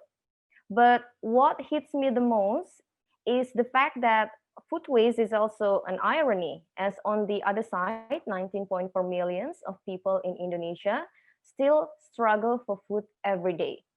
So what came to my mind was, why don't we send that massive amount of food for these people? And why bin it if we can feed people in need? So that's when we came up with Garda Pangan. It is a social enterprise with two main goals: food waste eradication and at the same time hunger relief. But food waste is a huge and complicated issue. It involves a lot of entities, and having said that, I perfectly realize that we also need to tackle it from as much as directions, approaches, and perspectives. So here are some of what we do. First, we are rescuing food from hospitality industries and food businesses. So we work with restaurants, hotels, cafes, bakeries, and so on. by picking up their unsold food that is still in a perfectly edible condition that would otherwise go to waste. And we distribute them instead to those who are food insecure. Not only picking up food from businesses, we also rescue food from the big events like weddings, conference, festivals, you name it, that used to involve a huge amount of food. So in this case, we also have a partnership with wedding organizers and caterers. So people can request us to pick up the surplus food from their events. And believe it or not, we used to rescue up to 500 portions of food from one single Levi's wedding in Surabaya. And that's literally enough to feed another wedding. Crazy. Our next program, which is also one of our business model, is providing what we call a sustainable and responsible food waste management service. So this is mostly for big scale companies that used to hire a vendor to basically destroy a huge amount of near expired foods that is being returned. So what we do is basically offering them, instead of putting your money in destroying food, why don't you hire us to make the most out of the food, distributing them to people in needs in timely manner, and you may claim the social impact and environmental impact. So this seems as a win-win solution, right? So the next one that we do is gleaning, which is gathering leftover fruits, vegetables, or other produce from farmers' field where it is not economically profitable to harvest. So farmers usually leave their produce that doesn't meet the cosmetic standard on the field, and that's what we pick up. Or in some recent cases where commodity prices plunge significantly that even the selling price would not cover the harvesting costs, farmers would tend to choose to leave the produce rotting on the field without harvesting them. So that's what we pick up as well. Our next business line is what we call ugly produce business. So here's what we consider as ugly. It is the produce that is wrinkled, undersized, oddly shaped, maybe slightly blemished, near expired, overripe, or simply overstocked. These types of produce are not appealing and usually end up as waste. In fact, 40% of the whole produce never really reach the consumers, while we believe that they are as tasty, as helpful, and nutritious. So we work with the food distributors and farmers group by giving their unsold ugly produce the second chance by offering them to our customers with a more affordable price, usually with discount ranging from 25 to 70% from retail price. And from this kind of business model, we are able to tackle several problems at once and provide multiple benefits. So first, we provide nutritious fruit and vegetables for the communities, which is also very essential, especially in these hard times due to pandemic. At the same time, we contribute to reduce the food loss, of course. And it also feels good for our customers knowing that the profits goes to fund our food bank. And lastly, we are able to provide extra income for the farmers from the breakage that normally become waste. And for some produce that end up unabsorbed, we turn them into these awesome healthy snacks, as you can see here. So the most wanted product so far is our delicious apple chips, but it is currently still in small scale though, and much depending on the available stock. Lastly, I'm so sorry. Yeah. We've got 2 minutes to go. Yeah. Thank you. Lastly, in addition to rescuing food and produce, we realized that it is also very important to spread the awareness about food waste issue to as much as individuals. So we actively roll out creative campaign either on the street or through social media by providing useful and practical tips in reducing food waste that everyone can do in their household. And we also provide workshops and educations to schools, offices, and communities. So that's about it. Speaking about quantitative impacts, during 3 years of our operations, we have rescued 144,000 portions of food, or equal with approximately 22 tons of potential food waste, and serve hundreds and 4,000 beneficiaries in Surabaya and Malang, and still counting. One more thing that is also very important for us is we try to distribute the food without any single-use plastic.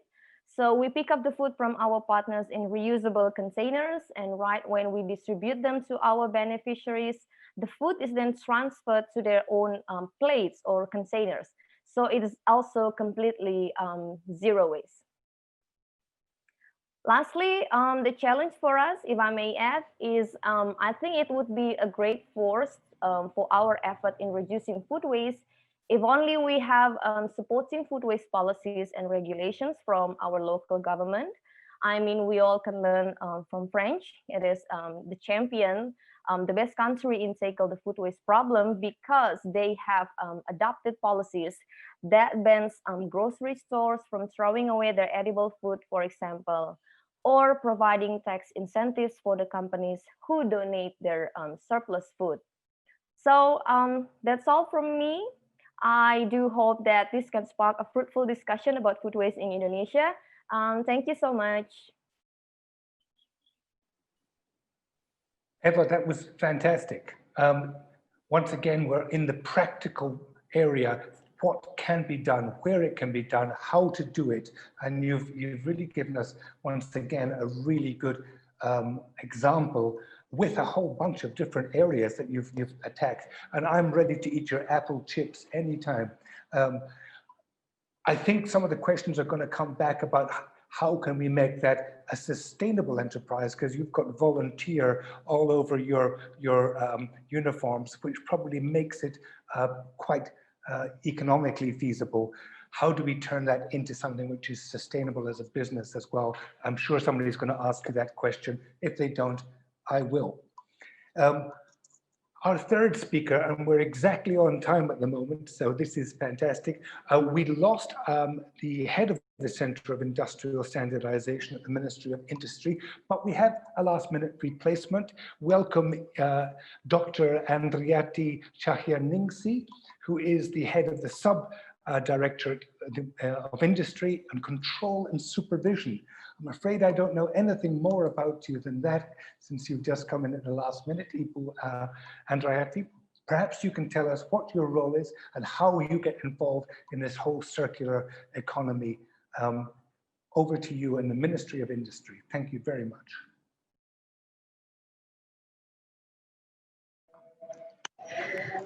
Okay. Yeah, thank you. Good afternoon, everybody. I'm glad to be here, and thank you for the opportunity. I'm so sorry that Mrs. Amber cannot attend for this event. So, as a government, maybe I will present about program and activity in Ministry of Industry that related to circular economy development. Next.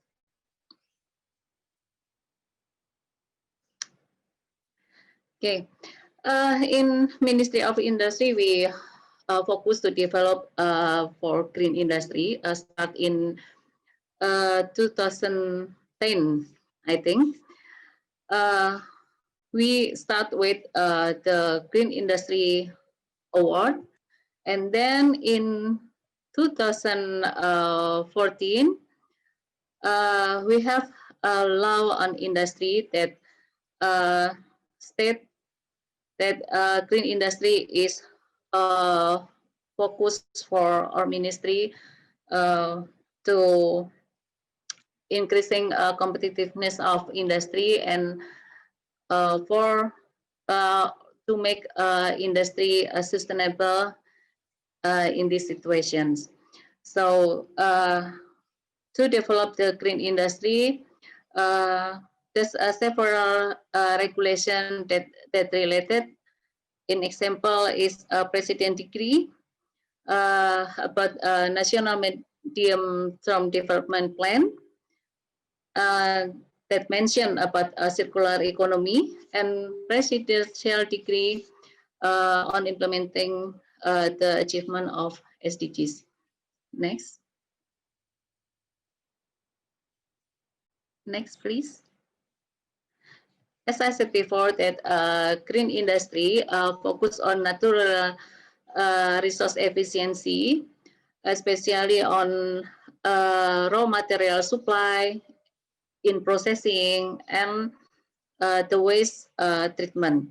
So there's 6 SDGs that related with in the green industry development. And the green industry have 3 stages to develop. First is the Green Industry Award. The activity aims to give motivation to industrial companies to apply the principle of green industry, and it's for the campaigns also about the green industry. So the second stage is the green industry standard. Until now, is there is 18 green standard that already established. And the third stage is strengthening, monitoring, and evaluation. And in the strengthening, circular economy development, including on the strengthening. So next.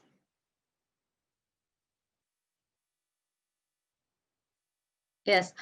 In our observation, we see that there's several commodity that have potency to develop on circular economy. There's electronic, packaging, plastic, paper, textile, metal scrap, home appliance, automotive, and other transportation vehicle, rubber, furniture, and maybe in the next time there will be many commodity. Okay. In circular economy development, we try to first to ask the producer to have innovation and have new design, so the we can efficiency for the raw material, and then we try to encourage the productions of reusable and recyclable goods. We ask to producer to do that, and increasing the use of domestic raw materials, encourage the growth of recycling industry, preparation for Indonesian national standard for recycle plastic. It's not only recyclable plastic, but for other goods too, and create incentive for innovations. In green industry, we still do the study about the incentive that we can give to producer that produce the green or the environment, the eco things. So, and we also build the circular economy ecosystem. We try to synergy with the industrial company, retailer, consumer, technology providers, and media, academics, researchers, and the others. Next. Now we specific in electronic waste management program that Ministry of Industry already do. We start at 2012 already. We start with electronic waste mapping, but actually I have to say that it's so difficult to to get the data of electronic waste, because maybe we know that in Indonesia, electronic and electrical waste right now is still sometimes just disposed to the bin, not to the drop point or to the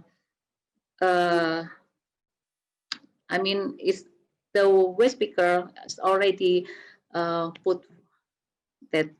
And in but however, in 2015, because we see that the electronic recycling industry, most of them is not aware about the safety and environmental aspects. So we try to make electronic waste management guidelines.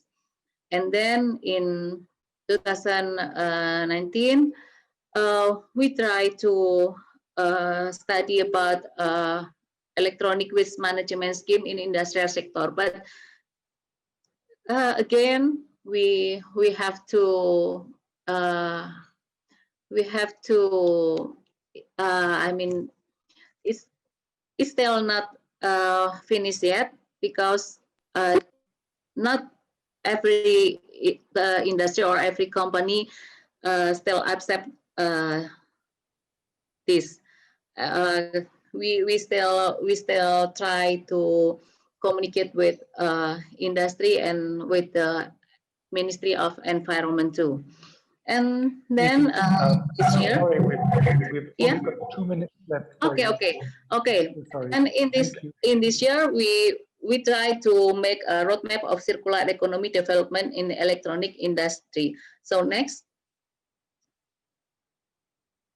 Yes, this is a general scheme that we mapping, and still the consumer, some consumer disposed to the dump site. So we try to make a consumer disposed to drop point, and then the producer will pick up from the recycling industry to take the recycled raw material. Next, maybe I will go fast.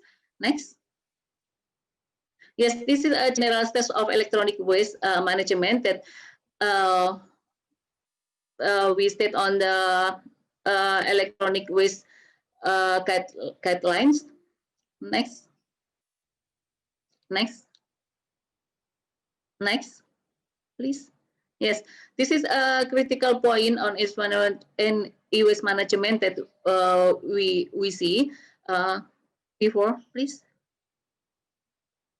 Yes, so about disposal area, transportation facility, layout in recycle industry, and safety equipment. Next.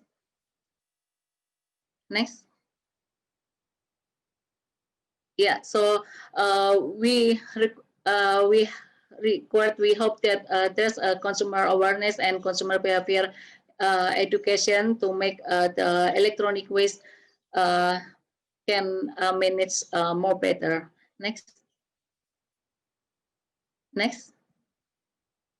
Yes, back to general our activity. So for management for recycling raw materials, we have the challenge to meet about the availability and necessity, and about the sorting, collecting, and transporting waste. So how about the hazardous waste utilization permit from government, and how about the informal sector? So we will follow up in our program and activity in 2021 and 2024. This is our program plan in 2021 and 2004, that we will develop a circular economy, especially in hazardous waste management. Okay. Sorry, I'm going to have to stop you yes. there, Yeah. Thank you. I'm already finished. No, okay. That's thank you all very my much. Yes. Dr. Andrea. Thank you. And of course, all of these presentations are available. You'll see it on the chat, so you can find the presentation. You can read that great presentation in detail, and don't worry if you've missed it. We appreciate that you stepped in at the last minute, Dr. Andreatti, and we are delighted that you have got two things that came out of there, which we'll come back to later: incentives for innovation, which is a really important thing because we want to see more people getting innovative in this. And secondly, the whole plan for electronic waste. People don't realize how hazardous it is. So now you've got a plan in place, and it's very good to see it taking place. So everybody, please go to the presentations and make sure you download that. Our next speaker is a great friend of ours and a great friend of Indonesia's, because one of the innovators in waste management is a wonderful organization called Waste for Change. And we are delighted to have with us Ibu Hana Nur Auliana, who is the head of communications. And I know how well they're doing and how innovative they've been and how persuasive they are to get waste under management, but don't leave it to me to tell you.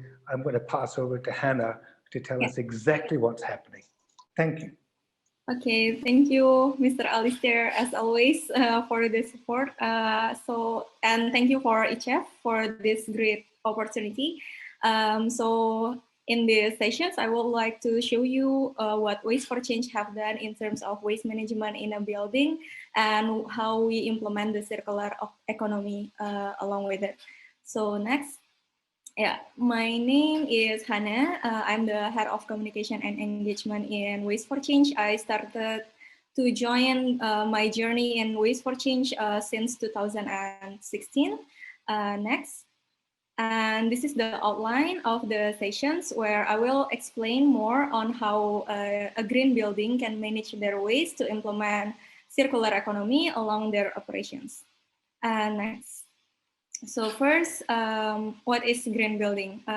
Here I would like to highlight that a green building, next. Green building is a building who also reducing or eliminating their negative impacts to the environment. And usually many will highlight the energy consumption as the biggest aspect to tackle for a green building, but some are forgetting to put an effort on waste management, as usually it has lower impact compared to the other aspects. However, we couldn't implement circular economy without a proper waste management on source, such as in the building itself. So why waste problem is not a small problem in Indonesia and should not be forgotten. Next, this is some data and statistics of waste management in Indonesia. Says that many of our waste still wasted. More than 70% of materials that can be composted and recycled are still end up in landfill, while 20% are illegally managed, such as they are buried or open burned and unmanaged, and only a small portions, which is only 7.5%, that is composted and recycled. The reason why is because 81% of people in Indonesia are not segregate the waste at source. So next, so this leads to a waste management where material are wasted, no traceability, and usually we only use informal and not professional sectors to manage the waste. And next, if we look on the waste from a building, each building will start to generate a waste from the construction phase.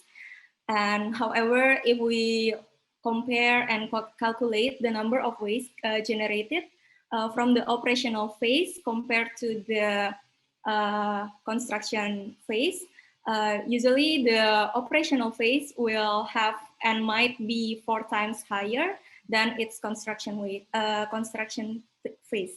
So the waste management is always important in the operations and also the construction phase. Next, so to do the circular economy and to implement the circular economy system, waste management is always be part of it. how we manage the waste can be improved so that it has a small possible negative impact to the environment. And next, based on our experience, it needs to be prepared. So there are two. The first one is how we can reduce the waste by doing mapping, planning, and limiting, also maximizing the usage of the material itself. And we do also have to design how we can recover the waste afterwards, because every building will still generate the waste in the end. So next, and we must also implementing the 5 aspects of waste management, because if one aspect are not fully functions, usually the system will not working properly. And here in the slides, you can see the example of actions on each aspect. Next. And regarding the segregations of waste, this is what Waste for Change recommend. There is 5 categories to maximize the recovery phase of each materials.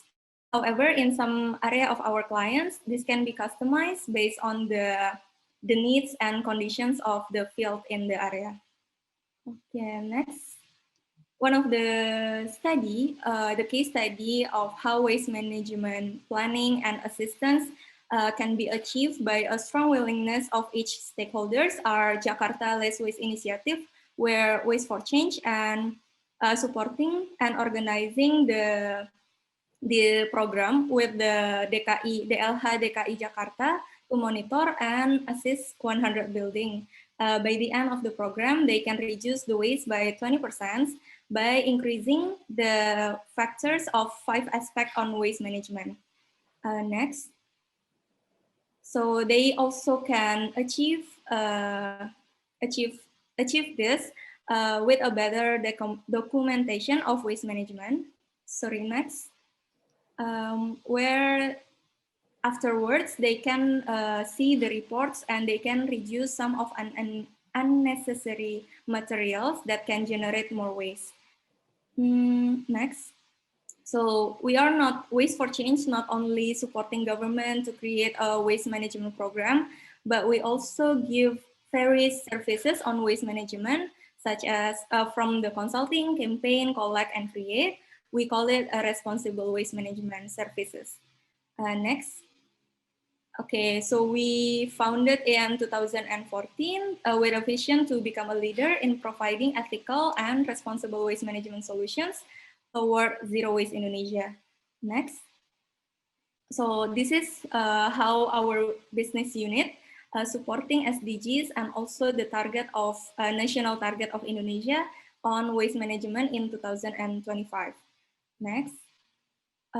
In general, this is how we do it. We usually starting with giving educations, transport and collect the waste in a segregated way, transport it into our material recovery facility. And in the end, we also serve the waste journey report. Next. This is the flow of waste on our system. Next. Where 40% of our organic waste that is collected will be composted using open windrow technique.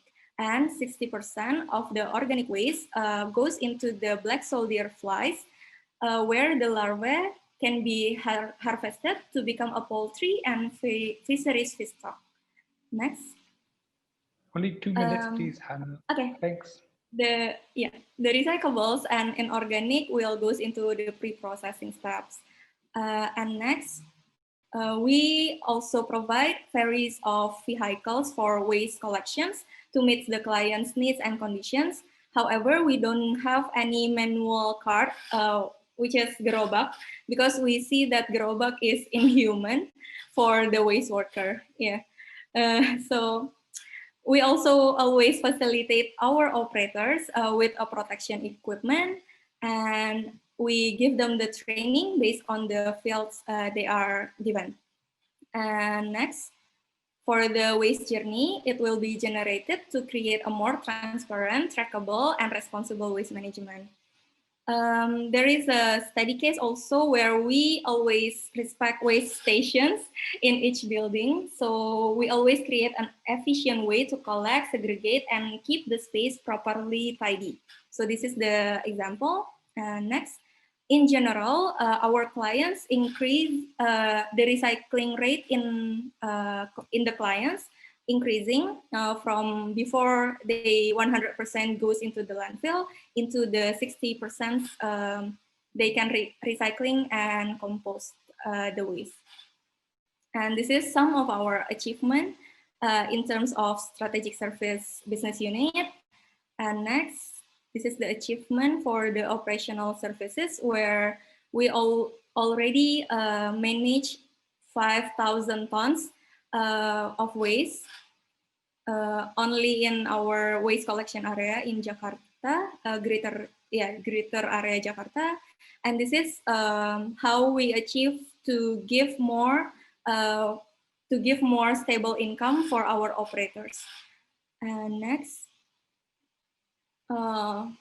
this is just numbers in terms of the brand. Next.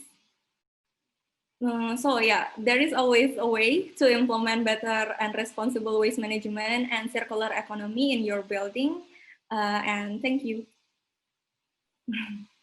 Hopefully. Anna, well done, exactly on time. Obviously practiced. Okay. Not wasting time either. That's a good waste for change principle too. Having been to Waste for Change facility and seen exactly how you do it, it's clean, it's fresh, it's very well done, and almost everything is reused or reset, sold to industry. The only problem is you can process 20 tons a day, and we need 8,000 tons a day in Jakarta alone. So we've only got a 400 times multiple factor to get things really sorted out. Somebody please help. 400 times what they do, and they do it really well. But it is really a great example. We're still on time, so we're now going into another practical, a lady who's done things and made them happen as well.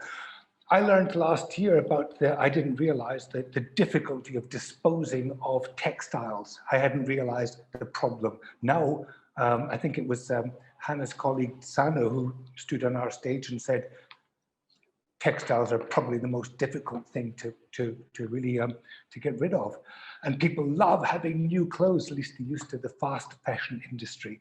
But introducing Intan Anggita, she's been into recycling clothes since 2004.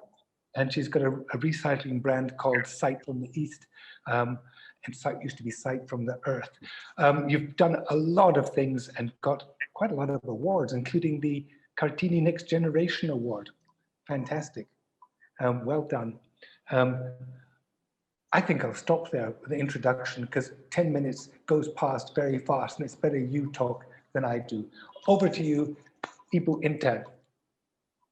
Thank you so much. Good afternoon, everyone. I want to tell you about this one. Is my video is on? Yes, you're on. I'm a co-founder of Settle Indonesia, a social enterprise to reduce cloth waste. Cloth is a fabric waste. And next, we know that 90 million tons of clothes ended up was every year. Next, because the consumerism in fashion create tons of waste. Next, in our donator want to get rid of the unused decent clothes, but they don't know where to donate. And other people want to donate a lot of their clothes, but they want to know the impact of their donation. And some teenagers still want to be fashionable, but they don't want to buy new clothes because this era is very, very sustainable living is very happening in the social media now. Next. And Setali have solution. Create a system to process cloth waste by collecting. We collecting the clothes from public via Dropbox or our warehouse. The Natur pay 5 kilograms, 100 rupiah. And we sorting clothes based on quality. It's around 50 kilos per month, and we going to the charity sales. Good quality items will be sold in sales points in our neighborhood, can resell support circular economy. And the next is upcycling. No. No, next, yes. The upcycling is like repair, recycling by Bicycle Tailor. Low quality items will be upcycled to new piece of textile art. Next. Next. And this is one of our business. This is upcycling denim. The name is Side from the Art. We going to the Instagram online, and we going to the Bright Spot. Bright Spot is the one of the hipster market in Jakarta, and we collaborate with some influencer in Instagram to awareness for the sustainable fashion. Next. And this one, I'm going to the closed loop fabric waste. Do you remember I say about the a lot of the fashion waste, fabric waste, is like the scrap, is like the you can use anymore the material. I'm going to the downcycling the material, going to the yarn and fabric waste scrap. And our technique is weaving and macram. Next. We going making the giant wall hanging. It's like 2 meters. You can stand in your living room. It's very big, and it's going to the art. Next. And this one, the medium size, is from downcycling the unused fabric. And we going to the fabric waste. And this one, this project collaboration with the Hypes designer, top of mind in Indonesia. He is Didit Maulana. Next. And this one, for the small size, we going to the workshop for the scrap and making weaving on canvas. Is a creative way and very fun in the pandemic era. We making some workshop in the home with the webinar. Next. And this is a very dedicated. It's like a very big rug, 2 until 3 meter. We making downcycling the denim and the scrap, and we weaving, making the denim rug. Next. And we making some collaboration with the local brand. This one, the local brand, the name is Pijak Bumi. It's very eco brand, and if they have a like dead stock in the warehouse, we can rework and resell again with the sustainable system. Next. And this one is my latest project. It's for the 20 anniversary Greenpeace Southeast Asia. It is from the campaign fabric waste from Greenpeace, like the baligo, like the flyer, and we tie-dye with some Indonesian spice, traditional way. And this one, our founder, Style Indonesia, is Andin Aisyah. modeling in this Greenpeace Southeast Asia anniversary. Next, in the next year, we're going to the Paris Fashion Week. For fashion division, you can look the art, the work. We decluttering our home and find some bed sheet and garden and old vintage denim, vintage teapot and pillowcase to one package outfit.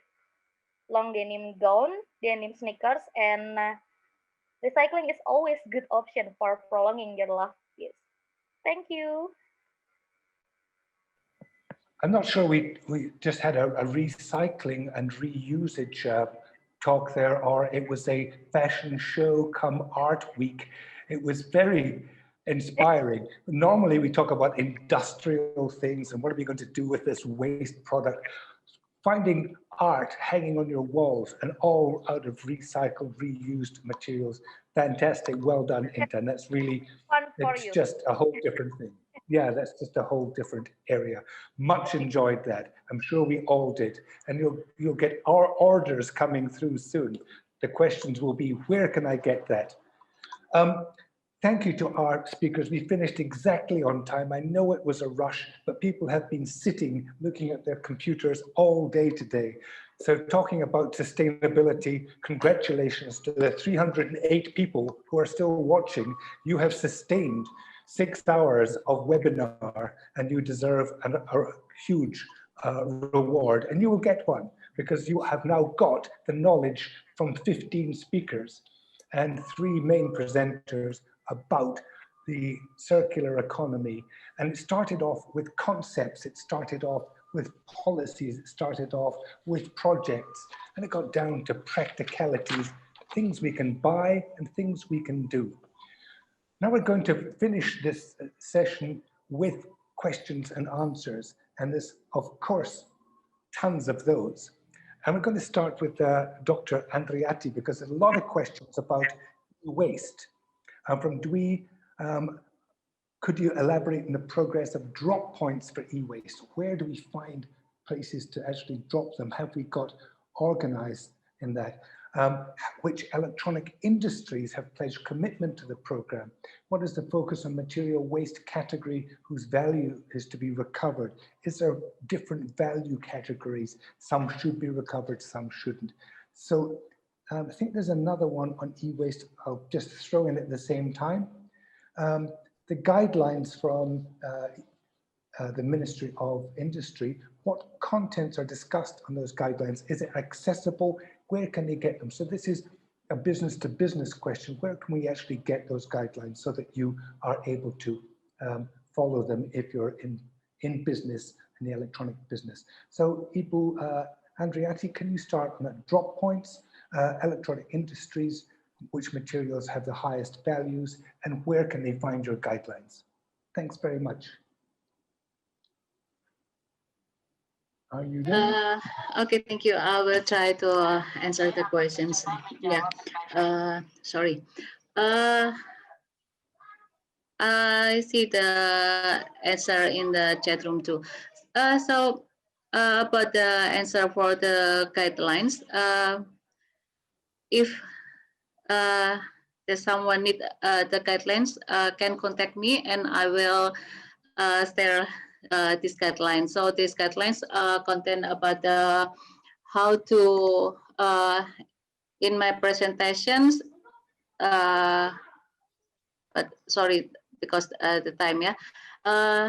In the guidelines book is there's how to segregate, how to dismantling and segregate the hazardous and non-hazardous waste, and how to further process. If you want the details, you can contact me and I will share the guidelines. So about okay, thank you. The administrators. Oh, sorry, somebody got to. The administrators will give the contact details. So let's go on to the electronic industries. Have specific industries been committed to this program, Dr. Andriati? Okay, as I said before, that currently we are still in the study stage. So the first, our studies cannot publish yet, and in this current time, we still try to coordinating about all the result of the studies with the industry, with the companies, and the other ministry or agency to discuss the result of the studies. In example, about the scheme for the electronic waste management.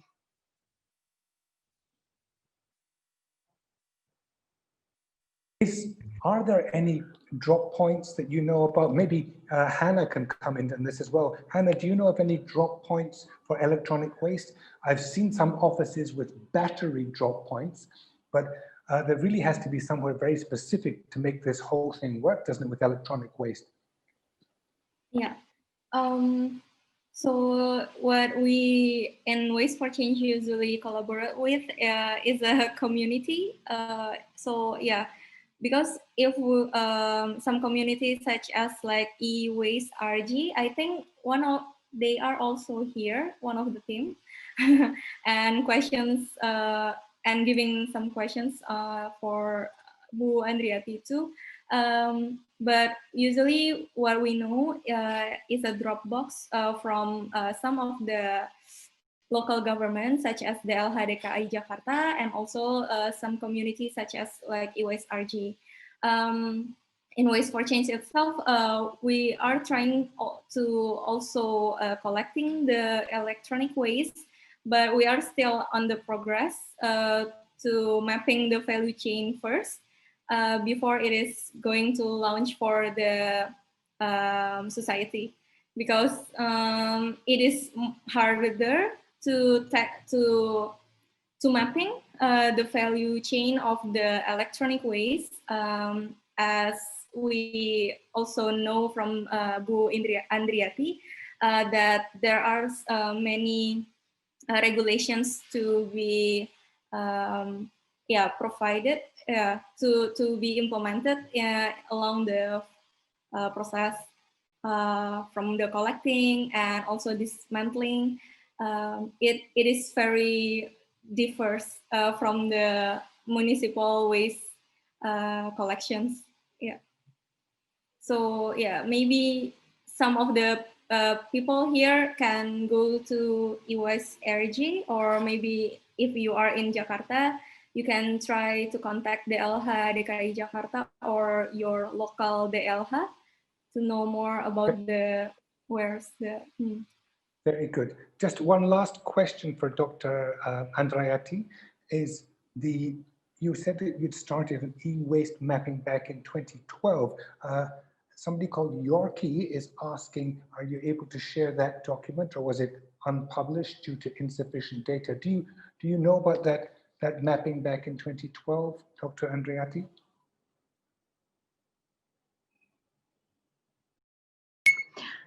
Yeah, as I said before, that the study are not able to publish yet because we still discuss about the results. So if you need some information, you can contact me directly. So I will give the information as you need. Thank you very much. JC, that's very kind of you. Thanks, Ipu. JC, you gave us two very good practical examples, which was fantastic, of how do you change plastic waste into these tops in Dhaka and the laundry detergent in Jakarta. Are those programs still ongoing? What's the next stages with each of them? How are they funded? How do you take that on to the next stage? Because I'd hate to see it stopping just when you get those things started. Well, thank you, Alistair. That's a really interesting kind of question. And like you said, like we are academics and a lot of times we do just academic thinking and education and writing papers. This was already a project where we went one step much further and be in the real world. And that's what we like to be as industrial designers, to be involved with the stakeholders and understand the end users and to prototype and to continue with that. In this case, I didn't have time to get an update, but the project was for an organization called NVU, and they took it to a next stage in Jakarta to prototype and to test and to pilot with that. So I cannot give you more update on that, but what we often stimulate is also in a lot of projects we're doing as a university is to start up new startups. So some of my other projects, which are not about circular, but providing people access to healthcare, for example, is that we try to see in the next stage, how can we stimulate people to make a business out of it or to hand it over to the local entrepreneurs? And I think that's also one of the challenges maybe we can work on also in the future in Indonesia and other parts of the world is like, how can we connect the academic world much more with the real world in sense of interacting with the real stakeholders, but also to hand over or involve entrepreneurs in the early stage. So unfortunately, I cannot give you more update about Jakarta, about the laundry service, but I still can look afterwards to find out and connect people if they're interested with NVU, the organization who took it over. Thank you. What was very interesting was that in the previous session, we had another sachet relieving program, which is taking the grow bags around the community and doing bulk sales of liquid detergent, which was fantastic. So we've got them in the laundry shops. We've now got them actually out to the community. So I don't know if our friend from Praise is still listening or if there's anybody from Unilever or any of the detergent companies out there. You've got to buy into this quickly, guys, because the recycling people are taking over and they're going to need your assistance and they're going to need your guidance. But in this case, to make this program. In this case, it's also in collaboration with the bigger manufacturers of detergent. So they are involved also in this project. And I was answering in the Q&A one of the questions previously already, somebody who said like, well, such a system is probably more expensive because you have to take back those containers, you have to wash them. But like you say also, like when you buy detergent in a larger scale, then it will be more affordable. And then such a system could be cost beneficial for all partners involved. It's the same like a Coca-Cola. When you buy it in a small can, you pay much more per unit than if you buy Coca-Cola in a 1.5 liter. And the same counts for detergent. If you buy detergent by 1,000 liters, it has a totally different price than if you buy it in a small sachet. So it's rethinking the circular system, rethinking business and rethinking stakeholders in such a system to come up to a solution. In fact, the CEO of Unilever was on a recent webinar, worldwide CEO, and he said, we're addressing the problem. Then he got cut off, so we didn't actually find out what they're doing worldwide, but he is very much aware of this and was seen to be right on target. Let's go on to food waste. I've got a question here from Adi Tama, going to Ibu Eva. In my opinion, food waste is very beneficial and can have economic value. This is reinforced by one of my friend's thesis, majoring in hospitality.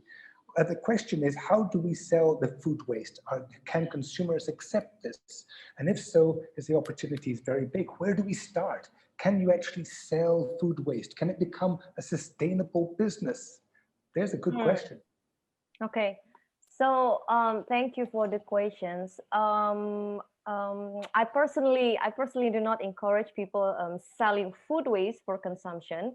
Or maybe this is only about the terminologies, because actually there are several terms. We know food loss, we know food waste, and there are also surplus food. So food loss is for the waste happen from the source, like the farmer's land, transportations, and before it is reaching the retailers. And then there is the term food waste is for the waste that is happening after retail and in the household. So for the food that is still edible, we usually call it a surplus food. So for the food waste, as I said before, I do not encourage it for people to sell it for consumption. Maybe it is still able to be sold for the animal feeds or for something like compost bin. Of course, we can sell that, but for the consumption, of course not. So for the programs that I've mentioned earlier, that we sell the ugly produce, and then we also sell the the fruits and vegetables that we turn into the products. That is not a food waste. It is a surplus food that is potential to become waste if it's not processed in the right manner. That's what's my opinion. Eva, how did Indonesia end up being the second largest waster of food when we still have people who are not getting enough food? And really, the WHO statistics on Indonesian preventable deaths includes, of course, diet and nutrition is very high on that list. How did we get in this state when we've got too much? Yeah, I know that is that is basically the questions, the gold questions that we're trying to answer. But in my opinion, there are several causes. If you look at it, the first biggest food waster is Saudi Arabia. Second is Indonesia, and then the third one is United States. So as you can see, all of these three countries are actually rich countries, maybe not necessarily developed countries, but we are rich countries. We have abundant resources, but I believe that it also comes with its own curse, you know. When we have such abundant resources, people tend to take it for granted. We can access the food with, you know, relatively cheap prices, and then the generations after generations, we tend to lose our respect to the food. I mean, unlike our older generations, most of them are working on the farmers field. Most of them work as a farmers. They tend to develop a very high respect to the food because they know exactly how hard it is to get one tiny bit of rice coming into our plate, right? But after generations, we become, you know, very distant with that kind of reality. And then there are also this kind of, you know, social media generations where we tend to come into the cafes, and then we take a picture, we snap the picture of the food, and then we eat one spoon or something, and then we just leave it, and it becomes leftover, and it becomes the food waste. So that is, in my opinion, is the curse, I think, of having abundant resources, in addition to having a very you know, low awareness about the food waste issue. I mean, food waste issue is also not as much discussed and addressed as other type of waste, like plastic waste, for example. There's one anonymous attendee here who said that there is apathy in the desa.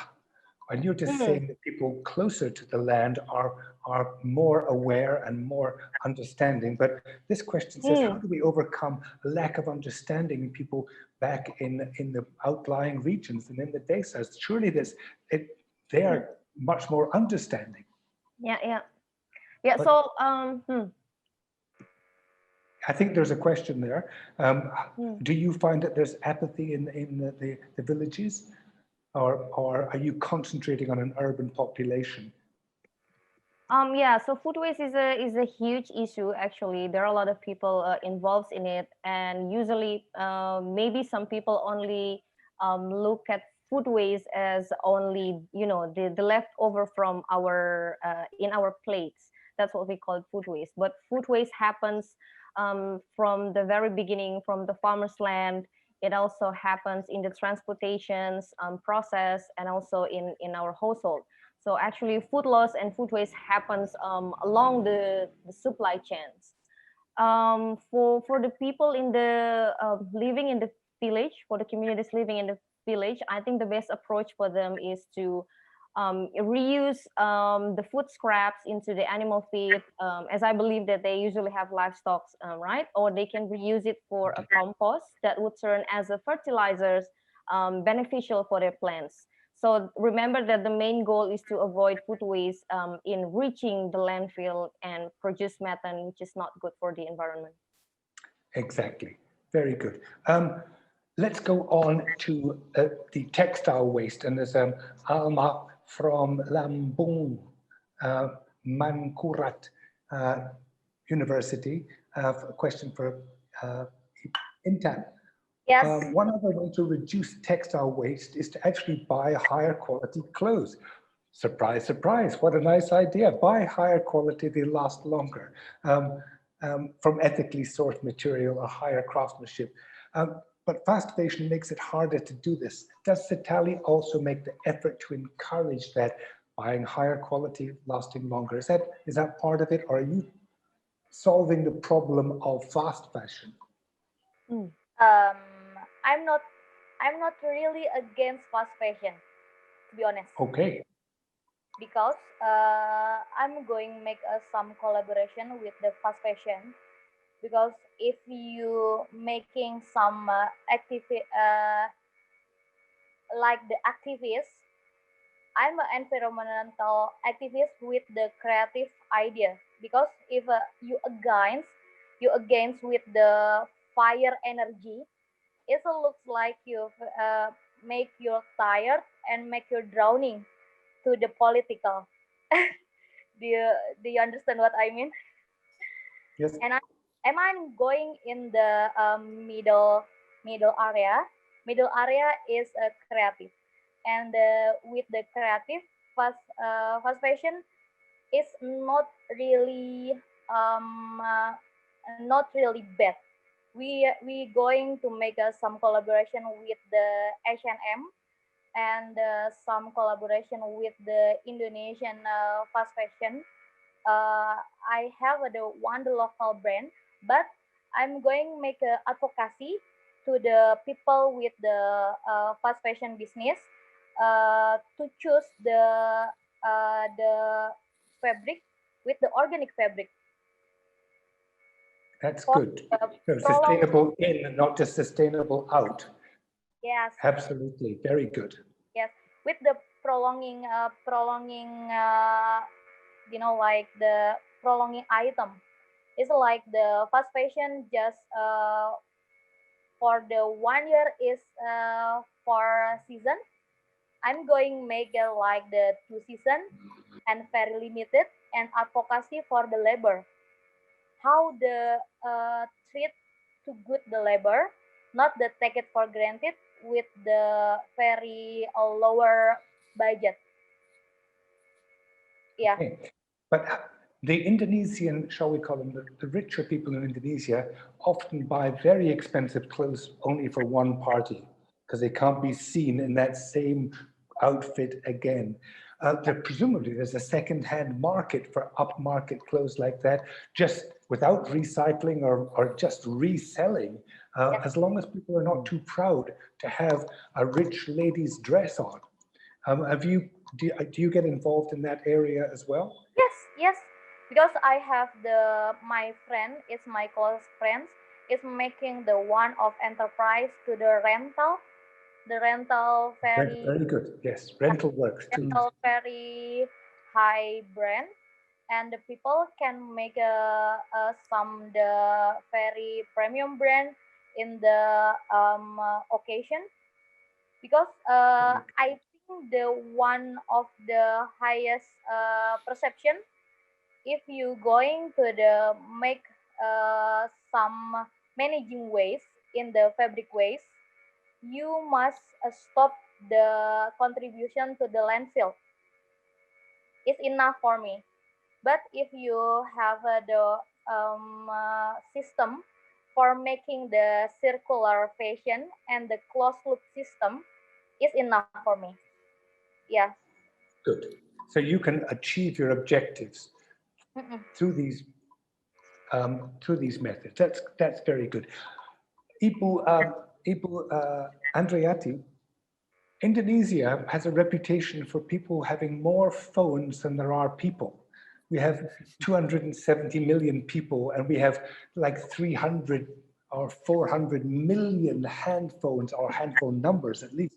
Quite a lot of people I see are got phones in both hands. I don't know, one for their wife and one for their business or something like that. What happens to handphones? Is that going to be one of the areas that the Ministry of Industry is looking at? Handphones are, as well as desktops and the very quickly obsolete electronics. Do you have a specific plan to help everyone with that? Because there's a lot of them around. There's maybe 700 or 1 billion phones by now in Indonesia, which are somewhere.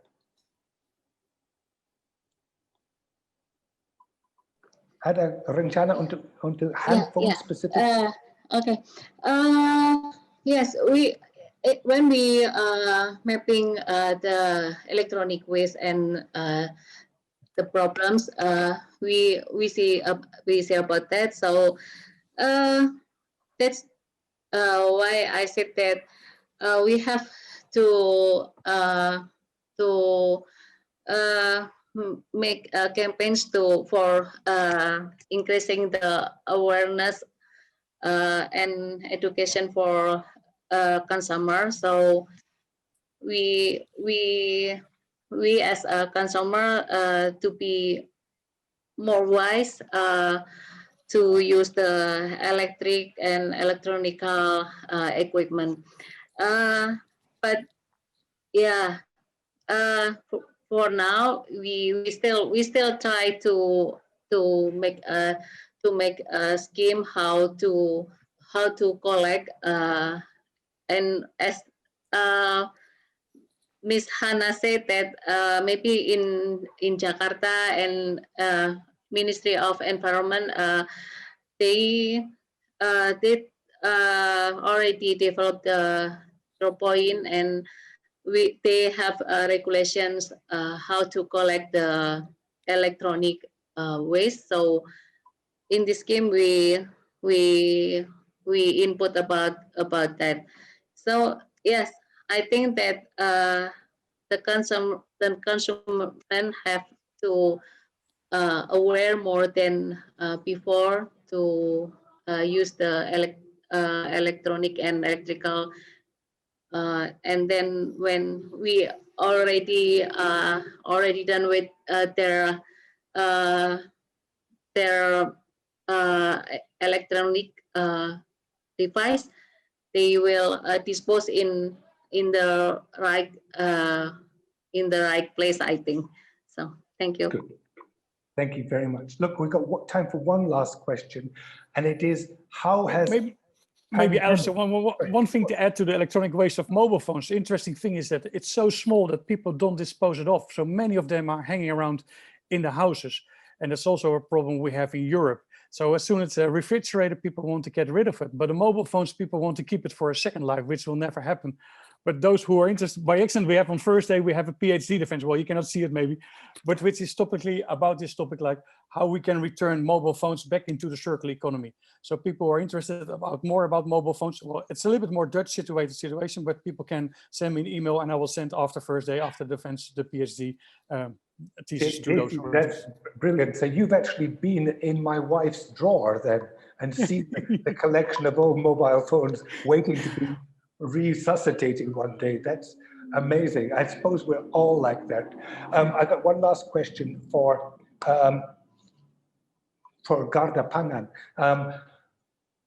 COVID. I know that in Bali, the food recycling just went right down when the cafes and restaurants and hotels closed. The food waste dried up. The poor people, the orphanages, the old folks' homes that were getting supplied with food had nothing. Has that happened here in Jakarta as well? There's no weddings. You can't get 500 portions from a wedding because there are no weddings because no one can meet. What's happened? Yeah, that's true. Corona has hit all of our partners. All of the hotels are closed, and then some of our restaurants, cafes, and bakeries, they might not be completely closed, but they choose to significantly reduce their production. So there's not much of the food that we can actually rescue at that time.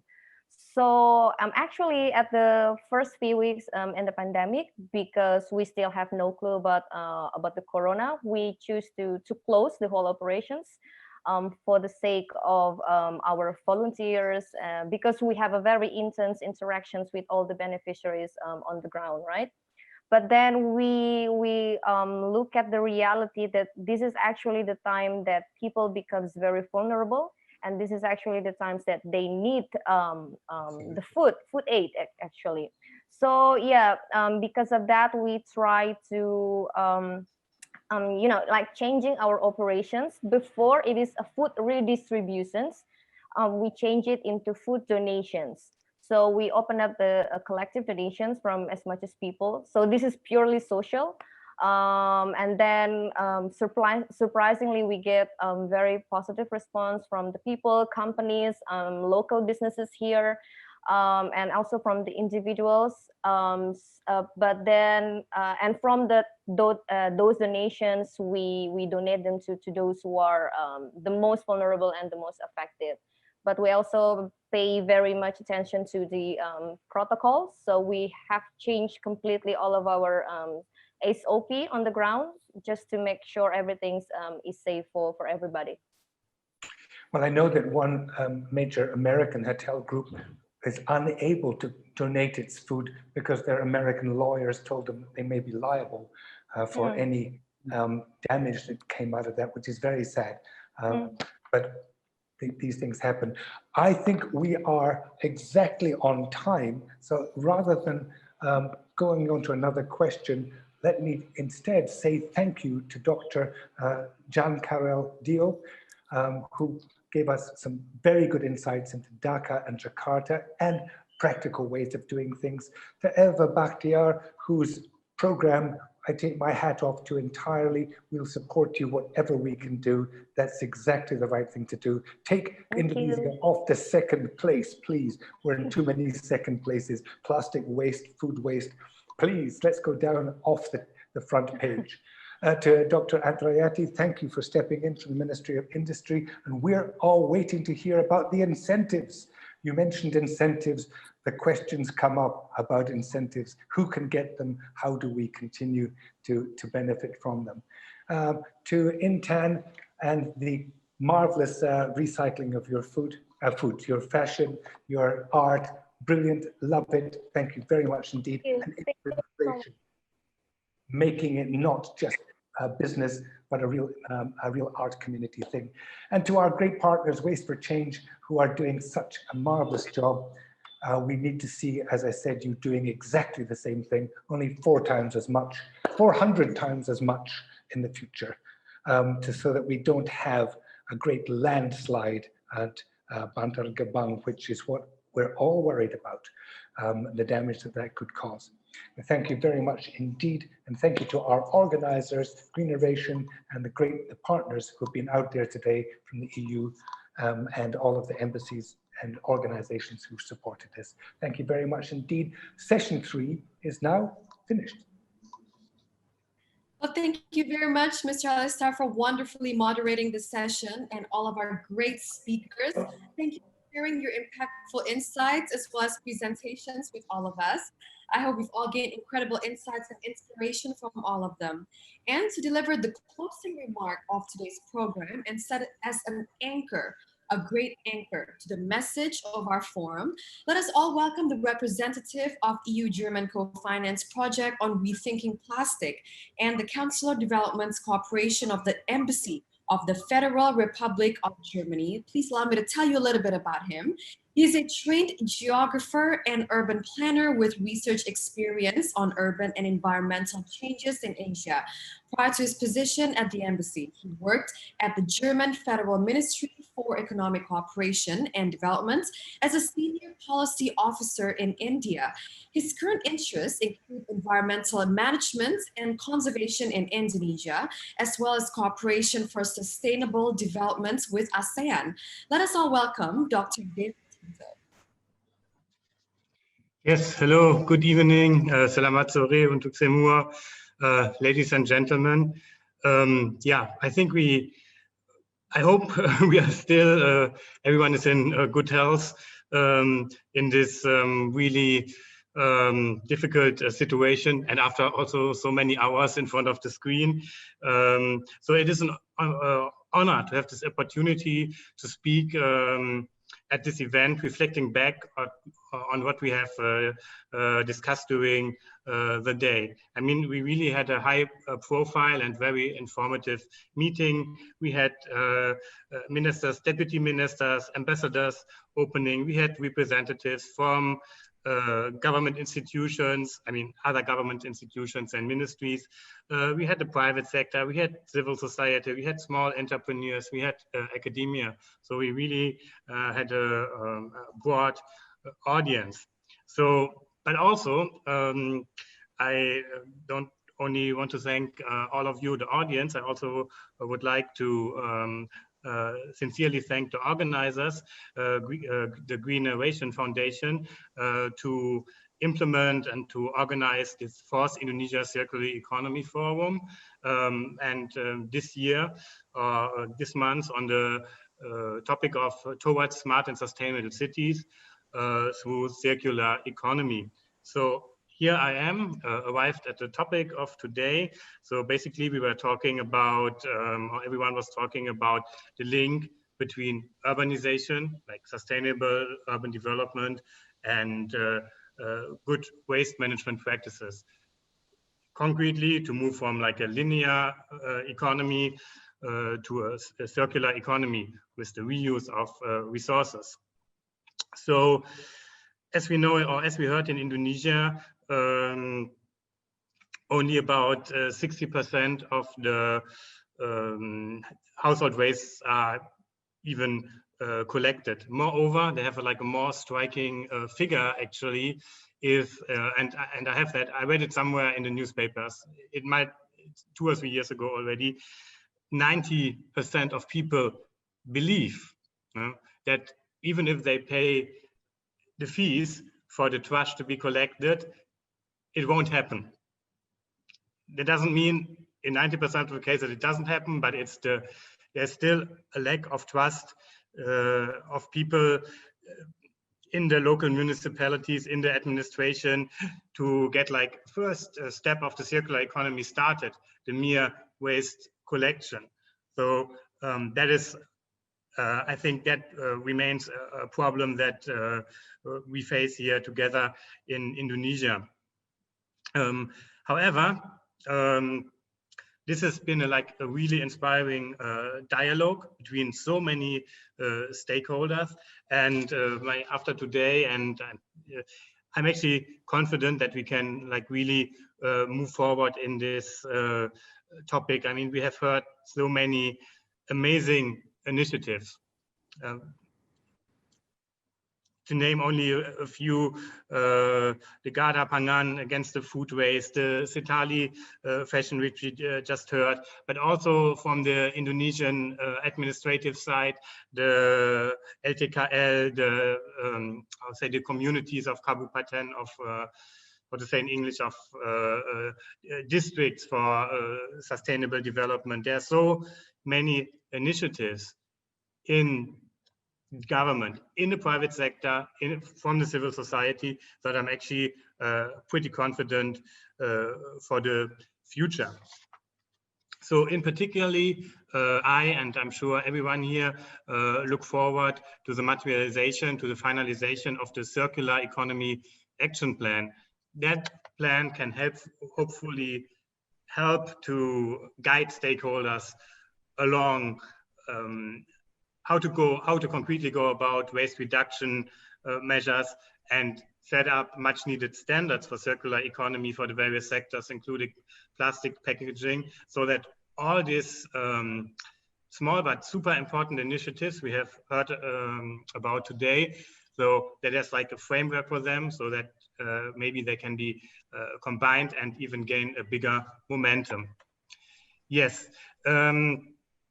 I would also like to say, as my role of the Germany's representative for development cooperation in Indonesia, Germany actively supports Indonesia, or the Indonesian government also, to shift gradually towards better waste management practices and towards implementation of the circular economy. Let me just highlight a few 2 or 3 projects we have. We have the project ERIC 1 and ERIC 2. ERIC stands for emission reduction in cities, which comes from non-treated waste. And while ERIC 1 is all about proper disposal, that is not truly circular economy, I admit. The ERIC 1 helps to build proper waste disposal sites, dumping grounds in Indonesia second city, for instance, or in the agglomeration, Sidoarjo, south of Surabaya, but also in Malang, in Jambi, and coming in Jombang. So, but we also want to expand our program, like really large scale, into ERIC 2. It's at waste management technology. So this is where all the advanced concepts, the waste treatment, the reduction, and all the little forms how to reuse, how all of this comes in. So, and there we are very proud to work with the Indonesian government also. We also provide, this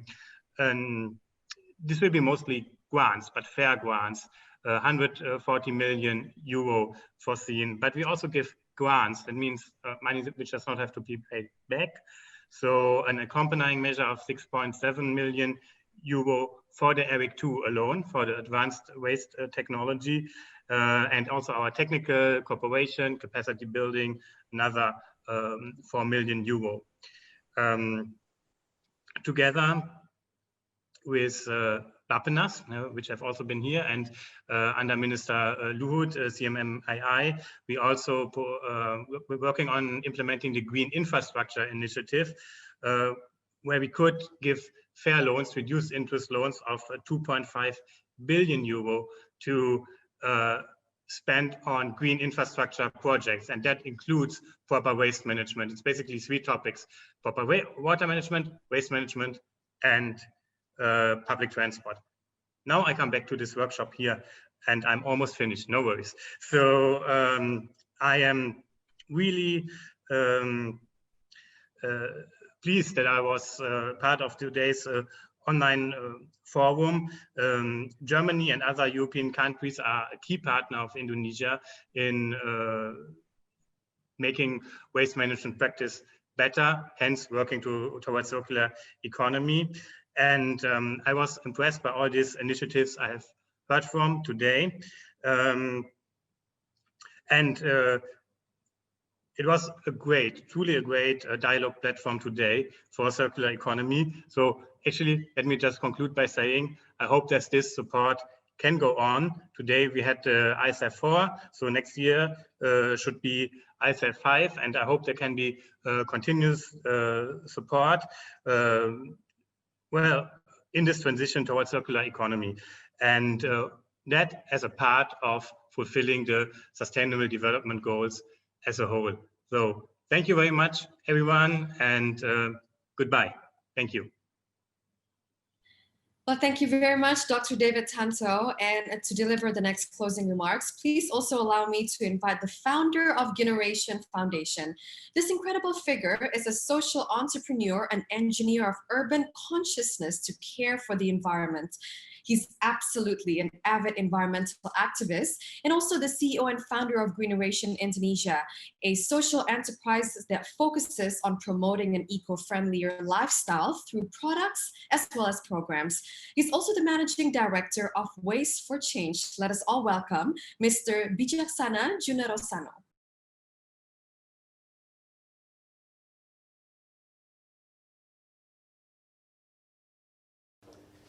Good afternoon, ladies and gentlemen. First and foremost, I would like to appreciate and thanks to the Ministry of National Development Planning, European Union Delegation to Indonesia and Brunei Darussalam, Embassy of Denmark to Indonesia, Partnership for Green Growth and the Global Goals 2030 P4G, and PT Napindo for the huge support to this webinar. Also to the speaker and moderators for all the effort to successfully make this event happen, and for all participants for attending this webinar. I am delighted that ICEF can convene such fruitful discussion today. We have been talking about a crucial topic, circular economy, to achieve smart and sustainable cities. Connecting multiple sectors for the good of the environment like this is aligned with the philosophy of SDGs Goal 11 of sustainable cities and communities. The city population is predicted to continuously grow. The UN says that 2/3 of the population will live in urban area by 2050. Considering the current situation, it is thus high time for a new regenerative approach to use resource wisely in the city through circular economy principles. To continue the spirit of circularity, ICEF will support this momentum to move forward. This webinar is a road to 4th Indonesia Circular Economy Forum 2021, which will be held in July 2021, together with the Indo-Waste Expo series that will be organized by Napindo. The fourth ICEF itself aims to accelerate the realization of the Sustainable Development Goals SDGs 2030 with two outcomes. Establish ICEF as a national platform for circular economy and to engage the circular economy commitment from all stakeholders in Indonesia. We have established an online platform, and at this very moment, I am proud to say that the website is officially relaunched with a new look, www.indonesiacef.id, where it aims to connect and share all information regarding circular economy for all stakeholders in Indonesia. This initiative seeks to accelerate Indonesia's transition to a circular economy, specifically in the third phase of National Circular Economy Strategy for Indonesia, Circular Economy Platform. We also have a new program, Circular Economy Competition, a competition-based approach to highlight circular economy initiative to kickstart the next phase of development. The targeted participants are small-scale businesses or local businesses in Indonesia, with hope to transition to more circular business model. I am proud to announce that the registration is officially open. You can go to our website www.indonesiacef.id for further information. The transition to a circular economy is indeed not easy and requires a long process, and there is no shortcut for it. Therefore, participation and collaboration from every stakeholder, uniformity in understanding key parameters and targets is crucial. Only this way we can achieve economic growth and development without sacrificing our environment and ultimately our own future generation. ICEF is proud to announce the national commitment to a circular economy in Indonesia initiative to accelerate the implementation to a circular economy by pledged stakeholders' commitment. This initiative unites Indonesian stakeholders of businesses, government, and other organizations behind a shared vision and target to pledge for the implementation of circular economy in Indonesia. In this pledge, stakeholders sign their commitment which aim to support achieving the Jakstrana's target and sustainable development goals. This momentum has inspired and raised the spirit of movement and change. The vision should not stop here, and this is the time for us to do something, to start the act, to move forward further to a better and more sustainable future. Thank you.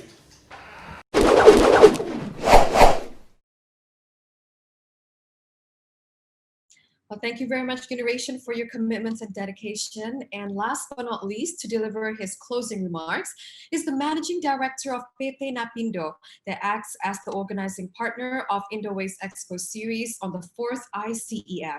Please let us all welcome Mr. Arya Setiawirya Dipura.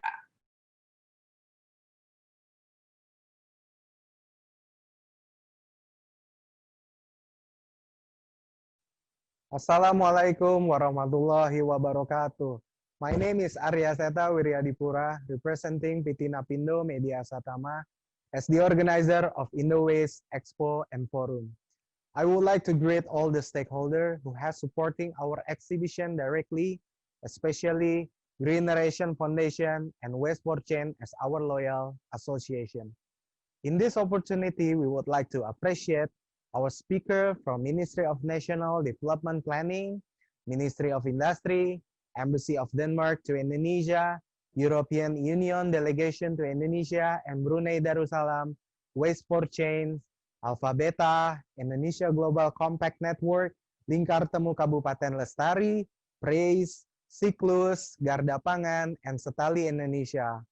Also, we would like to convey our highest appreciation for the moderator and all the participants that contribute to the successful webinar. In 2021, we carried the newest tagline of our event, Indonesia #1 Integrated Technology Event. Through this tagline, we want to display the use of technology for development and support.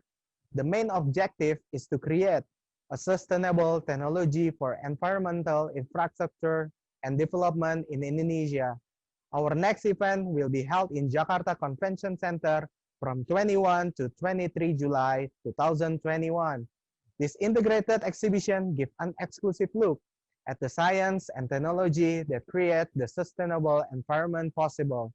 Finally, on behalf of PT Napindo Media Satama, we proudly present the Indonesia #1 Integrated Technology Event.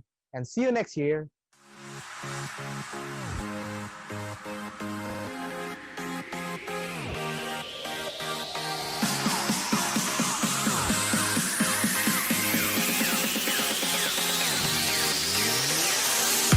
Indonesia International Smart City Expo and Forum tahun 2019 ini diinisiasi oleh Kemendagri dan 10 kementerian lembaga.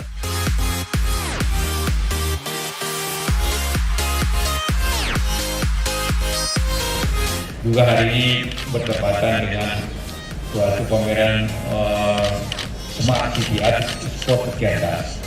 Tapi kota cerdas itu hanya dapat terrealisir oleh bupati atau wali kota yang cerdas. Apapun peralatannya, apapun teknologinya, tanpa wali kota yang cerdas atau bupati yang cerdas, tidak akan tercapai kota cerdas.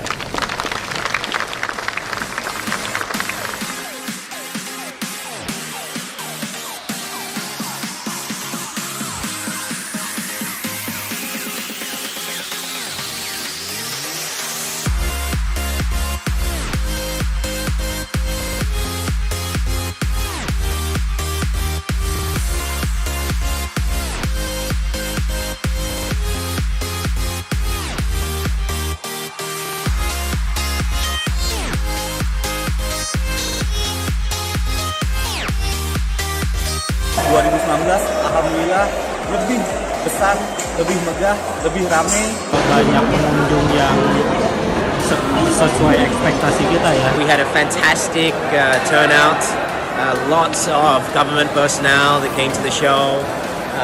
Really good location as well. Event ini sukses banget, saya 3 hari amazing. Kita bisa nemuin berbagai macam-macam orang-orang yang audiens yang cukup penting dari berbagai daerah. Di tahun ini sangat luar biasa, seperti saya sampai hadir 3 hari berturut-turut.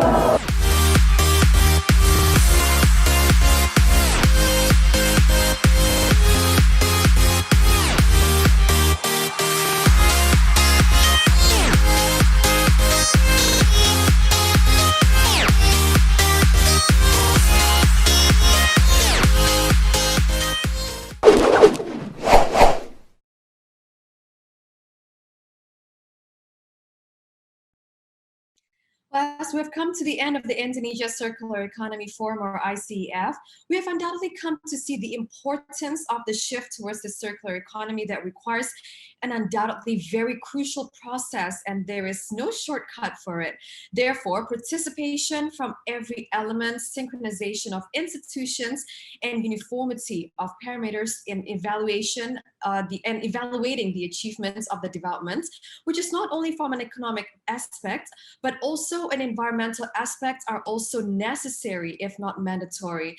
So I'm going to close the event with the serenity of the Dalai Lama's quote that often said during every environmental forums: international stages, and that is, it is our collective and individual responsibility to preserve and tend to the world in which we all live in.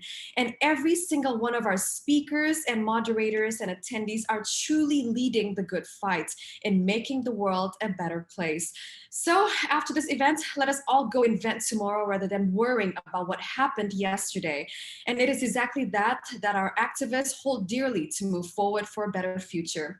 This great webinar is organized by Greeneration Foundation and supported by EU-German co-finance project on rethinking plastic, Partnership for Green Growth and the Global Goals 2030, or P4G, CICLUS, and Apindo as well. I'm Amelia Yahya from CNN Indonesia, and on behalf of our dearest hosts, organizers, and sponsors, we'd like to once again extend our profound gratitude and sincere thanks to everyone for your participation and for your attendance here today. Without your support, this forum would not be possible. So we'll see you again on our next event, and have a wonderful rest of the day, everyone. We'll see you next time. Thank you.